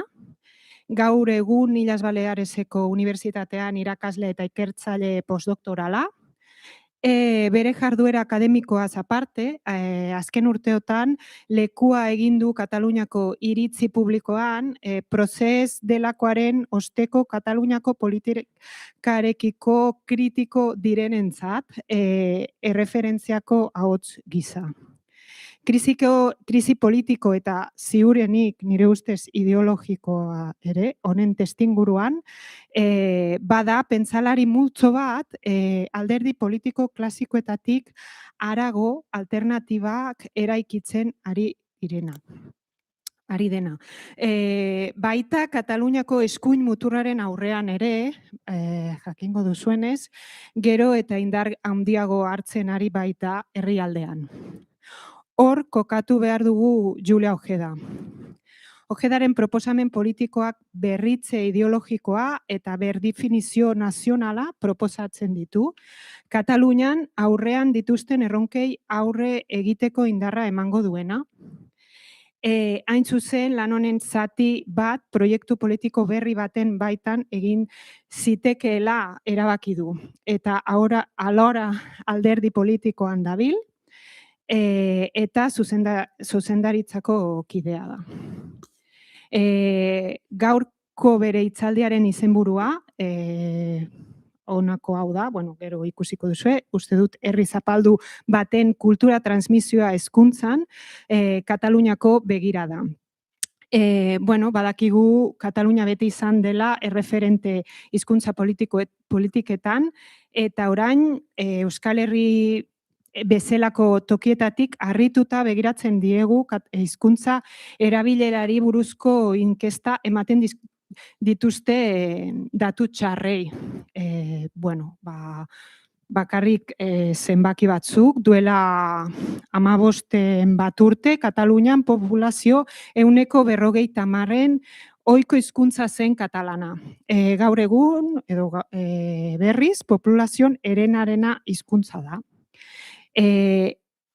Eta, klaro, galdera da, baino ez altzen Katalunia hizkuntza gutxituen paradisua. Ni zineztita nago Juliak gakoak emango dizkigula egoera hori ulertzeko eta Espainiako estatu herri zapalduok elkarrekin aurrean ditugun erronkei nola aurregin berriz pentsatzeko eta, bueno, ikusiko dugu, Bueno, berak egingo du katalanez, eta baino PowerPoint euskeraz dago, eta bueno, pentsatzen dut ulertuko duzuela. Eta, bueno, hori. Bé, gràcies, Cira. Em sap greu no poder entendre l'euskera i no poder fer aquesta conferència amb euskera. Si fóssim un país lliure i normal, jo hagués preferit estudiar euskera que castellà a l'escola, sense cap dubte.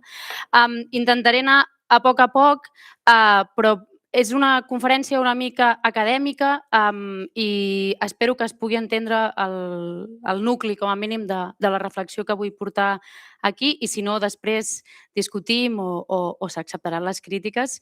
Quan l'ENECOM va proposar de fer aquesta conferència amb el títol La transmissió d'una cultura d'un poble oprimit en l'educació, una perspectiva catalana, li vaig dir que jo no era pedagoga, que no era tampoc historiadora en polítiques educatives, ni tampoc, diguéssim, una persona gaire de consensos en general. Que jo podia oferir una crítica a la cultura catalana i alguns dels discursos polítics que de manera autocentrada, diguéssim, intento fer emergir o posar sobre la taula. Gràcies per la confiança també. És un plaer formar part d'aquestes jornades reflexives sobre la cultura basca. Algunes coses que la Cira m'ha anat traduint abans ressonen clarament als països catalans, no només a Catalunya, i crec que és fonamental que aquests espais existeixin ara més que mai. I agraeixo també, això ho volia dir, que pugui fer servir la llengua catalana en aquesta comunicació i que no hagi d'emprar la llengua que ens minoritza i ens amenaça cada dia als nostres països. Així que gràcies, eskerrik asko. I bé, comencem. En llengua catalana, l'origen etimològic de la paraula cultura prové del llatí conreu, cultiu de la terra. De fet, la cultura, entesa com acció de cultivar, el seu efecte és encara avui present en el Diccionari d'Estudis Catalans, diguéssim, de referència. Aquest vincle primari entre la semàntica agrícola i el treball al camp, però sembla que ha quedat difós en definicions més modernes del que hem definit o hem entès o entenem per cultura. La quarta entrada del Diccionari català-valencià-balear, per mi tenir els països catalans al cap sempre és molt important, entén, per cultura, és una definició molt genèrica, aquelles produccions intel·lectuals, artístiques i utilitàries amb les quals un poble manifesta la seva mentalitat i la seva manera de ser. El caràcter col·lectiu i la relació directa que s'estableix entre una comunitat política concreta, un poble, que troba a les manifestacions culturals una manera de definir-se, és clar. Però em sembla, o almenys aquest és el debat que voldria aterrar en termes catalans, que la vinculació directa entre la terra i les arrels que ens vinculen a la cultura ha quedat escapçada o ha acabat dividida. I aquí és on voldria començar, entenent que per arrels, les arrels no només són el fonament dels nostres mons i tradicions, sinó que són també l'estat i la condició, en el nostre cas, de normalitat nacional, amb què aquestes arrels es poden conrear o es poden transmetre, que és al final la tasca principal de l'educació. L'escriptor i advocat Lluís Ferran de Pol deia que el que era el país, el que feia la cultura i no a l'inrevés. Que la cultura no és cap entitat superior al país i que, per tant, tampoc no està al marge de les contradiccions socials i polítiques. I que, sobretot, la cultura es revela o es conrea en els moviments socials i les dinàmiques, diguéssim, d'una societat que s'aixopluga, que viu sota aquesta cultura. És a dir, que la cultura com a tal no existeix, sinó que la modulen, la defineixen els projectes i les idees que hi ha darrere d'aquesta cultura. Per tant, el que és evident o el que voldria plantejar és que el sintagma cultura i context, i en aquest cas el context de ser part d'una cultura minoritzada, d'un país minoritzat, no es poden separar. Quan parlem de la transmissió de la cultura catalana en l'educació, però em sembla precisament que és la part sociohistòrica la que explica que som un poble políticament oprimit, la perspectiva que ha quedat soterrada o que ha quedat oblidada. Aquesta mirada política també s'ha extirpat de la interpretació que fem de les nostres expressions culturals catalanes, és a dir, de com estem transmetent la tradició. I això s'ha perpetrat a l'hora d'explicar, transmetre l'obra artística d'alguns dels grans pensadors i creadors de la cultura catalana, com són Gaudí, Guimerà, Lola Anglada o Manuel de Pedrolo. Amb això vull dir que moltes vegades se'ns ha negat la condició de catalanitat i de militància política d'aquests autors, que és, diguéssim, inseparable de les seves produccions artístiques. No? Gaudí va ser empresonat per parlar en castellà i ara estem patint perquè l'espanyolisme no s'apropi del centenari de la Sagrada Família. Àngel Guimerà és considerat el primer gran autor universal de les lletres catalanes i va ser un militant compromès amb la llengua i la llibertat del país en plena mancomunitat. Lola Anglada, en parlaré una mica també, va ser una de les grans dibuixants i il·lustradores del període dels anys 30 i la Guerra Civil i ha quedat oblidada com a militant independentista. O Manuel de Pedrolo, el gran, diguéssim, referent de les lletres catalanes populars modernes, que va ser un independentista indomable, condemnat per la censura i pel règim franquista, que també se l'ha separat, diguéssim, de la seva condició política. No? El que voldria plantejar aquí, doncs, és que en la cultura catalana oficial i en els mecanismes de transmissió de la cultura catalana s'ha produït un procés d'invisibilització, de despolitització del fet i de la condició que som part d'una cultura que viu subordinada a un estat, que viu oprimida per una altra cultura més gran i més hegemònica, amb, diguéssim, dinàmiques de colonització i que, per tant, la nostra transmissió cultural ha estat estroncada, ha estat tallada per una part fonamental d'aquesta tradició. La pregunta aquí és per què, des de la restauració de la democràcia, s'ha imposat un paradigma de normalització cultural i de normalització política que anomenem cultura de la normalització, que durant el procés independentista va patir una mica una esquerda, però que ara es troba en absoluta restauració, no? En absoluta recomposició. I voldria començar amb una imatge.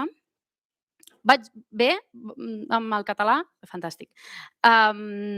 Amb aquesta imatge que sorgeix d'una referència del llibre de Mercè Picornell, de Sumar les restes, teniu aquí el llibre, on es pregunta una mica els discursos que han construït les cultures catalanes i espanyoles de la transició. No? I Picornell parteix d'aquesta reflexió a partir de la imatge de la norma, que és la imatge que teniu aquí a l'esquerra, a la vostra dreta, que va representar la llei de normalització lingüística de l'any 83, quan la Generalitat de Catalunya va llançar la primera campanya que era el català cosa de tots. Doncs bé, aquesta imatge, que va ser molt popular, ensenyava als catalans la normativa gramatical i els usos polítics de la llengua i va esdevenir un veritable referent en els primers anys de democràcia. La qüestió interessant és que estava inspirada en una antiga imatge de la resistència antifeixista dels anys 30, que es deia El més petit de tots, i que va ser creada per Lluís Juste amb una escultura i que després Lola Anglada, a la que feia referència abans, la va il·lustrar donant-li el nom de El més petit de tots, considerada una mascota de la revolució antifeixista. El que diu Picornell és que dues imatges comparteixen trets similars. Tenen la granota obrera, el peto aquest blau, presenten unes similituds fisionòmiques i es volia vendre la imatge des de la democràcia catalana o des de la normalització pujolista que hi havia unes continuïtats històriques d'aquella resistència catalanista de la dictadura que encara ressonaven. Però, si mirem una mica més de prop les imatges, veiem que hi ha dues qüestions molt significatives. La primera és que la norma ja no porta barretina, que és el barret típic català, i la senyera, la bandera catalana, tampoc s'ha conservat i ha estat substituïda per una carpeta amb les normes gramaticals. 30 anys més tard, va aparèixer una versió remasteritzada d'aquesta norma, d'aquesta popular figura, quan el polèmic, no sé si us recordeu, el polèmic ministre del Partit Popular, José Ignacio Wert, va voler atacar tot el sistema d'immersió catalana, que no se'n van sortir, doncs bé, va recuperar-se aquesta imatge com a símbol, diguéssim, d'una certa unitat de la resistència catalanista en democràcia i es mostrava, diguéssim, una norma enfadada que, tot i que havia recuperat la senyera, mantenia la butxaca, que és el símbol, diguéssim, no? de combativitat antifeixista, no? Mantenia aquesta mala butxaca i per tant, la traçabilitat, diguéssim, d'aquesta resistència tornava a quedar una mica, no? Amagada d'alguns dels seus trets més significatius. Bé, resseguir aquesta evolució i, evidentment, la proposta de la norma el 2012 surt com una proposta popular, no? Surt d'una imatge de Twitter. L'evolució d'aquesta figura ens serveix com a porta d'entrada per desplegar el que voldria que fos el centre de la meva tesi, que és que podem veure els límits i les problemàtiques que van associades a aquest paradigma de normalitat i de normalització autonòmica que s'ha instaurat i que es va instaurar al Principat de Catalunya durant els anys 80 i que encara dura avui com a marc, diguéssim, imperatiu del que és una cultura normalitzada, oficialista, estatalista, amb ressonàncies a l'estat espanyol. Sí? Sí. Diu Picornell que la normalització s'ha d'entendre com un projecte cultural institucionalitzat en una Catalunya postdictatorial que genera també aquestes marques que són esborrades de l'imaginari simbòlic de la resistència en aquesta imatge de la norma. Jo crec que aquí és interessant desenvolupar una reflexió que té a veure amb un nou marc biopolític condicionat pel que es produeix en aquest canvi de passar d'un context resistencialista de la cultura als anys 50, 60 i 70, de la normalització, als 80 i als 2000, que podem estirar fins i tot encara avui. És un marc que construeix uns discursos culturals buidats de conflicte polític, especialment de conflicte nacional. Quan parlo de política especialment em refereixo a la qüestió nacional. És un marc també de discussió que es posa al servei d'uns discursos i d'unes institucions més dòcils i més domesticables i que tenen el seu impacte en el terreny educatiu. S'instaura un bilingüisme institucionalitzat, es donen unes directius curriculars autonomistes i hi ha aquesta despolitització dels referents literaris i culturals que comentava al principi. La traducció d'aquesta premissa l'escrivia molt bé Josep Ferrer, sé que és la propera. Sí. Josep Ferrer, quan denunciava que el primer que va fer la Generalitat catalana va ser, per una banda, acceptar una suposada naturalitat del bilingüisme, que ara, en ple segle XXI, estem pagant amb un procés de minorització molt bestial, si després podem parlar d'això. Acceptar aquesta suposada naturalitat del bilingüisme com si fos una condició prèvia i no com una imposició és encara el relat que forma part de la cultura catalana hegemònica i que, per tant, també negava que ja als anys 80 la llengua catalana patia una situació de no normalitat, sinó de regressió. I Ferrer deia això ha provocat un efecte que fa aparèixer com a normal i justa una realitat absolutament anormal i injusta, un efecte que és especialment pervers en les generacions crescudes i educades en aquest període de règim autonòmic, per les quals aquesta anormalitat normal ha aparegut amb una idea de normalitat democràtica. I aquesta idea de normalitat democràtica es veu trencada durant el procés independentista i ara estem en plena restauració d'aquesta normalitat, havent perdut bous i esquelles pel camí. El que és interessant per mi d'aquesta anàlisi en el que Ferrer clarament posa en evidència aquest marc ficcional, d'aquesta normalitat lingüística i cultural en relació al marc de normalitat política autonòmica, és que existeix un marc fal·laç, fantasmagòric, el de la cultura de la normalització, que desplaça el marc del conflicte nacional, polític, lingüístic, social i cultural a Catalunya. Però és interessant analitzar com aquest procés es produeix en paral·lel als pactes i a les estructures que sustenten també el règim de la transició espanyola, el que alguns teòrics i intel·lectuals espanyols han anomenat com la cultura de transició. Aquesta cultura de transició pivota sobre la idea que hi ha un consens establert que normalitza i pacifica els conflictes principalment nacionals, el que és les perifèries de Castella, i que, per tant, l'Estat amb els consensos respectius, aixeca un marc, una mirada, uns límits sobre el monopoli del pensament, de la paraula, de la cultura i també i sobretot de la memòria històrica. D'aquesta manera es planteja un marc cultural, una cultura cultural, una cultura transicional basada en la despolitització, la desproblematització i la desmobilització. Com deia, per mi, els estudis que estem intentant construir a partir d'una crítica cultural autocentrada és que la cultura de la normalització catalana és una rèplica d'aquest procés espanyol. I que té per objectiu, en la crítica que fem a aquest sistema, visibilitzar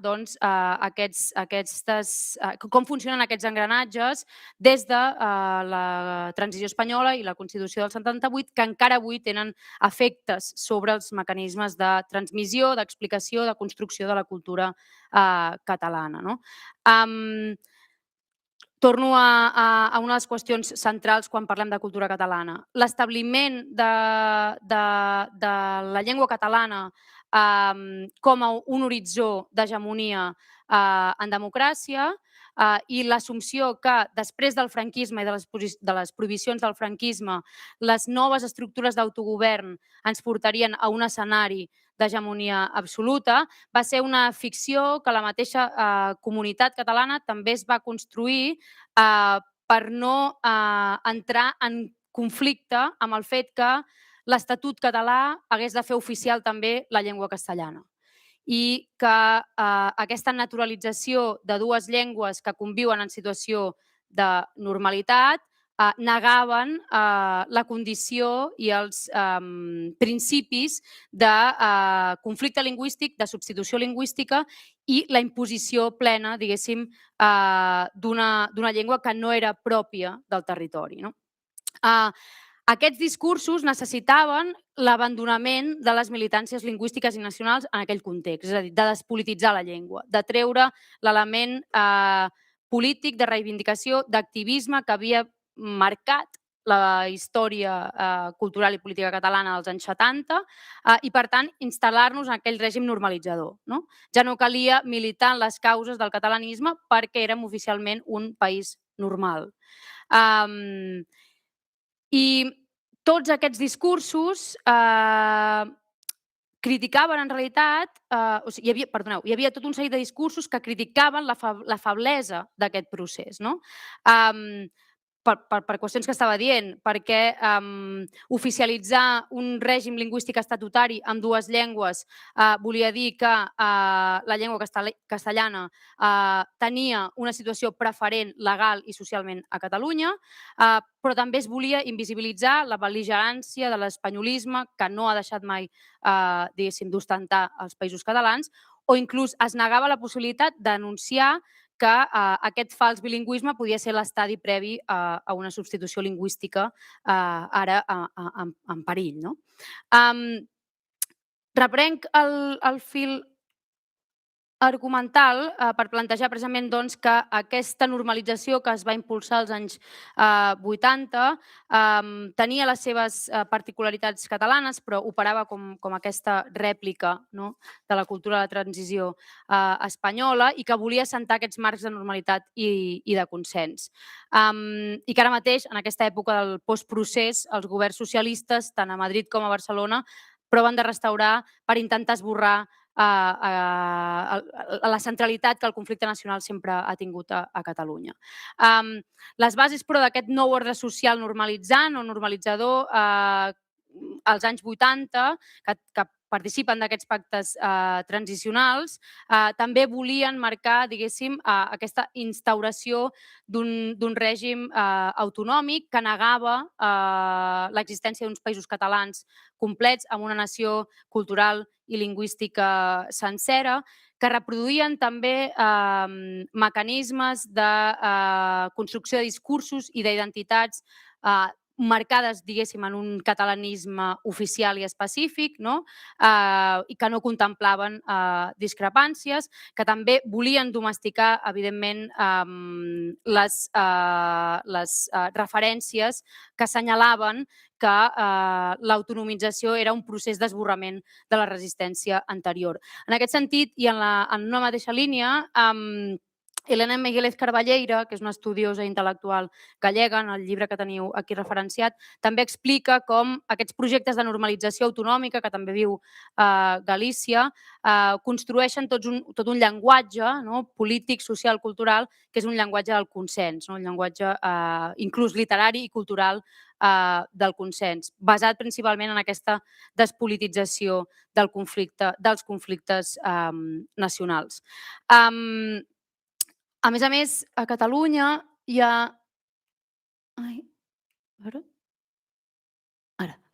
A Catalunya hi ha un estudiós important, Josep Anton Fernández, que amb aquest llibre, El malestar en la cultura catalana, que va intentar també desgranar les dificultats de la implementació d'aquest règim de normalització.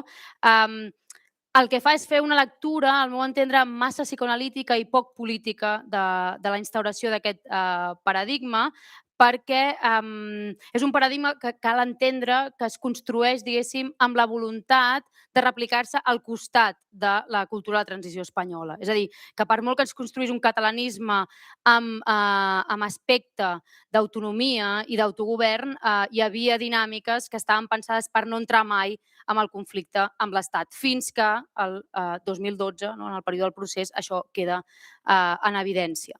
I a més, cal no oblidar que aquesta normalització, he dit, és una construcció d'un règim d'identitat nacional, lingüística i cultural, limitat al Principat de Catalunya i que deixa fora tots de la resta de territoris de parla catalana, que a més per principi constitucional mai poden imaginar la seva federació. Deia, aquest és un projecte que surt de manera institucionalitzada i promou uns discursos centralitzats i centralistes, estandarditzats i estandarditzadors, despolititzats i apolítics que es troben submergits en aquestes narratives de la normalitat i la normativitat i exclouen tots aquests discursos que no poden assimilar. I Guillem Colom Montero, crec que hi ha la referència per aquí baix també, analitza que aquesta mateixa noció de normalitat en què es basava aquest projecte pretenia reproduir aquests patrons político-culturals d'una nació amb estat, és a dir, es fingia ser una nació amb estat quan en realitat el que hi havia era una relació de subordinació existent entre la Catalunya autonòmica i l'estat espanyol. D'aquest intent de ficcionalitzar aquesta proposta de normalització institucional en surt, diguéssim, un fracàs que té ressonàncies durant els anys del procés. Diu Josep Anton Fernández, la normalització era aquesta estratègia per operar una subversió simbòlica que alterés els paràmetres d'aquesta divisió de la realitat nacional, actualment definits per l'estat espanyol, per tal d'arribar a una situació d'hegemonia en la societat catalana sense causar una fractura en el cos social ni un conflicte obert amb l'amo espanyol. Per tant, bàsicament, les idees de fons que hi ha en intentar analitzar aquest marc de normativitat i de normalització és que afirmo que és un model institucional unívoc que pretén desactivar un potencial disruptiu de referències i discursos anteriors basat en formes resistencialistes i conflictivitzadores, especialment en termes d'encaix territorial, s'arracona i es marginalitza qualsevol al·lusió a la tradició independentista o al catalanisme combatiu. Es proposa també un encaix administratiu concret on s'imposa aquesta mirada sobre l'estat de les autonomies i s'abandona el marc dels països catalans i un encaix lingüístico-cultural on es naturalitza aquest bilingüisme social, es nega el conflicte lingüístic i es promouen mitjans de comunicació dialectalment centralistes. Com deia, aquest projecte no estava pensat, diguéssim, per entrar en conflicte amb l'estat espanyol, sinó que més aviat el que feia és encaixar-hi plenament, per garantir l'estabilitat mateixa de l'estat. és precisament aquesta genètica consensual amb la que es va concebre aquesta normalització, segons, o sigui, és aquesta genètica consensual la que va permetre recrear aquesta pròpia fal·làcia de normalitat que s'estronca una mica amb el procés independentista però que no acaba de trencar, diguéssim, del tot el marc. És aquesta condició de normalització, la de ser una anomalia en termes de cultura nacional i alhora un model basat a partir d'unes lògiques normalitzadores, la que provoca que sorgeixin les crítiques que veiem al principi de Picornell quan es diu que la normalització s'instaura, s'institueix com un paradigma de sutura que ubica la resistència cultural, les actituds i els discursos resistencialistes en un passat ja resolt, com si estiguéssim instal·lats en un present de normalitat política plena. Assenyala Picornell especialment que en aquest procés, diguéssim, de transmutació normalitzadora, entès com un oblit i un tancament dels conflictes del passat en el camp cultural català, replica, ja ho he dit, aquestes mateixes lògiques amb la transició. I que, com deien, generen uns mecanismes que no només s'abstenen de criticar les estructures estatals o autonòmiques, sinó que emergeixen amb la desactivació o que conflueixen amb la desactivació de la resistència i de la memòria històrica com a estratègies d'oposició al poder, tant polític com cultural. I tornant al principi, és precisament a partir d'aquesta premissa, d'aquest punt, que tornem a interpel·lar a la figura de la norma per condensar, diguéssim, aquesta tensió derivada del procés normalitzador d'una llengua i una cultura anormals, que s'han volgut fer passar per normals i que l'objectiu d'una política educativa, diguéssim, que no negués la saturació i l'oblit de la memòria històrica hauria de batallar per ressignificar. Ho deia abans la mateixa creadora Lola Anglada o la dibuixant il·lustradora catalana, una de les més importants que va inspirar la norma, encara avui costa que sigui reconeguda i referenciada com una persona que va, diguéssim, participar de la resistència antifeixista en el context de l'any 36, que va ser amiga de Francesc Macià, que va participar diguéssim, del front catalanista en els moments més complicats i que sovint la seva obra i la seva vida política, el seu activisme polític han quedat separats, han quedat dividits. I aquí és on m'agradaria tornar a la pregunta del principi, quina cultura en un context de poble oprimit estem transmetent si no som capaços de tenir present que la majoria dels nostres creadors i referents van ser persones amb una vida i una militància i una significància política.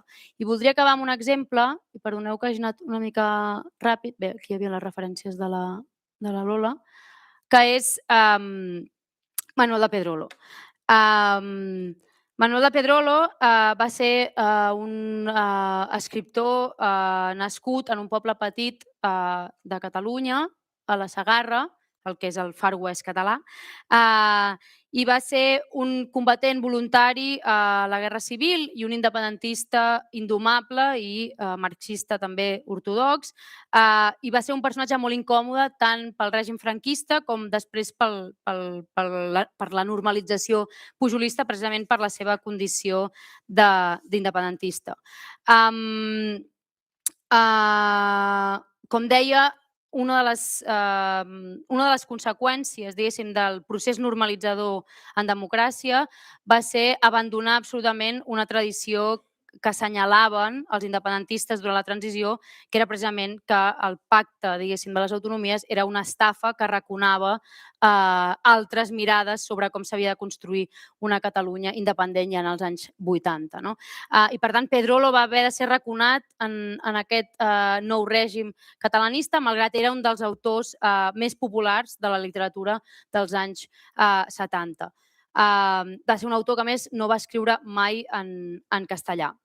Bé, doncs per què el porto com a exemple, com a autor, a partir del qual em sembla que podríem començar a repensar una mica aquesta aquesta esquerda que ens ha de permetre desnormalitzar el que hem normalitzat, almenys en la cultura catalana, i és que el mecanoscrit mateix va ser, és encara avui el llibre més venut durant més temps de les lletres catalanes. Va ser el primer, l'any 1974, el primer llibre, diguéssim, popular, la primera novel·la de ciència-ficció que va ser un fenomen absolut perquè permetia als lectors catalans llegir literatura de gènere, no? Novel·la de ciència-ficció.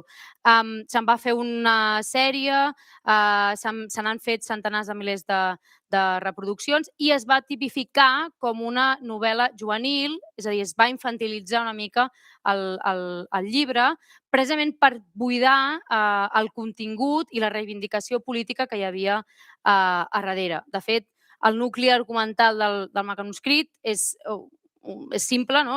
És una parella de joves catalans que ha sobreviscut a una hecatombe mundial causada per un atac alienígena i han de lluitar per la supervivència en un nou món. No?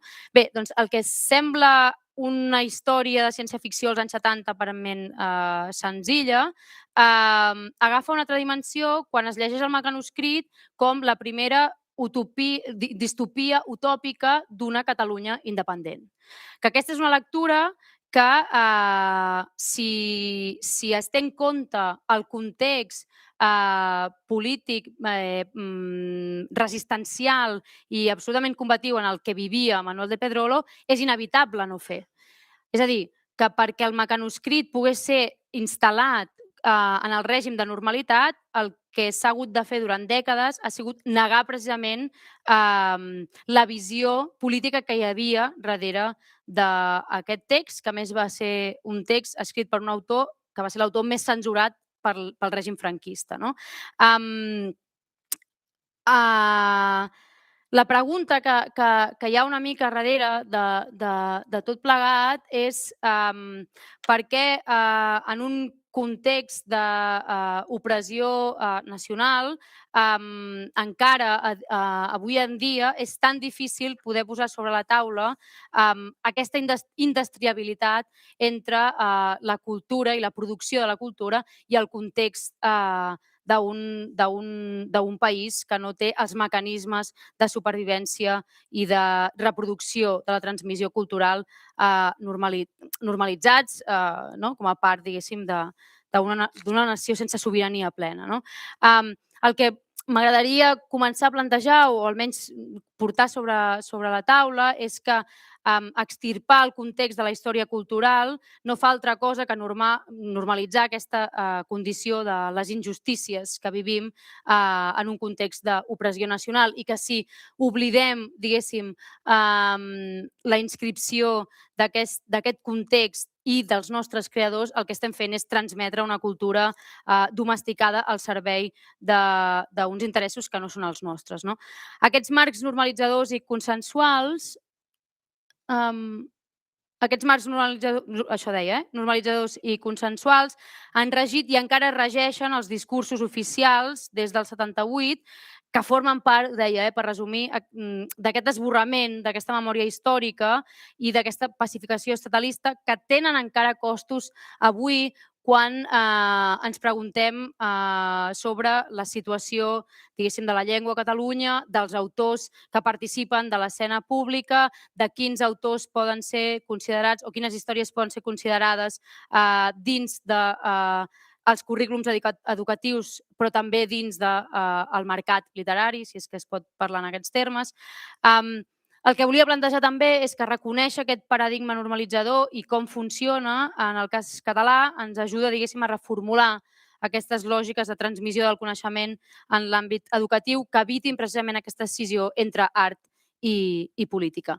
I ja per anar acabant, que hem anat una mica tard i he anat una mica ràpid, però volia portar Manuel de Pedrolo i el mecanoscrit com un exemple, però que podia haver estat fet a partir de Gaudí o de Guimerà, perquè són intents, diguéssim, de referents culturals que tot i que s'han volgut assimilar lògiques de normalització, sempre acaben, no? Quan vas a les seves obres en concret, acaben emergint com a exemples de resistència.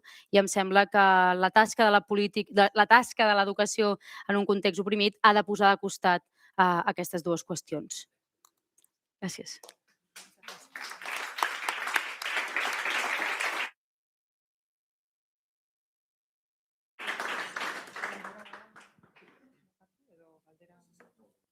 Molta, no?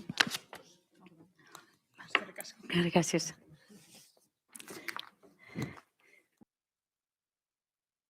Arratsalde on berriz ere. Gaurko azkenengo mahai-inguruari edo oholtza gainekoari ekingo diogu. Eta euskal pentsamenduaren gainean arituko gara. Ona batu gaituen izenburutsoa edo lerroa da euskal pentsamendua, aurrera begira zer, eta aurrera horrekin jokatuko dugu.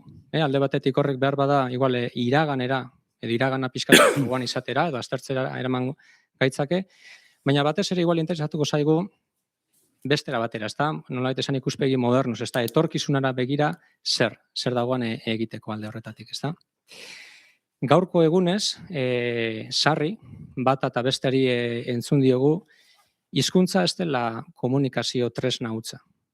Euskara hori baino askoz gehiago dela gurean, ez da? Nolabait esan, herri jakintzaren magal edo altxortegia dela, ez da? Oroimena, ametsa, ulermena, itxaropena, zentzua eta esanahia danetarik entzun dugu, ez da? Eta nolabait esan, euskara bera, kulturaz josita joan behar dela, eta gaurko eguna bukatzeko mahai gainean jarriko dugu, edo oholtza gainean jarriko dugu, baita ere pentsamendu intelektualez josita ere joan behar dela. Erreferentzia sistema propio bat, esanai eta historia eta pentsalari eredu jakinak, izan, egin, pentsatu, sentitu, itxaron, horretako moduetan ere arreta jarri behar dugula. Eta hasi orduko, bi kinutsu egin nahi nituzke. Alde batetik ziurrenik aipatuko digute, islariek, iaz joan zitzaigun Azurmendi, Jose Azurmendi, liburutegi ederra utzi zigun, ertz asko, geuretik eta geuretzat eta hemendik mundura eta mundutik ona pentsatzeko. Eta baita ere, enuke utzi aipatu gabe, haren ikasketa iturri izan zen On Josemari Arizmendiarreta. Ospatzen ari gara, gure fakultatean, nolait esateko, 50 urteko ibilbidea, eta 50 urte ere dira hiltzenetik. Eta gainera Arizmendiarreta zaigu oso interesgarri, ez da? Berak ez zigun utzi, nolabait esan, Azurmendik bezala 50 bat liburuko liburutegia. Bera pentsamendua, nolabait esan, praktika bihurtu zen, ez da? Eta hori ere batzutan importantea pentsatzea. Hau da, pentsamendua ez dela bakarrik behar bada literatura edo filosofiarekin ezinbestean lotu beharreko, ez da? Euskal pentsamendua jardun eta praktika askotan egin daiteke, eta horretarako ekarri ditugu gaur islari aurrean dituzen islari hauek. Eta labur-labur aurkeztuko dizkizuet, oholtzan nik handik urrunen, Markel Olano dugu, ziurrenik guztiok ezagutzen duzu, gainerakoak bezala, baina haren gandik behar bada iguala, aipagarria da esateko gaurkoan, filosofia ikasketa duna dela, baina aspalditik, orain dela 30 bat urtetik edo, batez ere jardun politikoan ari dela, ekintzari gehiago lotua, baina, pentsamendua balio handian jartzen duela, eta nolait esan, itzultzen eta gogoetatzen eta horretan ere ari zaigula, ez da? Aipatutako Azurmendiren ikaslea izan zen bere sasoian, ikerketa bidea abiatu zuen, eta, ertu. Haren ondoan, Joseba Agirre Azkonaga historialaria, Azurmendik beste liburu edo gehiago idatzitako haure historiaren arloan, EHUko historia garaikideko katedradune emeritu, sari eta aitortza ugari jasotakoa, hainbat erakundetan lan egindakoa, besteak beste baipatzaren Eusko Ikaskuntza eta UEU, eta honek ere, gogoeta handia eskainiko digu, giza zientzen arlotatik. Honantza etorriz, Ana Urkiza, gaur egun besteak beste Eusko Ikaskuntzako lehendakari, gizarte eta informazio komunikazioan ikasketa duna, edabideetan eta zutabegilea, literatura idazlea, pentsalaria, giza baliabideetan formatua, eta komertzio eta banka mundua maitere lan egiten duena, eta handik eragiten. Eta azkenengoz, nire aldamenean, Iñaki Zabaleta, hau ere bai, filosofia ikasketa duna, eta gaur egun EHUko filosofia irakasle titular, eta batez ere, importante baita ere aipatzea, Jose Azurmendi katedra sortu zenetik, bertako zuzendari. Eta aipatuko dugu, orain momentutxo baten, urte honen amaieran, abendu aldean, Jose Azurmendiren izenez edo omenez, pentsamenduaren, euskal pentsamenduaren urjausia kongresua bigarren aldiz egingo da, bigarren edizioa, eta horrentan, hori antolaketan eta prestaketan buru belarria ari dena. Ordan, bueno, gure helburua izango da euskal pentsamenduaren gainean gogoeta egitea, eta ikusten duzu moduan, ez ezinbestean, filosofiak eta bai, baina ez ezinbestean hortik, eta bueno, ea zer kontatzen diguten, zelango esperientzia, zelango loturak, eta bar. Orduan, jardunik nolait esan zailen egingo dugu, bai?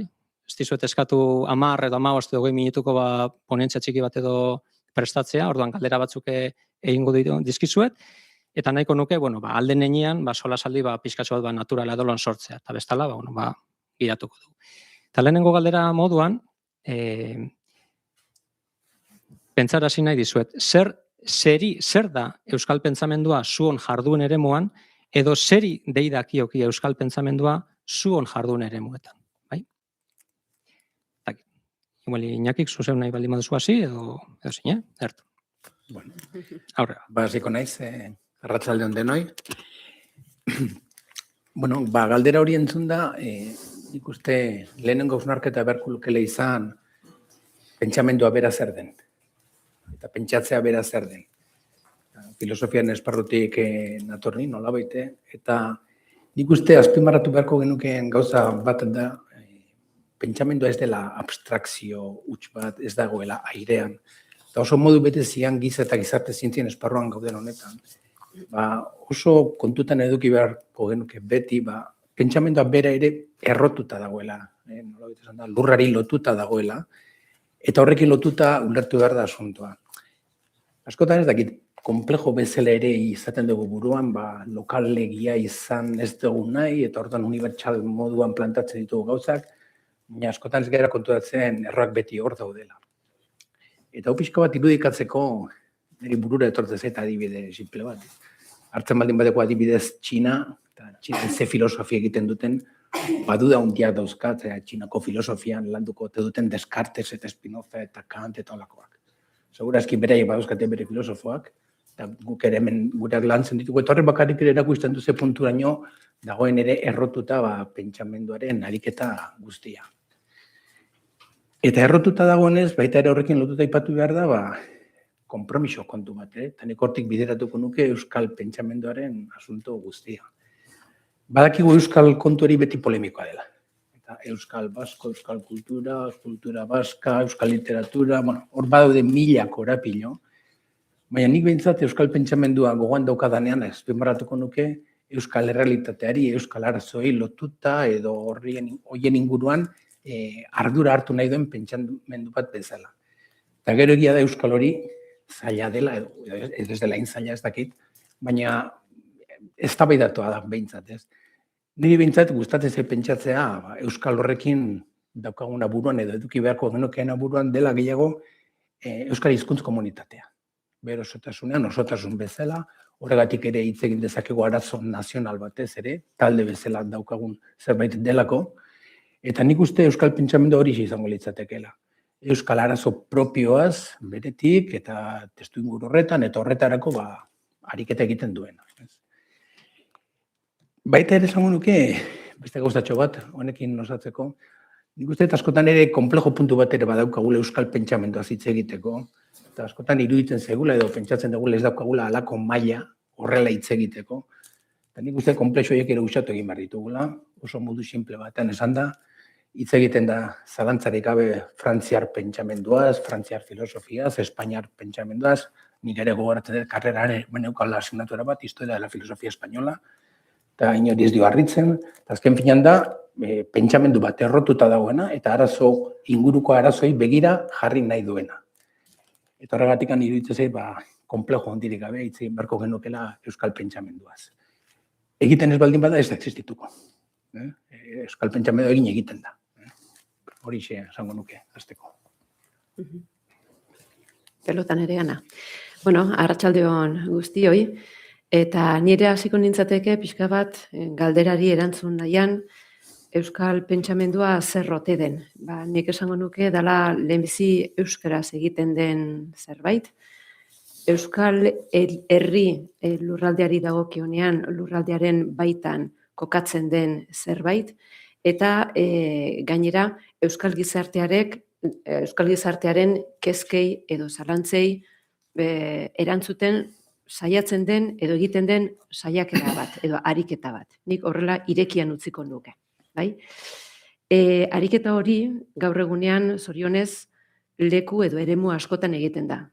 Unibertsitateetan, ikerketa zentroetan, kongresuetan, aldizkari espezializatuetan, liburuetan, eta horri gehiago ere badaude, baina horri gehitu nahiko nioke baita ere gizarte zibilak egiten duen ekarpena. Hain zuzen ere, Eusko Ikaskuntzaren ordezkari bezala nago hemen, uste dut.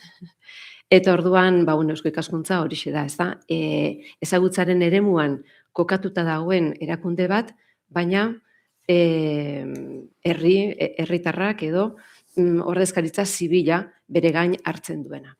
Eta azken urteotan Eusko Ikaskuntzak egiten duen eta egiten ari den lanik garrantzitsuena da, bai ikerketatik eta bai azterketatatik datozen emaitza horiek kontrastera eraman, herritarrengana eraman, euren iritzia jaso eta ikusi emaitza horiek funtzionatzen duten edo ez. Eta hortik ondoren gero emaitzak, azken emaitzak sozializatzeko. Orduan, hor badago sortzen den ezagutza hori, edo ezagutza hori pixka bat herritarrei edo gizarteari helarazteko modu desberdinak egiten ari gara, eta ez bakarrik kanal batengatik bakarrik, baizik eta herritarrekin, adituekin eta arituekin kontuetan hartuz. Eta nahi nuen pixka bat ekarpen bezalaxe agertu, ez? Eta Eusko Ikaskuntzak berak, duela 2 urte, 2024ko gabon inguruan, bere 19. kongresua antolatu zuen. Eta kongresu horretan, Euskal Nortasunaren inguruko hainbat proiekturen emaitzak eman zituen. Eta gainera, modu oso modernoan esango nuke, edo ordura arte egin gabeko egoera batean, edo modu batean. Horrekin esan nahi dut, gizarte zibilak ere, badakala ezagutzaren eremu horretan, benetan berria den hori edo eta pentsamendua beste leku batera eramateko aukera. Eusko Ikaskuntza ez naiz gehiegi luzatuko, baina bai nahi nuen apuntetxo txiki bat egin historiaz, ezta? 1918 urtean sortu zen, orain dela 108 urte, eta sortu zen garai arteko adituek jakinmina eta arantza bat zeukatelako barruan sartuta, eta lurralde guztietako, foru aldundietako ordezkarien laguntzari esker sortu zuten Eusko Ikaskuntza. Baina helburua bat nagusia zen. Eta zen Euskal Unibertsitatea sortu nahi zen, zertarako Euskal pentsamendua sortu eta garatzeko. Eta hau da momentu oso garrantzitsua Euskal Herrian. Oso garrantzitsua ze Eusko Ikaskuntzaren asmentetan bertan helburua jartzen zaio Euskal Unibertsitate baten sorrera. Gero etorriko zirenak, Eusko Ikaskuntzak lagunduta, batzuei gehiago, beste gutxiago, baina gaur egunean dauzkagun Euskal Unibertsitate guztien azpian, ez beti modu berean, baina Eusko Ikaskuntza egon da. Eta hasieratik argi zeukaten, garai hartako jakitunek eta babestu zutenek, Euskal pentsamenduaren sorrera eta garapenerako Euskal Unibertsitatea barzala. Hau esan da, Eusko Ikaskuntzan bertan lantalde asko egon dira urte hauetan zehar eta hori asko baita ere, lehendakari asko ere. Eta lantalden artean, hemen ezkerrera bat, lan asko indakua, hau ere, Jon baita ere, orain murgilduta da bilena, eta orduan lantalde bakoitzak eta lehendakari bakoitzak ekarpen maila batzuk egin dituzte, batzuk handiagoak, beste batzuk txikiagoak edo, baina bakar batekin gaur, hola tokatzen zaigulako, bakar batekin gelditu nahiko nuke. Eta hori da Jose Miguel Barandiaran. Jose Miguel Barandiaran bazkidetu zen oso gazte, Eusko ikaskuntzan, baina lehenengo gerra zibilak harrapatu, gero iparraldera joan da egon behar izan zuen, gero handi bueltatu, eta Eusko ikaskuntzaren lehendakaritzan jarri zen 1978an, esaten dioguna Eusko ikaskuntzaren urrezko aroa, bai? Eta 1978tik 91 ingurura egon zen lehendakari. Hor sortu zuen berak Barandiaren fundazioa, eta bar, baina batez ere, erakutsi ziguna izan zen bere lanez gain, Euskaldun izatearen edo euskaltasunaren izaeraren sorrera non legokeen jakiteko, ikertzeko lekua zein zen. Metodologia zitzen zigun, eta ziguna zen bide bat irekita utzi. Etzala bide txikia zen eta berak asko egin da zeukan ordurako, baina guretzat nahikoa izan zen horri jarraitzeko. Hasteko? Bueno, zure galderari erantzunez, Jose Azurmendiren 1985 Euskal Herria, Joseba Intxausti eta Jose Azurmendiren artean bi liburuki argitatu zituzten, 1985 naiz, 140 euskeraz, 160 gazteleraz, eta bertan, Jose Azurmendik ekarpen berezi bat egin zuen. Esango genduke zure hizkeran euskal pentsamentuaren sistematizazio bat, historian barrena. Baina berak titulu honela jarri zion. Irakaskuntza eta pentsamendua Euskal Herriko historian. Zer esango dut, da horrek, atzean gogo eta badago. Euskal zientziarik badago, ez. Euskal pentsamenturik badago, ez. Daukaguna da pentsamentua, zientzia. Baina hori nunbaitetik abiatzen da. Lokus batetik. Eta esperientzia batetik. Eta horri, Euskal deitzen dugu. Nire ustez, zuzenagoa da Euskal Herriko. Deitzea. Zeraitik, Euskalek Euskarara mugatzen gaitu. Eta uste dut, euskaraz mintzatu arren, nire zeregina euskarara ez dut mugatu behar. Beste inguru batzuk daudelako. Ni ezkerraldean bizi izan naiz urte askotan. Da, han giroa bestelako bat zen. Gustatu, ez gustatu. Euskara da euskaldun da, bai. Gaur egunean giroa askoz be euskaldunagoa da Santurtzi batean, adibidez. Horgen, nahi dute formulazioan pentsamendua. Eta pentsamendu esaten dugunean, da euskal horrekin esan nahi dut. Euskal zientzia, gogorra egiten zaite. Zientzia universala da, pentsamendua universala da. Zerin horrek universala dira. Baina leku batetik abiatuta. Bai, jakina. Eta persona konkretu batzuk. Eta personak sortzen dugu. Da ez modu individualean. Hori beste ide bat guztut gaur, mai inguruan bebai atera dela. Da, goizeko mai inguruarekin lotura batekin gura dut. Sortzen dira beti modu kolektiboan. Pentsatzea ikerlaria individuo bat, individualidade bat. Eta dela ez. Gaur egunean, Euskal Herriko Unibertsitatean sistematizatuta daukagu, aspalditik ikerketa taldeak. Ikerketa taldean ez dagoena, ez du balio. Zergatik ez du balio? Bere kabuz literatura hon bat sortuko du. Baina komunikazio eta eragiletza hori kolektiboa delako. Bai ez bakarrik Euskal Herriko Unibertsitatean, mundu osoan da horrela. Eta filosofo eta eztabaida bai. Goazen pentsamendura. Goizeko mai inguruari erronka batekin ez ditut ezagutzen, koordinatzaile bakarrik ikasle hoia izan zelako, ezagutzen dut, zehazua, baina besteak ez ditut ezagutu, da benetan oso interesantea topatu dut, euren berbaldia, euren ekerpena, baina somatu bukaeran halako pesimismo larri bat. Eta, karo, esan dute, 50 urte barru, ze izango te dau. Neure artean egonaz pentsatzen. Aiba, 50 urte, neuki garo ditu dia, hasi nintzenetik Euskal Kultur Mintegian, eta 1972an sartu nintzenetik, eta UEU hasi gendunetik, eta dinot, 50 urtetan gertatu dana da, izugarrizko aldaketa bat, desberdina, dana aldatu da, era bat aldatuta. Gure ameskeriak, amets zirinak, errealitate bihurtu dira. Euskal Herriko Unibertsitatean gaur egunean 1000 irakasle kontratatu baino gehiago euskeraz irakasten egotea beren gaia. Bagizu zer dan hori? Euskal Herrien bi irautza deitu behar zeia horreri, gertatu izan dira. Garo, niki perspektiba, beti ohitura txarra daukat, baina uste dut filosofo guztiek eukin berrokutena zen, denboraren barrena kokatzen ditut. Bi gertakizun handiagon dira. Eusko Legebiltzarraren sorrera, Eusko Legebiltzarraren sorrera, foru Legebiltzarraren nabai, foru Legebiltzarraren egon bazegoen, Eusko Legebiltzarra ez. Eta bigarrena izen da Euskal Herriko Unibertsitate Publikoa. Zegaitik horrek sistematizatu egin du. Eta 18an ametsa zena, 1980 aurrera, Unibertsitate Bilbao transformatu zanean, Euskal Herriko Unibertsitatean, hor beste bat.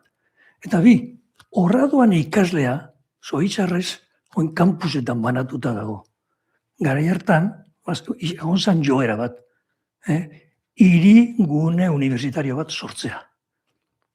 Hori non egongo zan? Egongo zan, lehioan. Hortarako pentsauta, han inguruko terreno guztiak ere, unibertsitatearen dira. Da, Joserekin berbetan, bestelako izango zen, danok hanbatzea. Claro, ze gaitik, ze Euskal Herritasuna beste erabatera sentituko genduan. Orduan, proiektua zen Unibertsitate Gipuzkoa. Beran dugu, da Gipuzkoan lobby fuerte bat egon zen. Kutxa provintzialak eta inguru, intelektual batzuk eta bultzatuta. Altuna bera, Jesus Altuna, ezen etorri fakultatera. Zer gaitik? Berak esan da. Hori lehioan joko. Ni Donostin gelditzenaz. Eta Deuston gelditzen. Deuston gelditzen. Bia, Deusto beste gauze bada. Ez nire nahi jarri deklasa emantzulako Deuston esan dut, berak. Jesus Altunak? Bueno, baina Jesus Altuna Euskal Herriko Unibertsitateko irakasle zen, irakasle eskolan zegoen, han gelditu nahi izan zuen, bere ikerketa taldea arantzadin zeukalako.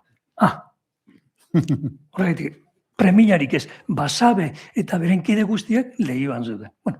Horrekin, noan ena da,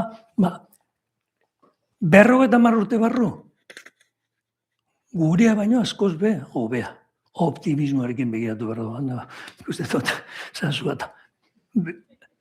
Seguru nago, da Euskal Herritasuna, Euskal Herritasun hori, sendoagoa izango da. Naizta gaur egunen puzle baten moduan zakabatuta, eta batek esan dugu birrindua. Euskal Herria birrindua ez dagoa. Hain birrindua, oengoz birrinduta. Sakabanatuta, beren arazoak eta bat. Baina, dinamika horrek ere baditu beren onurak. Zabalkune guzti horrek.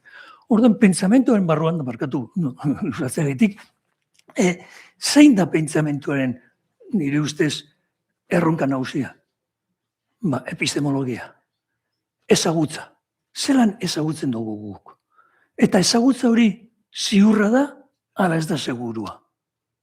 Erlatibismoan sartzen garaia. Eta horren inguruan, lehen guk beste lagunak ikuste dituta, filosofia ikasten genduenean metafizika bat estudiatzen genduen. Baina, claro, metafizika Kantekin amaitu zen. Kanten osten, ez dago metafizikarik. Ez dago. Hemen dago filosofu, Ez dago. Baina zer da erronka, ezagutza. Guk zelan ezagutzen dugu. Eta ezagutza hori ziurra izatea, zelan. Hor dator, pirronismoak sortzen duen negativismo guztietaz, eta ez da posible ezagutzarik gaur egunen ere, postmodernismoak ukatu egiten du. Hain determinatua gaude, zein personak ez dago gaitasunik libre izateko, eta pesifismo utxean erortzen da. Orduan, hori Grekoen garaian, bai, da skepsis hortik datu, bai, skepsis da kritika bat, pentsaera bat, pentsa araztearena, ez? Eta orduan hori, epistemologia hori, beharrezkoa da. Beharrezko abia puntua edozein ikerketa, ez bakarrik historiografian, beste arlo guztietan bebai.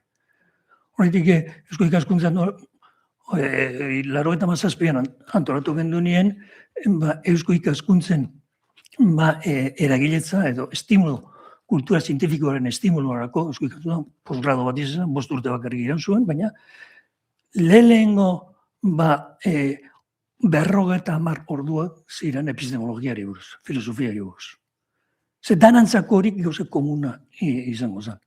Niretzako hor dago erronka eta gaur egunean bebai hor daukagu edozein arlotan ikerketa azterakoan erronka nagusia. No, luzatzera, zabestela, luzatuko naz.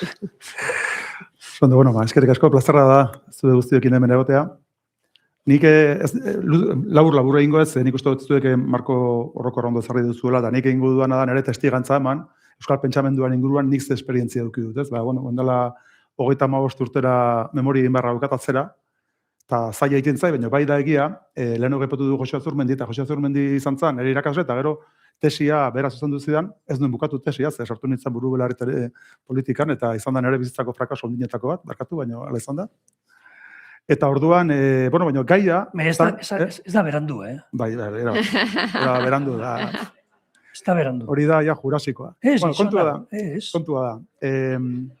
Nere gaia zan, lehenengo euskal liberalen pentsamendu aztertzea. Alegia, ilustrazio ondoren urrengo belaunaldia izan zan liberala, hor jarri behar dugu pixka bat, Frantziako iraultzaren buelta hortan, eta pixka lentxeo buelta hortan, baina Frantziako iraultzak biztan da izugarrizko kolpea jotzen du gure herrian baita ere, eta orduan lehenengo belaunaldi hori segurunez Peñaflorida eta hoien seme alabak, bilobak, jende horren ideologia zeintzan aztertzea zan, Joseak eta biok adostu egon duena nire tesia egiteko.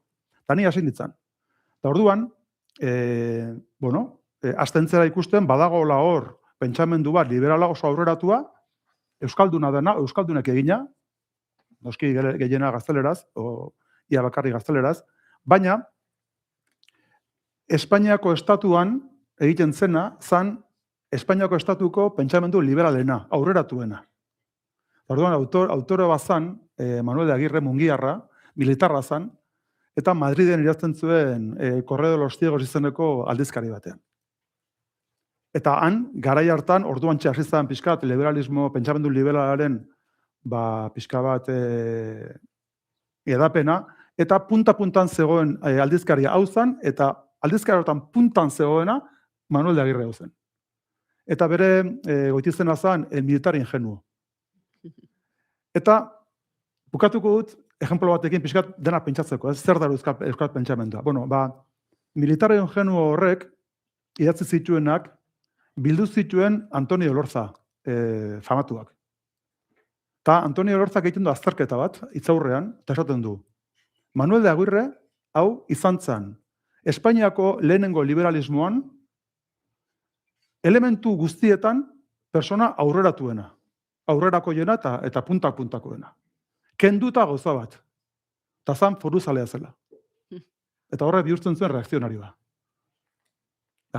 Horre markatzen du niretzako zer dan euskal pentsamendua eta zer ez dan euskal pentsamendua. Nik uste dut euskal pentsamendua dela sujetu baten baitan dagoen pentsamendua, eta Azurmendiren pentsamenduarekin bat eginez, sujetu hori da euskal nazioa. Orduan, niretzako euskal pentsamendua da, euskal nazioan baitan egiten den pentsamendua. Egia da, euskara ez dela gure hizkuntza bakarra, baina gurea bakarrik dan hizkuntza euskara delarik, baina nagusiki euskaraz egiten den pentsamendua da, naiz eta nik ez dut izten ez da ere estenategi hori, baina nik pixkat orientatzeko, ez? Beraz, sujeto baten barruan pentsamendu bat egiten da, eta nik, azkeneko apunte bezala esango nuke, nire ustez behintzat, pentsamendu horrek eduki behar duela helburu bat, eta helburua dela sujeto horrek bizirautea. No, filosofia politikoa. Filosofia hori baino zabalagoa dugu. Onartzen dut. Nik hori, nik esan dut, nik ez ditut, nik uste dut azkenean pentsamendua poliedrikoa dela, fazeta diferentea dauzka, ez?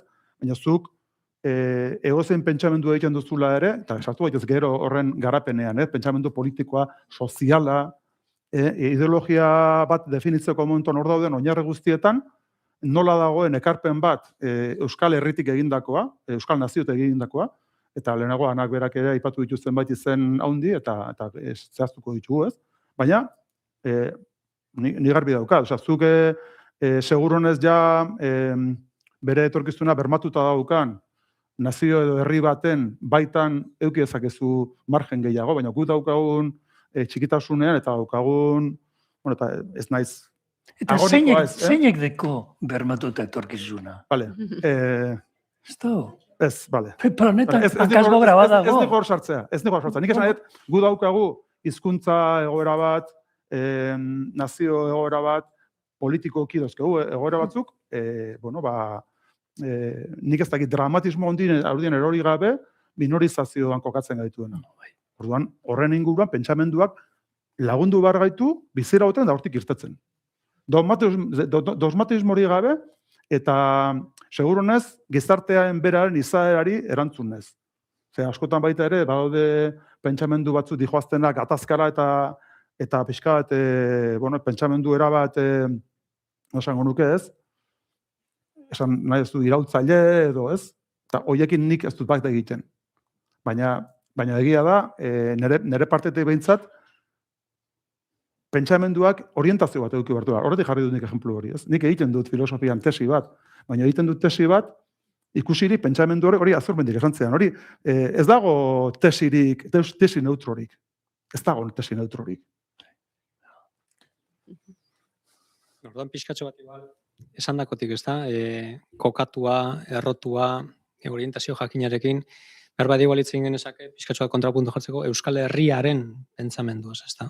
Euskal Herriaren pentsamenduaz, zeren nazio zapaldu izanik, gure lurraldean batu dituzu, ez da.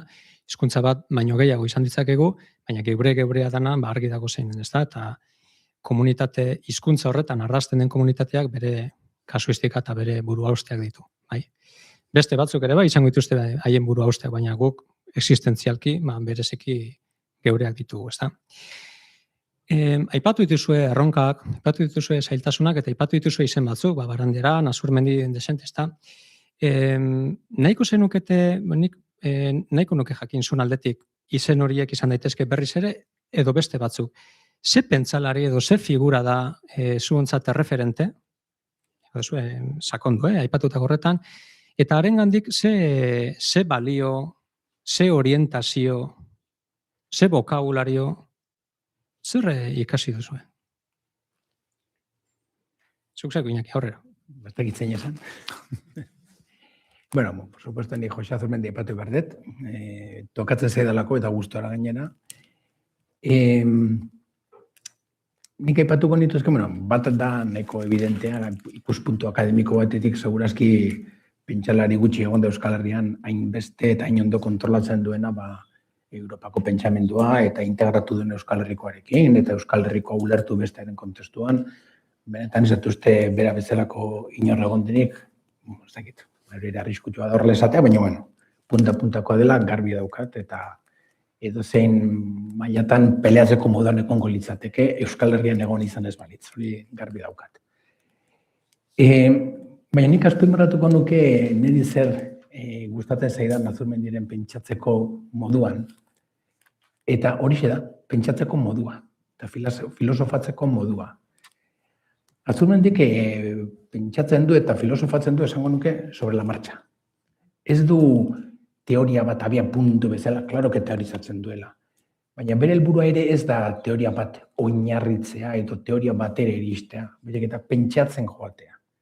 Eta tokatzen, lehen aipatzen nuen konpromisoaren kontu hori, eta tokatzen zaizkion arazoen inguruan parte hartzea, eta nik horregatik esango nuke, Azurmendi batez ere dela irakurle ona. Bere inguruan, eta gai ezberdinen inguruan, idatzi diren gauzak oso ondo irakurtzen ditu, oso ondo ezagutzen ditu, horrek eramaten du ere ondo pentsatzera, horregatik da pentsalari on bat, eta jakina, hori bukatuta idazle on bat, jakina, hori transmititzeko gaitasuna dauka, eta baita ere gauzak, argi adierazteko, ez da inarrez ere Azurmendi irakurtzeko, baina progresio hori nahiko garbi ikusten dut, irakurle ona, pentsalari ona, idazle ona. Baina berrez diote, nik uste hori dela filosofia ulertzeko ere modu bat. Eta lehen hasieran esan dut, filosofia ez dugula edo pentsamendua, ez dugula ulertu behar hor airean dagoen zerbait unibertsala bezala, lehen pixkat ere, Josebek esan duenaren aritik, unibertsala da, baina errotuta dago. Beraz ez da hain unibertsala, segun nola esaten den. Orduan, nik uste Azurmendik bere filosofatzeko moduan horixe jartzen duela praktikan. Eta nik uste horrek balio handia daukala. Guri ere ematen digu irizpide bat, ez dakit, metodo aldetik ere bai.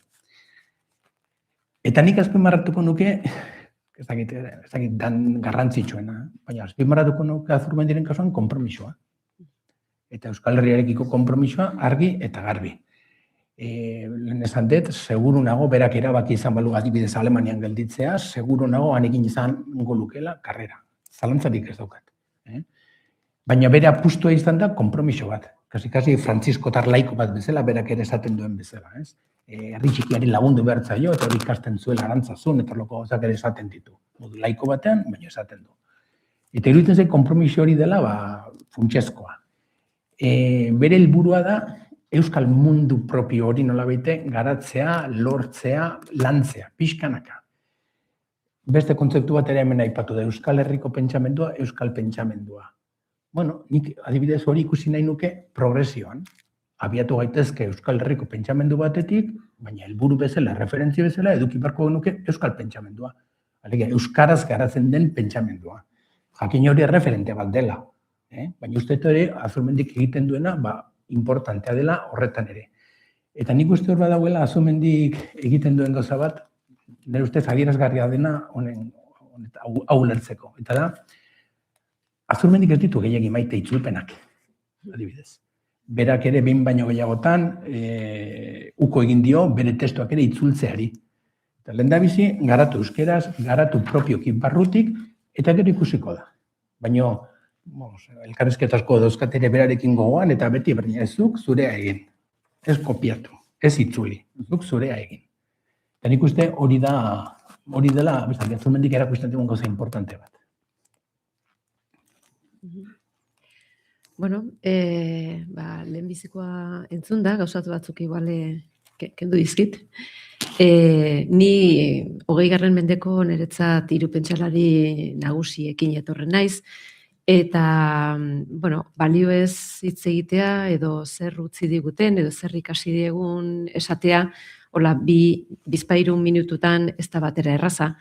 Orduan erabaki dudana da, bakoitzaren gandik, esandako edo ideia edo balio batekin gelditzea, ez? Eta, argi daukat, Barandiaranen kasuan bere gizabidea terminotik erauntzita, gizalegez jokatzea, dala berari ikasi diodan edo tarteka erakutsi didan gai nagusitako bat. Oain dela gutxi berrian agertzen zen, honen sinonimo batzuk agertzen ziren, ez da? Badirudi esaten zara, gizalegez jokatzea gizelege hori ez zela ulertzen oso ondo zer zen. Nik uste dut adinagatik gutxo gara bera, sala honetan gaudenok, ez dugula arazorik izango gizalegez jokatzea zer den jakiten. Behar bada, gazteagoetan egon liteke. Eta hori ere, pixka bat geroxago mai gainean jarri nahiko nuke, ez? Hau da, transmisioarekin zer nolako arazoa daukagun. Oroar, baina batez ere gure pentsalariek landutako eta ondutako ideia horiek nola transmititzeko edo nola kanalizatzen ditugun eta badaukagun zeregin bat, hori gure herritar guztiengana heldadin, bai. Barandiaran utzi talde batera, Arizmendiarretarekin jarraituko nuke, eta Arizmendiarretak esaten zuen pertsona buru jabia izatea dela gorengo mailan utziko lukeen helburua, ezta? Eta ni nero horrek izugarri kolpatzen nau, edo kolpatu nau, nire aita ere, kooperatiba sortzailetako bat izan zarako segurazki, hau da, etxean euki dudalako esperientzia hori, ikustea lanak edo lanaren bidez aske zarela, ez dagoela beste neurri bat askeago egingo zaituenik, eta ez bakarrik zu, baizik eta zure komunitatea. Hirukote hori behin eta berriro irakurtzen duzunean eta ikusten dezunean hori lotuta dijoakiola gero zure garapen pertsonal profesionalari, eta baita ere zure auzoaren komunitatearen garapen, herri garapenari, nik ez dut ezagutuan artean, askatasun maila hau ematen digun pentsamendu eta kasu honetan pertsonenek aplikatu egin zuen askatasun maila hori. Pertsonaletik komunitatera eta komunitatetik herri gintza horretara, ez? Niretzat, barruan gehien daramadan pentsalaria da Arizmendiarreta. Eta azkenik ez errenkeran erori dalako, baizik eta gazteena genuelako, Azurmendiren gandik ikasi dut batez ere komunitatearen gaineko ardura eta konpromisoa hartzen. Eta, uste dut, aipatu ditudan 3 balioak edo 3 izateko moduak barruan daramatza dela, eta bai hemen jarrik nahiko nukena da ez tirabla bakarrik irakurri ditudalako, aztertu ditudalako, estudiatu ditudalako, baizik eta nire kasuan, nire aurreko belanaldiaren gandik ere jaso ditudala 3 balioiek. Ez behar bada norenak eta zergatik diren esalda, baina bai beraiek ezagutzen zituztelako, eta onak zirela egiten ez, pasatu didaterako. Eta, esan hain, gauza pertsonala bat izan arren, ekartzea garrantzitsua zala pentsatu dut, zen eta transmisioan huts asko egiten dugunez, gero ora suposatzen dut aterako dela, ikusteko leku orotan, edo momentu orotan, edo adin guztietan, ez dela gertatzen. Nik behintzat hauek, etxean ere jaso ditut, aipatu ditudan 3 balioiek. Eta galdetzen zenigun baita ere, hauek zabaldu edatu egin beharko lirateke ezagutzera eman, baiezkoa borobila da. Baiezkoa borobila da, zen eta ez balio hauek konkretuki, 3 pertsona hauek, 3 pentsalari hauek eman dizkiguten hainbat eta hainbat eta hainbat balio. Zergatik horrek laguntzen digulako ezagutzen nondik gatozen, laguntzen digute ezagutzen zer garen, zergatik garen horrelako, eta baita ere, gero Azurmendik esango duen bezalaxe, behar dugun gurea bakarrik izango den hemisferio esango dut simboliko edo espiritual hori sortu alizateko. Gure mitoekin, gure kontakizunekin, ipuinekin, pentsamenduarekin eta filosofiarekin. Baina, pentsatzen dut, gero honetaz gehiago jorratuko dugula, eta nik gaurkoz onaino.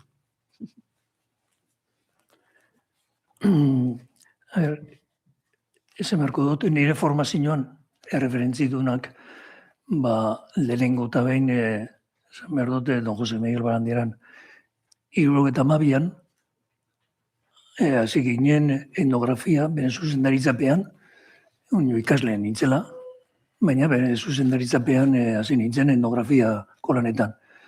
Betik gogoa natuko dut etnografia egiterakoan, esaten duzkun batez be, bitxikeririk ez dut nahi. Ez dut nahi bitxikeriak, herriko bitxikeriak. Sistema. Sistematizatu du. Jarraitu enkuesta eta sistematizatu. Da horan, 2 urte, berarekin hasi nintzen ikasten. Baina ni, aldi berean, historia eta soziologia ikasten da, datu guzti beti denboran barrenak kokatzen dituen. Ez. Zeu ikusten duzuna da zeure garaian garaikoa. Gero hori argitaratzeu, eta argitaratzeko euskera zen nahi nuen argitaratu. Ez hauztan ez, pentseu ez. Hori, hizkuntza zabalago batetan argitaratu behar duzu.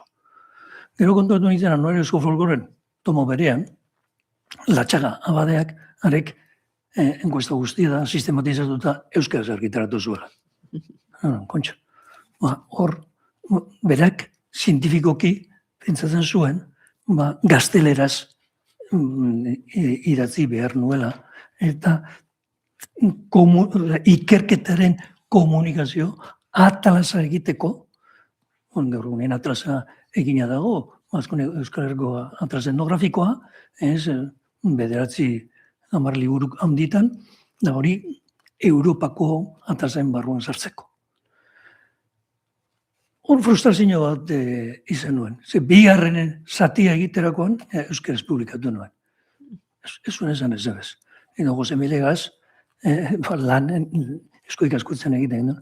Eusko ikaskuntza akademia zientifikoa zen garaian. Jose Miguelek akademia zientifikoa nahi zuen. Sailak eta doktoredunak nahi zituen. Eta gero izanen bere ordezkari izateko, zoriona izan nuen. Eta bigarrena, nire tesi zuzendaria, Don Julio Caro Baroja. Caro Baroja miresmena zeukan Don Jose Milegarekiko. Baina beti atratzen zen kontu beruea. Erromatarrak hemen 5 urte egon da gero, Euskal Herria zelan izelek. Eta handik ona, beste 1500 urte, eta hor, prehistorialariak egiten duten zubia, antzinekoa, gaurkoa baliz moduan kontatzearena, alamen izan behar du gainera, hor beti historialariok hitz egiten dugu, da idazten dugu geure kide diren nintzako. Eta idazten dugu batez be ulergarri izateko geure kideak, horretik historia aldatzen doa bai. Ez da bardin, nik idatzen nagoen Euskal Herriko historia 1980an, eta gero 2005an idatzen nagoena. Ez dut esango ez dakenik ikusirik, lotura batzuk badaude, baina aldaketa itzela ez dago daude. Zegetik, kezkak beste batzuk direlako. Eta Don Julioren pentsamentua batez be historikoa zen. Eta filosofia kantianoa zeukan. Da zertan kanten bakantek aditu baten onduan nago da. Horretik begiratzen dut berari. Kantek munduko, zurearekin lotuta, munduko bakerako proposamen bat egin zuen. Eta horren ondokoa da 1948an Nazio Batuak gizakiaren eskubideen karta eta dekalogoa idatzi zuenekoa. Lotura, ilustrazio garaiko lorpen handiena da 1948koa. Gaur egunean, niretzako filosofo handienak dira, filosofo, ondo hartuzu praktikan gainera egiten duenak, egiazko batzordeetan ari direnak. Egiazko batzordeak komplikatua dira.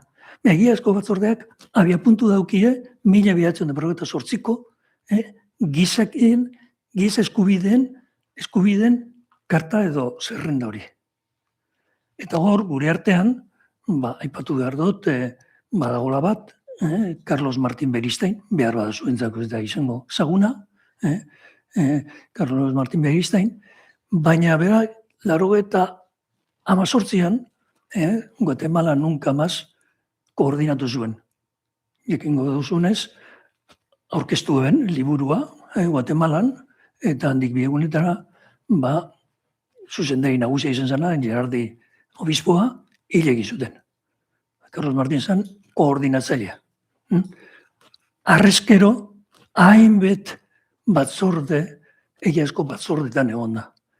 Eta, bera, WhatsAppez egiten du komunikazioa. Eta geroztik egin dituen, jarraitzen du egiten, hor filosofi badago.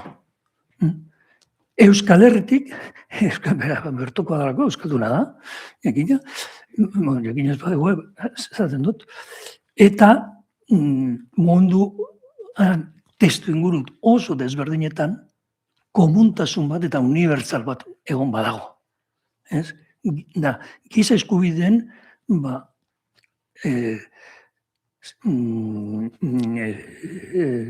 karta edo zelan da, adierazpen horrek markatzen du baita ere historiografia gaur egunean.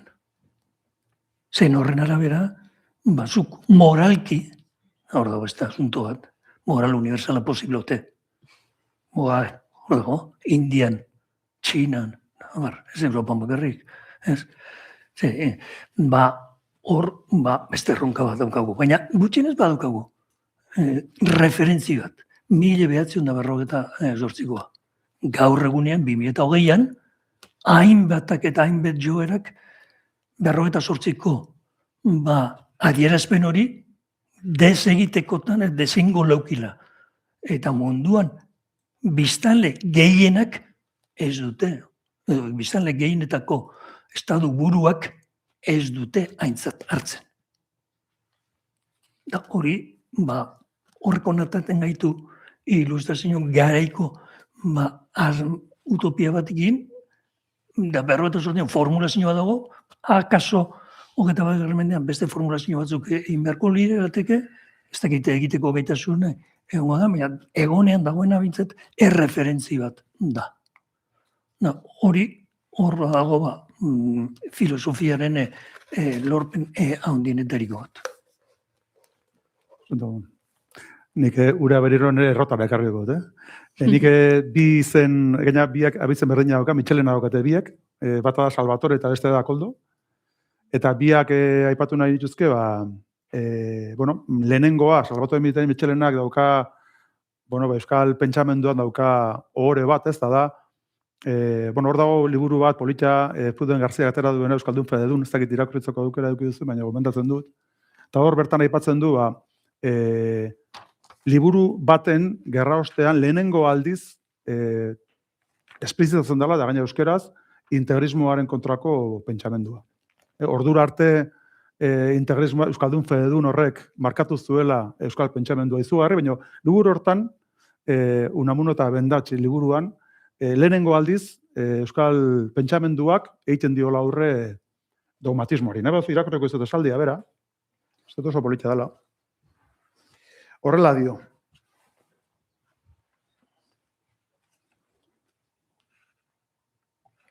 Bere bat, Euskal Herriagatik ere, Euskal Herria abertzaleontxo hori bakarrik ez dalako, gutxiago euskaltzaleontxoa bakarrik, ez dare elizgizonen hori bakarrik. Euskal Herri, egiazkoa, egunotan ezur eta mamizkoa, ez da zure edo nire utopiak nahi luketena, baizik, ezur mamizko jendeak, diran bezala direla, osotzen dutena, guztion artean kopurutzen duguna. Hori da, Salvatore Michelenak idazten duena, gutxo gara bera 1948an. Da, pentsamentu dogmatikoaren kontrako esaldi borobil bat, lehenengoa, eta hor koinziditzen du adibidez Azurmendiarekin, Azurmendiare da dogmatismo ororen kontrako etxai porrukatua. Hori lehenengo aipamena. Bigarren, Koldo Michelena. Koldo Michelenak, ibilbidea oso luzea dauka, novelako bizitza baita ere, eta, nik esango nuke bere momentuan, mentxe dauko goina Eugenio Barzabale dauka berari elkarrizka eta luze bat eginda liburu batean, eta Eugenio berak aipatzen du zubi gizona dela. Osea, berek zubigintzako papera barneratu zuela, baita ere pentsamenduen ikuspegitik. Zer egiten du Michelenak? Lehenik eta behin, bera gerran egontzan, pixkat, esan dezakegu, gerra aurretik egontzan, berpizkunde ura, Aitzol, Lizardi, Laboaxeta guzti horiekin bat egiten zuen, eta izugarri miresten zituen, baina gero etortzen da gerra ostean, beste belaunaldi bat, etortzen dira Aresti, etortzen da Txillardegi, eta horiekin bat egiten du baita ere. Eta aproposo egiten du bat. Eta Euskararen bizi berritze momentuan, batasunaren inguruan, hartzen du apustua baita ere, bere etxe barruan, Alderdi Jeltzalean, izugarrizko tensio sortzen dizkionak, eta bat egiten du belaunaldi berriarekin. Eta gaur egungo Euskara Batua, neurri handi batan apustu horren fruitu da. Orduan, nik konsideratzen dut, Koldo Michelena figura bat, irudikatzen duena, dogmatismoak, setarismoak, herri izaeraren, eta baita ere, esaten nuen, pentsamenduaren misio hori, herrigintza misio hori, oztopatzen duten horiek gainditzeko, eredugarria da figura bat. Beste jarrera bat eduki zezaken, eta egia da bera, segurunez gainera, oso polemista zen, oso jarrera zakarraz duzkan, baina oinarrian oso esplitzitoki eta oso konstienteki dauka zubigintza paper hori. Eta nik uste dut garai hartan, kasu honetan, zuk egin gozten nion, Eugenio, 77an edo gutxi erara elkarrezketa, garai hartan, transizio unean, beharrezkoa zen bezala zubigintza hori, nik uste dut gaur egune beharrezkoa dela. Bizkat ekarri nire errotara ura. Nire astun jazte esatea, euskera horretan, euskera idazte horretan, gai zientifikoak eta borondate horretan unibertsitatean, gure referentzia jakin zen. Jakin aldizkaria, ezinbestean. Eta Josa Zurmendi lehen da bizikoz ezagutu nuen ez filosofo moduan, poeta moduan baizik. Izberdeakin eta konkretokia lehenago manifesto atzeratuarekin, Olertin argitaratu zuen 1998. Hori aztertzeko etxe nagusiak agindu zidalako. Nik ez nekien ikaslea. Eta, bota, honekin, zeu zer ikusik bandigan edo keska bat edo zerbait, eta zazien, hemen daukazu Olertin hau, 70 izango zen, 79an, hau, igaz edo, argitaratu Josa Zurmendik norzan, ez? Zurmendi bat, beste Zurmendi bat, eta aztertu gendun manifesto atzeratua. Eta, Josa Zurmendi buruzko ekarpen horretan, ala beharrez, hor Euskal Herriko historiaren interpretazio baten dagoelako. Eta Zurmendik kezka harrituta berak beti izaten, ez, ni historia beti. Da gero, hasinaz konturatzen, eta bai, historiako liburuak sistematikoki irakurrita dagoela. Zazian, ez irakurri dut zureak, zamuntxo. Zerbait balio berria behar badaz, akaso izan da, elkarrizketarako, elkarrizketarako. Eta hor, Zurmendi burua bazen, eragilea, nire ustez, Joseba Intxausti zen. Ni harremana, historialari moduan da bar, Joseba Intxaustirekin, eta barri horrepikatuko. Euskal Herria bi volumen horiek, 85koak, dira mugarri bada. Mugarri bat. Ez dakizu zelako oztopoak eta aleginezak, eta berak Josebak izan da, kolaboratzaileak aurkitzeko, Euskal Herriko ikuspuntu batetik, eta berak gero zaharrak aurkitzen zuen, baina berriak gazteak nahi zituen. Eta hor, halako erredakzio burua, Josa Zurmendi izan, antolatzailea Joseba Intxausti. Mundu akademikoan gebiltzanontzako jakinen praktika hori da euskeraz eskolak prestatzeko eta guztirako izugarrizko erreferentzia, ezinbesteko erreferentzia izan zen, nire dago 80tik aurrera, unibertsitatean sartu nintzetik aurrera. Hainbat izen aipatu dituzue, hainbat balio, ez da, konpromisoa, engaiamendua, lana, humanismoa, duintasuna ere bai, ez da, handik behar badi iguale hitz hori esan gabe geratu baldin bada, egia, bakea, eta eta aipatu duzue, hizkuntzaren garrantzia, baina tirabira hori hartuta, ez da, adibidez, Barandiaranek eta esaten zuela, ez da, Euskal Herriko markoa eta ikuspegia, Barandiaranek ondo zekien, hain zuzen bere lanen abia puntua da, Euskal Herriaren galera edo agortzea dela eta horren gaineko lana, ez da? Baina gero adibidez, gaur egungo behar bada ingelesa edo beste hizkuntza batean publikatzeko gogo hori. Zer dago 60etan, 70etan, zuongan ere behar bada egon dena, euskeraz jardun eta publikatzearen alde egiteko? Zer beste balio egonda, Zurmendirengan, jakinen belaunaldian, zer dago horren atzetik, aurrekoekin jarraitutasuna egonda ere, bestelako ekarpen bat egin ziona gure pentsamenduari. Eta igual ez da guztiok erantzuteko, baten bateken nahiko balu. Bueno, zerbait komentatzen, ez dakite zuzenan erantzungo dudan, baina gauza batzuk esan direnaren aritik, jakin aipatu duzu, 50-60 hamarkada horretan askotan aipatzen zen kulturak salbatuko du euskera, eta azken finean ere pentsamendu intelektualak ere beharrezkoak dira, bestela euskera ere bihurtzen da folklore huts batean, hori adibidez oso interesgarria da ikusten nola atzerrian ere miresten duten euskera museoko jarroi bat bezala. Eta txoratzen dira erregatiboarekin, eta bueno, jazta, eta hitz egiten diazu bi hitz euskeraz, eta bueno, jazta, kontentu geratzen dira. Bueno, horrek ez dugu balio, esango genduke. Eta nik uste, azken finean, zer bultzatu du jende hau euskeraz pentsatzera, euskeraz idaztera, pues azken finean, biziraupen bat bermatzera. Eta biziraupen duin bat bermatzera. Claro, nik uste hor bi adar daudela. Alde batetik kultura bultzatu behar da, intelektualitatea bultzatu behar da, nola bete esan da, erakutsi egin behar da, praktikan gai dela, gai garela, euskeraz ere zientzia egiteko, edo filosofia egiteko, eta behar. Baina aldi berean baita ere, ez dugu aztu behar euskerak bizia izan behar duela. Euskerak izan behar du hizkuntza bizi bat. Bestela bihurtuko genuke ere bai euskera hizkuntza akademiko moduko bat, elite mailako bat, kurrikulumerako oso ondo etorriko da, lanpostak lortzeko oso ondo, baina euskera bizia ez baldin bada, horrek ere kale egingo du nola baita. Eta nik uste dut kombinazio horretan, alde batetik akademia bai, baina gero estetik euskera bizia bai, nik uste dut mugimendu horretan bai esplikatu daitekela gauza asko mugimendu horren inguruan. Nik ez da zetxo bat gehitzeagatik, esan duen bizkatu, pentsamenduaren hizkuntza orientazio eta baita ere ez, herri ikuspegi hori ez, nola enfokatu ez. Nik apuntea besteik ez da izango, baina nik uste dute pentsamenduak neurri handi batean daukala misio bat da gure herriaren izaera ulertzea. Eta lehen esaten genuen ez, herri eta kultura minorizatu bagea, eta normalean minorizatu ere daukate bere burua mesprezatzeko eta gutxiesteko joera bat ez.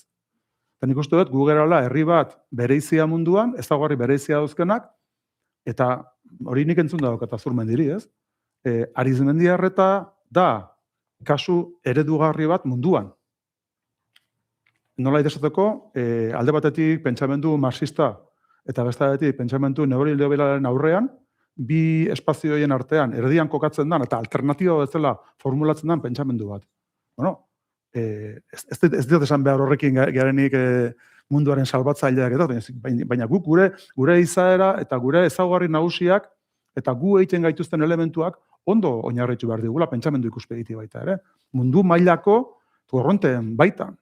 Nik beti jartzen dut ejemplo bat, entzungo zen edaten igual batek edo, gaur egun desberdinkeriari aurre egiteko pentsamendu potentenetako bat edo autoridade importantenetako bat Joseph Stiglitz da, Amerikako irakasle bat. Eta harek, Euskal Herria etorri zenean, nahi zuen Arrasatera etorri eta Mondragonera etorri. Ezagutza Mondragon. Eta lagun batek esan zidan, Monterreiko Unibertsitatean esan ziotela, han hitz egiten zuela Gipuzkoari buruz, Stiglitzek. Badakit oso kasu bakarra dela, baina esan nahi dut, askotan guk gure burua gutxiesten dugu, eta kanpotik etortzen dira, eta ikusten gaituzte, eta esatu dut, hemen badago zerbait berezia ez. Eta nik uste dut, arlo sozialean batipat, eta gure ikuspegi komunitarioan, dauzkagula elementu batzuk, bereizgarria direnak, eta aztertu eta ezagutu behar direnak. Nik uste dut, Josek neurri handi baten hori egin zuela, Arizmendiarreta aztertzera sartu zen pixkatola, ez? Ez oso, leheno komentatzen guen jonek eta biok, ez oso determinazio hondikin, ez? Baina behin sartu zuen eta ezagutu zuenean, kontuatu zen adizu. Hemen dago oso elementu sakona, ez? Eta relevantea. Baita ere pentsamendu ikuspegitik. Ez nik uste horri ere, euskal pentsamendu batek baita ere burutu behar duela, ez? Kalifornian hemengo esperientziari deitzen diote kapitalismo popularra. Beste analizis ikuspuntu bateri. Ez daikun... Haientzako dena da kapitalismo. Kapitalismo elementu diren dena kapitalismo. Segur, nalako esperientziak badagoz Kalifornian bai ukari. partaidetzaren bidez, baina eta partaidetza propietateen bidez, da modu kolektiboan. Hemen bereizgarriena zera da industrian egiten dela hori. Hor bai. Erresuma batuan azten da kooperatibismoa 19. mendean. Beti konsumo arloan. Eta gero kreditora pasatu zen. Baina beti porrota industrian. Eta hemen oraingoz badirudi industrian badagoela jarripena, ez? Bueno, komentario bat, bakarrik orain pixka bat badakite hemen nagoela kooperatibismoen nola baiteko gune nagusian, baina bakarrik esateko, nian nengoenean holan honetaz hitz egiten gaudela, batek holan erantzu zidan.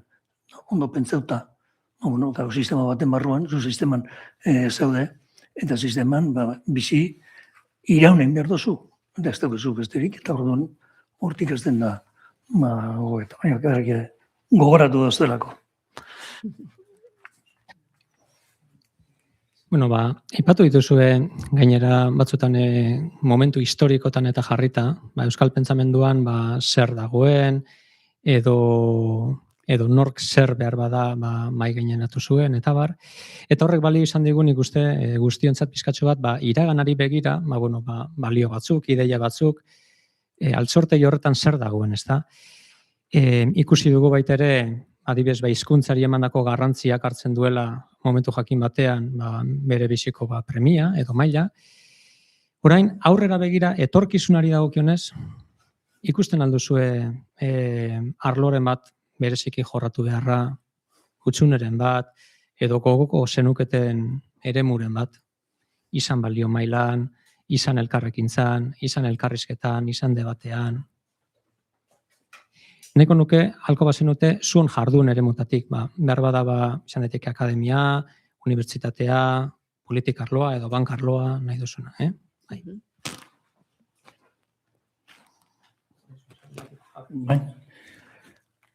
Bueno, ni hasiko nintzateke azpimarratu adibidez euskararen normalizazioa kontzeptu bezala erabiltzen den bezala, edo normatibizazioa alde batera utzi horrein. Euskararen normalizazioa badela ere euskal pentsamenduaren normalizazioa, euskaraz pentsatzearen normalizazioa, euskaraz idaztearen normalizazioa.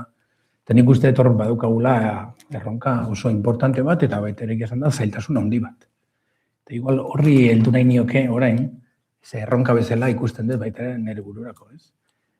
Nik uste euskal erronka horretan daukagun, ez dakit, etxaia hondiena ez dakit igual, ez dakit, baina arrisko hondi bat badaukagu bentsat, kurrikulumean. Kurrikuluma unibertsitatean egin behar da, eta ja sistemak berak behartzen gaitu unibertsalizatera, bai edo bai. Eta unibertsalizateak nahi duzan, ingelesez publikatu behar dela. Eta egia esan da, ez dut sinisten euskera salbatuko dugunik ingelesez.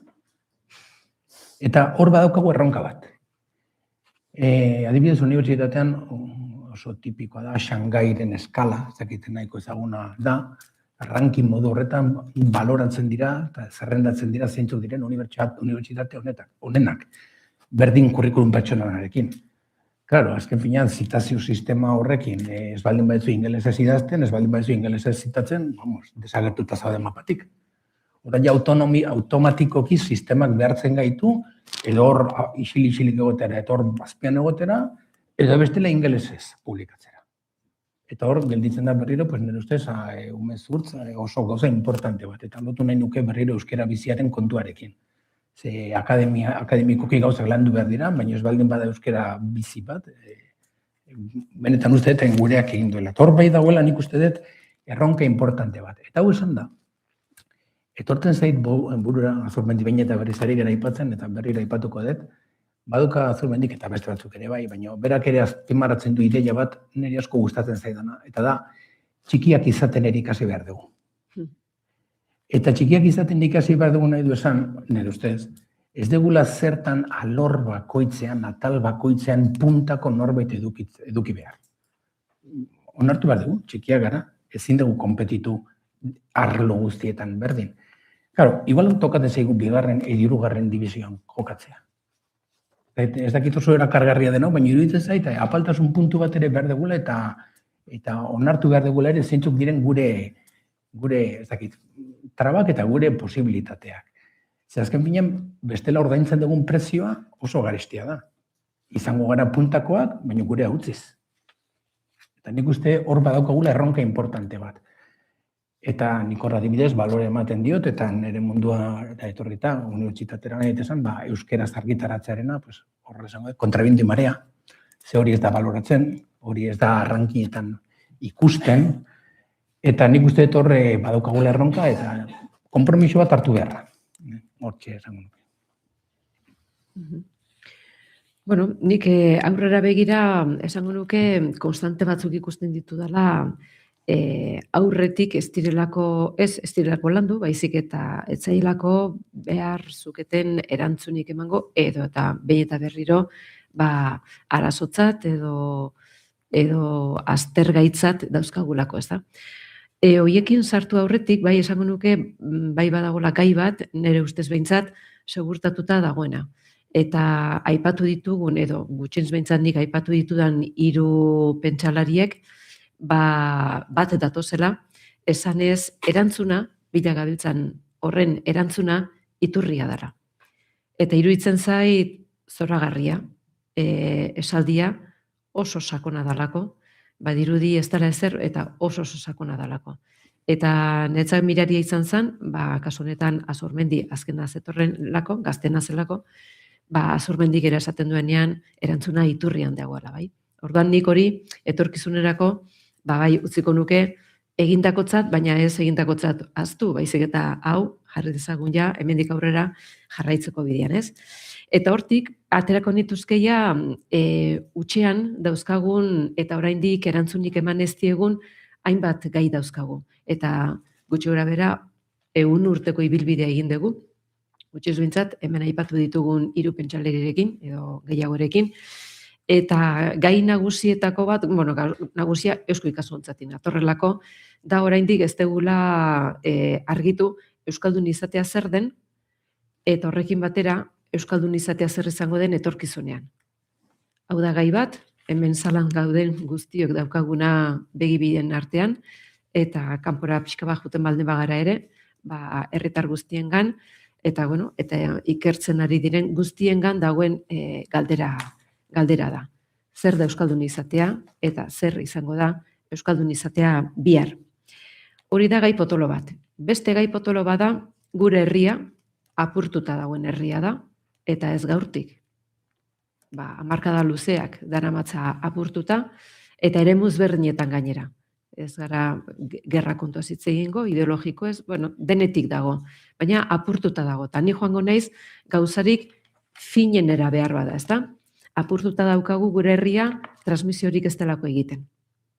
Hau da, gure aurrekoek ezagutu dutena, maitatu dutena, guri apenas heltzen zaigu. Eta gu berriro hasten gara, asmatzen, Euskal Herria gurekin batera sortu izan balitz bezala. Eta hor gainera nahiko zabarkeriz. Orduan, apurtuta dagoen herria gara, eta ere nik aipatu ditudan 3 pentsalariek 3 hitz egiten dute Euskal Herrian apurketari buruz, eta hor jarraitzen dugu Euskal Herria apurtuta. Gero ja, pixka bat, mailatxo bat berago esango nuke dagoela, aniztasunaren arazoa. Izugarrizko arazoa daukagu, aniztasuna zer den ulertzeko, eta are gehiago aitortzeko. Nik uste dut, 21. mendean eta kalean egiten ari den euri jasa kontutan hartuta, urrengo harrapatu beharko genukeen gaia behintzat hau litzatekela. Hau da, ulertu aniztasuna zer dan, eta aitortu aniztasunarekin herri hobea izango garela, ez? Horrekin eta gizabidearekin harremana daukan puntu bat, elkarrekin nola bizi. Naparrak ari dira, honen inguruan 2. plana egin dute, baina ez da asmatzen. Eta oso zaila daukagu. Gure aurretik aipatu ditugun 3 pentsalariek esaten dituzten hainbat eta hainbat gauza ez baditugu egiten, oso zaila daukagu elkarrekin ondo bizitzen ikastea. Badirudi ez degula nahi. Eta hor utziko dut, hor dago beste kajoi handi bat irakurtzeko eta aztertzeko, ezta? Eta badago gauza bat premiazkoa duguna eta gu guztiok hemen gaudenok baiezkoa esango duzuena, zeren eta toki baten ezpada bestean entzun, irakurri edo atera zaizu, ezta? Eta da, euskaldun izateari zentzua hartzea eta zentzu hori transmititzea.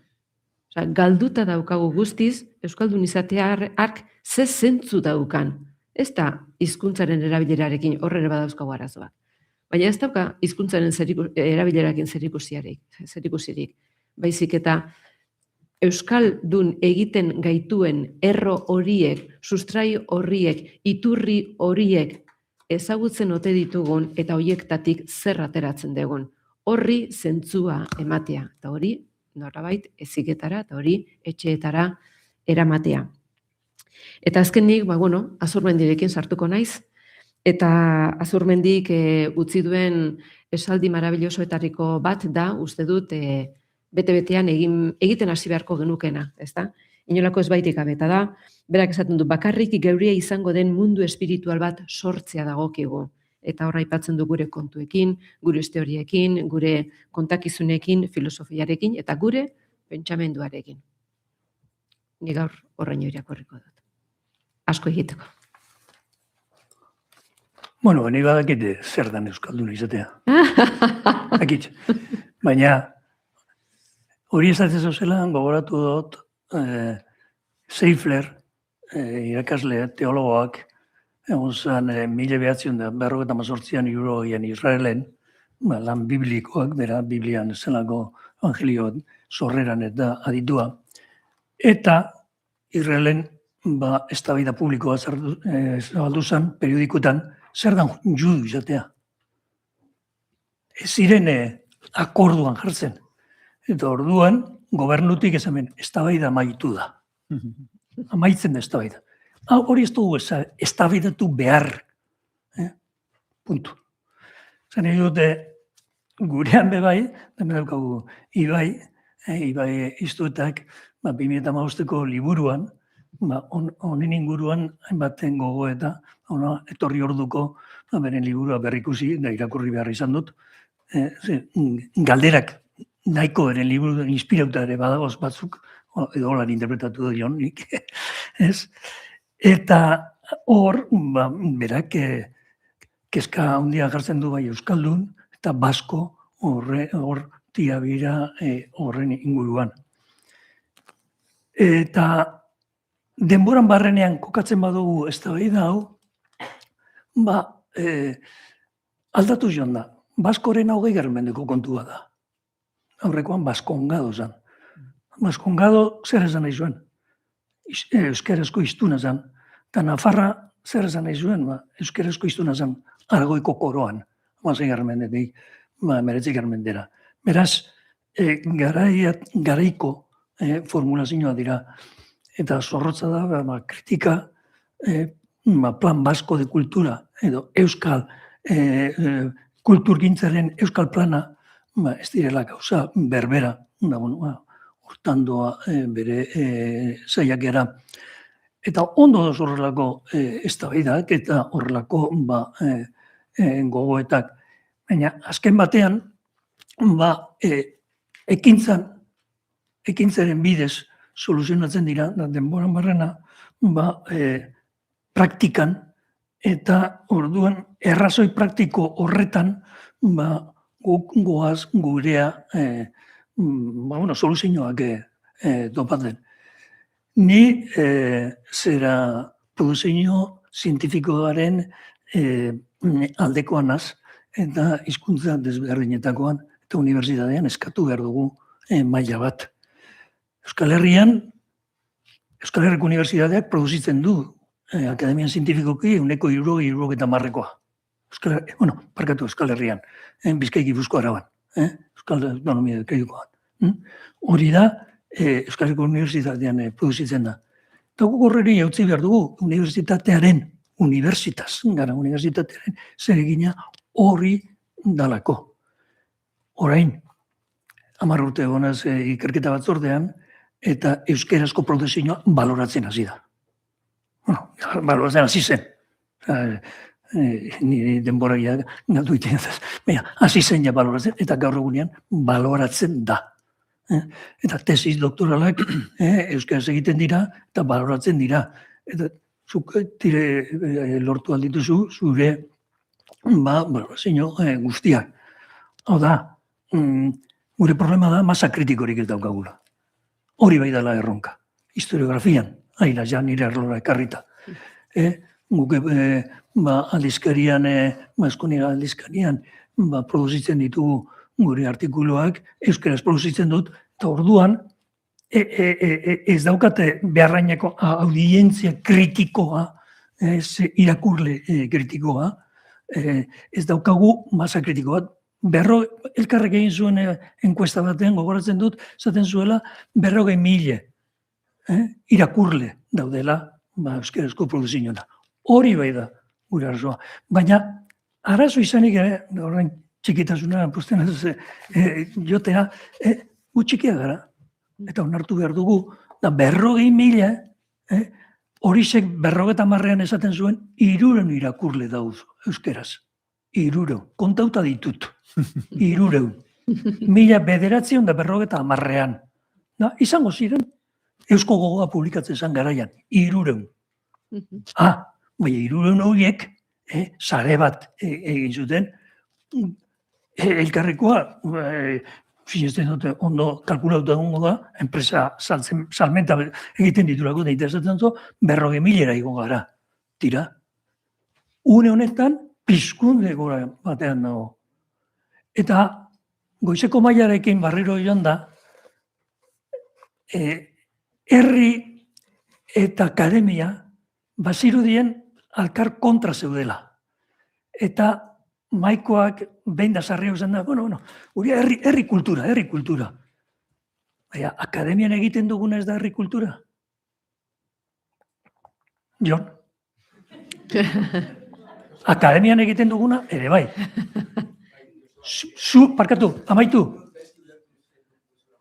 Ez dut ulertu. Postenaz. Beto. Zera, kultura inmaterial bat dagoela, akademian ere badaukagu kultura inmaterial bat. Baina, inmaterialtasuna hori garrantzitsua dela, eta bakarrik, txistularian naz, eta dantza busturiko irrintzelai dantza taldean, txistulari ofiziala 50 urte baino gehiago. Jarraitzen dut. Baina kontrastea da, kontraratzea da. Ez, hori beste batzun kontua da. Ez, akademian gurean badago immaterialtasun zentzu bat, eta hori bakarrik ez da herri kultura. Akademiakoa herri kultura da. Eusko ikaskuntzan 28an apraizak bereizten zuen, alta kultura i baja kultura. Horre bereizketak, esateko ondo dauz, baina ez dute gerpen handirik egiten. Baina, oker ulertu badot, igual, ondo. Labur, ez dakitez, pixkata izinen galdezka, etorkizunari begira euskal pentsamendua zerronka dauzkan, ez, horren inguruan. Nik egingo dut planteamendu bat, pentsamendu politikoari buruz. Osa, nik gertu daukadalako, ez? Nik beste planteamendu orokorragoak pixkat bazterran utzen dituen, baita ere interes ikuspegitik. Nik pentsamendu politikoan daukat interes nagusia. Eta nik uste dut etorkizunari begira, batez ere pentsamenduak heldu beharko liokela demokraziaren kontzeptuari, ez? Demokrazia nola egikaritzen dan gure mende honetan, gure herri honetan, baita ere ikuspegi global batetik, ez. Demokraziaren inguruko osnarketa sakon bat egin beharra daukaguz, une honetan daukagu gizarte bat, arrazoi diferentekatik, ez dikoa sakontzera, baina arrazoi diferentekatik gizartea joan daiteke ibilbide diferenteetan konturatzeako. Oso, ia modu mediatoan. Horren nik uste horrek badaukala zerikusia hiritarrek arlo politikoarekin, arlo instituzionalekin daukaten deskonexioarekin, beraz hor badago alegin bat egin beharra birkonektatzeko hiritarrekin eta gizartearekin, eta hori nola egiten da, horren inguruan pentsamendu bat garatu beharra dago. Nik uste dut, 20. mendean Europan gizarte batek nola mantentzen duen bere izaera demokratikoa, horren inguruan guk egin beharra gure gure irakurketa propio bat Euskal Herritik. Eta aldan neurrian gainera, konsensuatu eragileen nagusien artean. Zai izango da, baina demokrazia zer dan horren inguruan osnarketa bat, eta herrigintza zer dan horren inguruan adostasun zabal lortuko bagendu, Euskal pentsamenduaren ekarpen zoragarri izango litzateke herri honentzako. Bai, gustatu bat komentatu nahi nuen, esan diren doazen aritik eta zure galderari zer da euskaldun izatea. Nik oso garbi daukat ere. Benetan uste dut, ez dut uste ezer berririk asmatu behar dugunik. Eta hitzak dioen bezala, euskaraz dakiena, horren inguruan. Ez dut uste askoz gehiago esan daitekenik. Gainera, konparatibak nik uste dut ere lagunduko ligukela. Onartuko genuke norbaitek esata frantsesa dela frantsesa jakin gabe, espainola dela espainola jakin gabe, alemana dela alemana jakin gabe. Ez dut imaginatzen. Hemen pasatzen dena da, gure realitatea dela oso komplikatua. Baina kontzeptu mailan ez dut uste hain komplikatua danik. Ni filosofiatik etorrita, Kantera aipatu behin baino betan, eta nik ere aipatu nahi nuke, baduka Kantek oso esaldi borobil bat, niretzat ere interesgarria dena, eta azken finean aldarrikatzen duena ze punturain diren baliozkoak kontzeptuak erreferentzia bezala. Esaten du, kontzeptuak gabe edukiak itxuak dira eta edukiak kontzeptu gabe hutsak. Horrelako joku bat bezala egiten du. Claro, planteatzen dena euskarazko pentsamendua, euskaraz garatutako pentsamentua, planteatu beharko duke erreferentzia bezala, etorkizunari begira, idar regulatibo bezala esaten du, Kantek. Eta nik uste hori importantea dela. Ze bestela daukagu arrisku bat. Eta da, nola ez dakigun arazoa nola konpondu, arazoa birformulatzen dugu konponbidea aurkitzeko. Nola ez dakigun oso ondo euskaldun eta basko berdinak diren, eta klaro, ez dakigu, bueno, jazta, berdinak dira. Baina horrela ez dugu konpontzen asuntoa. Arazoa hor dago, gustatu edo ez. Adibidez, beste bat. Erabakitzen baldin badugu hemendik aurrera, porque si, nazio eta estatu identikoak direla, jazta. Baina realitate sozial, realitate linguistiko hor dago. Beste izen bat beharko dugu. Orduan, hitz aldatzea ez da soluzioa. Orduan, arazoa da, errealitatea nola pixkanaka mugitu eta horretara eraman. Hori izango duke. Mitxel Nagorri euskorekin erantzun zion. Ez du izan arrakastarik. Gaztelerazkoa euskoa dana litzateke. Da, 18an sortu zenako Estudios Basko de Tit Baska, eusko ikaskuntza erderazkoa. Bueno, ondo gelditu du zitzaion idazterakoan, artikulu polita da, oso interesantea, baina proposamen moduan bota zuen. Baina ez du izan gero garapenik erderaz esaten duzu, zail hori eusko esaten dizu, da zail horentzako eusko da beste plan horretan beste kontu bat, beste referentzi batzuk sortzen dizkio. Bueno, ordua dugu amaitzeko, orduan eskerrik asko, laukotiari, baina duzu txalo jo,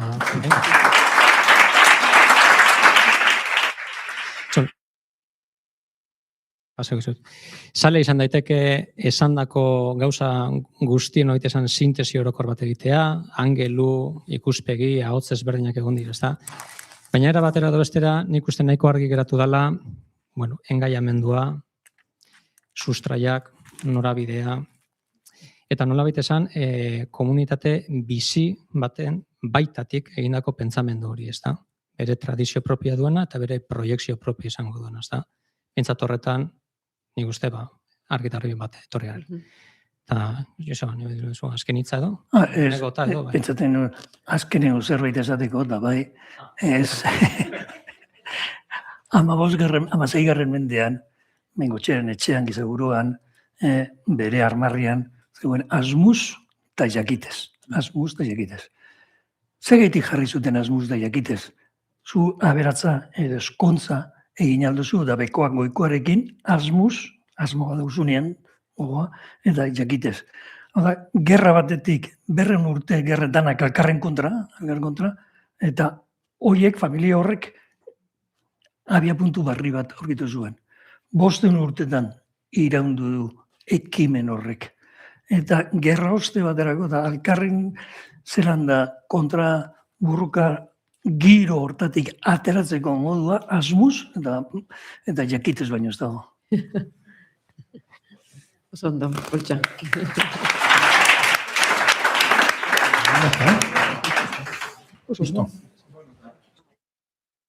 Eta oraintxe torriko zaizkigu atxalde honi bukaera atsegin bat emateko, June Iraola eta Olaia Castro, gure hemen ikasten ari diren bi ikasle, eta kantaldi bat eskainiko digute. Torri, Olaia eta June.